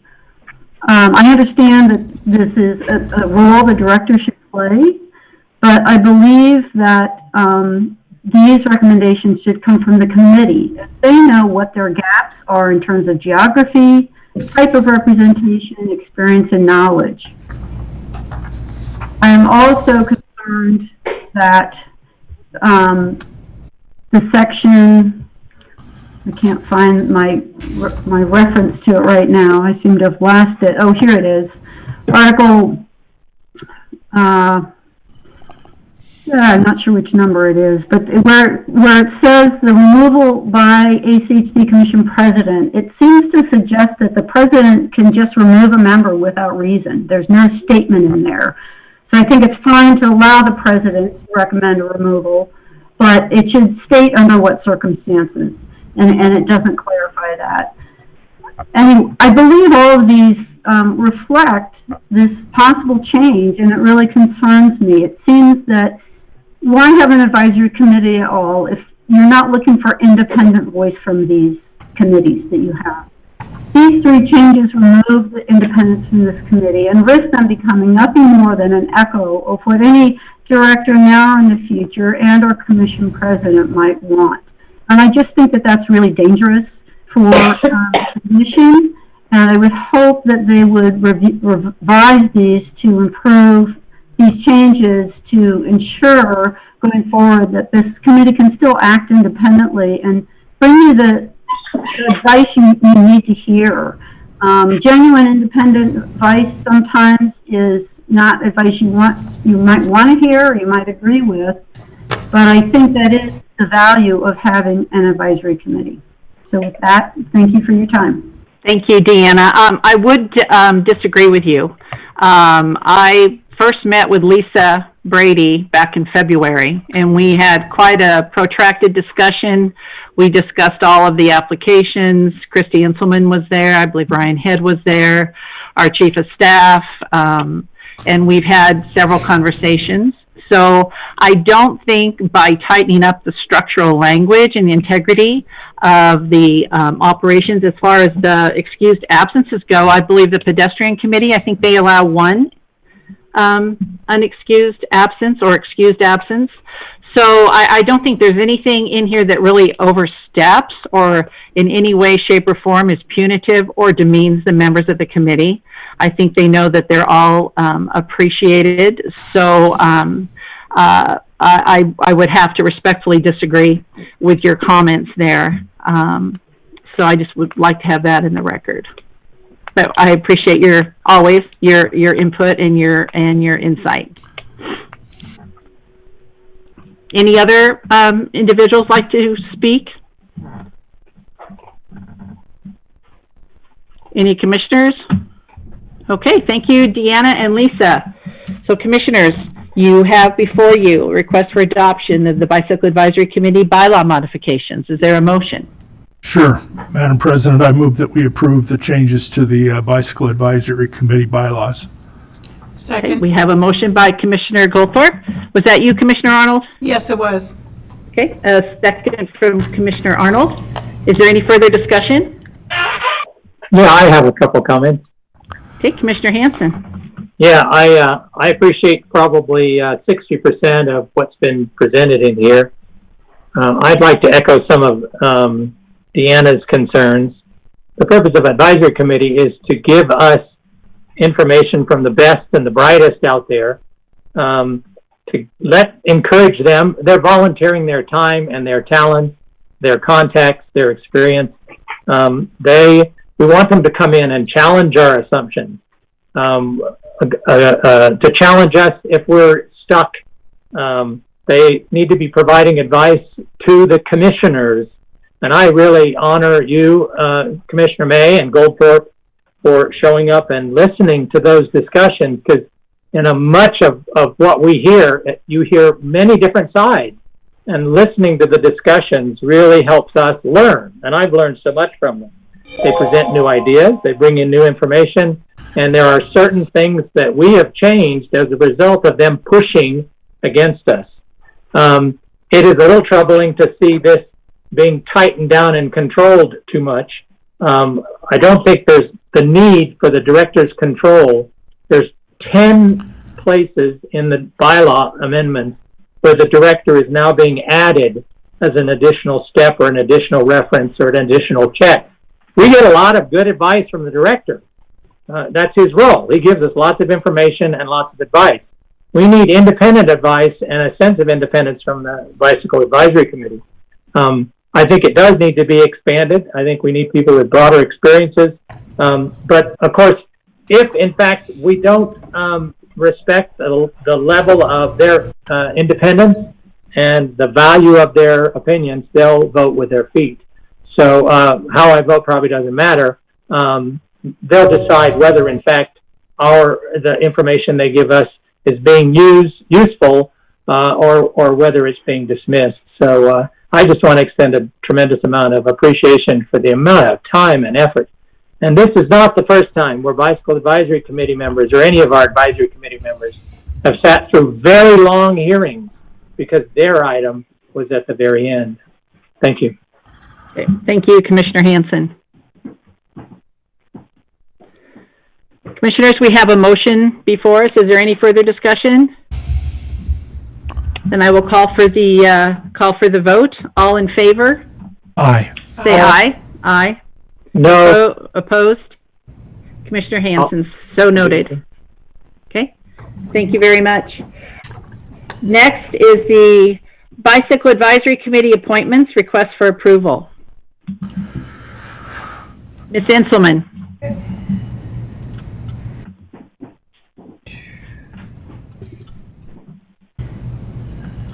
Okay.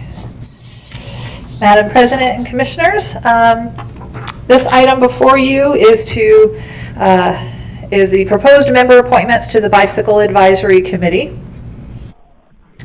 Amendments to the BAC wrong one. To clarify, I didn't pronounce the right one. Okay, sorry about that. So we had two outgoing members, one resigned in December and one did not seek reappointment. With the amendments to the BAC bylaws to increase that membership from 10 to 13, we now have 5 open positions. In January, staff conducted a social media outreach on Facebook, Twitter, Nextdoor, and the BAC website to solicit applications. Prospective members were directed to the BAC webpage where they could apply directly from the website. We also received emails directly to staff from interested individuals. A total of 16 applications were received. Those 16 applications were taken to the current BAC members on February 3rd. Those members reviewed the applications and voted for their top 5 selections. The slide shows their recommendations.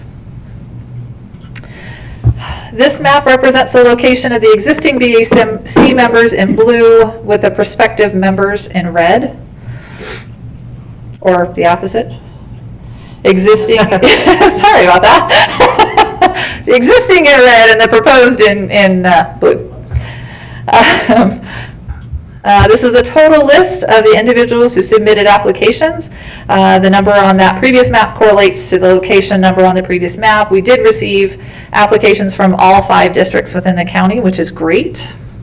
This was the first time we did open up the application request to the entire county. Usually we were district specific, but this time we opened it up and got a great response. Staff reviewed the application, received NBAC's recommendation, and is recommending the following 5 individuals be appointed to the BAC, and that's Mary Beth Nutting from District 3 in Boise, Gary Larrigan from District 4 in Meridian, Morgan Cornwall from District 2 in Boise, Andrew Query in District 5 of Garden City, and Debbie Lombard-Bloom from District 3 in Boise. This is going to give us some really great geographic equity on the BAC committee. This map just shows where those new members will be located. So staff is recommending you confirm the appointment of Mary Beth Nutting, Greg Larrigan, Morgan Cornwall, Andrew Query, and Debbie Lombard Bloom to the advisory committee, BAC advisory committee, and I will stand for any questions. Could you go back and put the previous slide up, please? Thank you. You just zipped by it so fast. Sorry. I really want to get out of here, but I haven't eaten lunch, so my fingers are going faster. Oh, I know. I ate before stuff. Yeah. Okay. Thank you. Thank you. Well, Madam President, I would move to confirm the appointments of the 5 members located on the screen. I'm sorry, but Lisa Brady did ask to speak to this item. Okay. All right. Hold that thought, Commissioner Baker. Lisa? Sorry, team. Lisa Brady again, 1506 North 12th. I'll make it really quick. My argument against putting 5 new members on today goes back to our February meeting where we had a large discussion about the fact that this wasn't what we were looking at back in December, January. We were looking at adding 2 new members, and because we have a change in our bylaws today that allows us to go to 13 if necessary, my belief has always been that we should, yes, we have a lot of good people in front of us, that we should still keep it open for those additional 3. I just want to put that on record that I feel very strongly that there are more geographic representations that we should be looking at, including CUNA and including STAR, because of the massive growth that's happening out there. There are a couple of people that were on those applications that live closer to those areas, one of those being Pete Ritter. He lives closer. It's important to me to look at that. Commissioner Baker, we did talk about that during that meeting also. So I'll stand down, but I just wanted to get that on the record. Thank you. Madam President? Yeah, just one moment, Commissioner Goldthorpe. What meeting are you referencing with Commissioner Baker? That was the January ACHD meeting. We okay. started the whole bylaw discussion based on this particular. And so this is probably a good time. And you and I discussed this in February. That's when true. we met. So you were well aware of the thought process here. In case anybody is wondering, and we tried to keep this as close. I think the staff did a good job to your list. Your top, your number 1 selection, that Tessa Greger, actually lives in Fort Collins, Colorado. The feeling was that we needed to have somebody, boots on the ground, somebody that didn't have to rely on flying in for a meeting, etc. So, and with so many applicants. And so I think we had that discussion as well.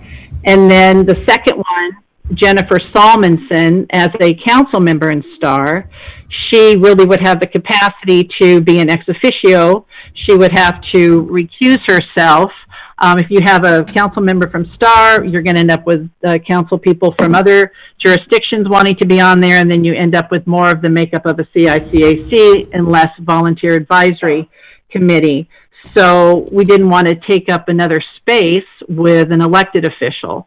So those 2 then, we picked up that staff looked at District 5. The only applicant there was that Andrew Query. And then there was another, Mary Beth Nutting came up, but the other 3 were your choices. So I think it's staff did a great job with compromising, going from the 10 to the 13th. It only increases your quorum by 1. So I think this is a very, very representative sample and going forward, and I think you'll have some really good input and discussions. And the bylaws do state that the members must live right here in Ada County. So, and we did discuss this, Lisa, in February when we met. So I just wanted to have that on the record. Okay, thank you. Deanna? I have one question for, Commissioner Hanson, sorry. Question for Lisa, and I meant to ask it just a little earlier. I'm pretty impressed with the list and experience of the folks who are being appointed. And one of the things that our Bicycle Advisory Committee member, John Mooney, pointed out on the testimony on the Cedarbrook project was the complete absence of an analysis on the bike master plan, in contrast to the analysis and the implication of the CIP and the master street map. So do you think any of these folks, plus the current folks who are staying on, would be able to move that off the dime so that we could actually start to see, since the bylaws specifically refer to our master plan, integrated into some of these proposals that come before us? President May and Commissioner Hanson, I would certainly hope so. I can say that I personally know a couple of these new folks. I've seen them around and I've interacted with them somewhat in bicycle and transit agency stuff. So I think that there is an opportunity there for us. I'm not saying that any of these people are bad people in any way. My look is forward in the growth of our county. And so, yeah, we will do our best to bring that forward. And probably with more voices at the table, we might have an opportunity to do that just a little bit better. Thank you, Lisa. Thank you, Commissioner Hanson. Any other comments? Deanna, you would like to say something? Deanna Smith? No, that was for the previous. Oh, for the previous? Okay. All right. Any further comments? Okay, thank you. Commissioner Baker?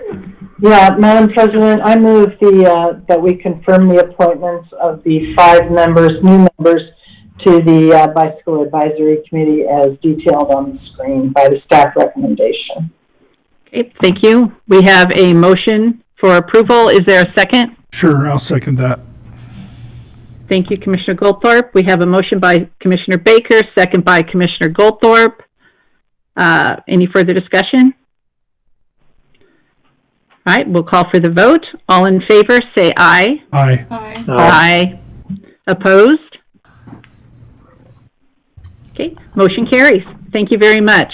Christy Anselman, thank you very much for all your hard work on this as well. Lisa, as always, we appreciate all your effort with the committee and look forward to continue working with you. And commissioners, thank you for all that you do. And ACHD team, thank you. This has been a long one. Oh, sorry. We've got to still have public comment. We haven't already exhausted that today. Sorry, I was moving too fast to get us on. I do not have anybody signed up, but Nobody? making sure that Make sure nobody. Nobody. Okay. Good. All right, Stacy. Thank you very much. Thanks, everyone. Be safe, stay well, and we will see you next week. Thank you. That was definitely a long meeting.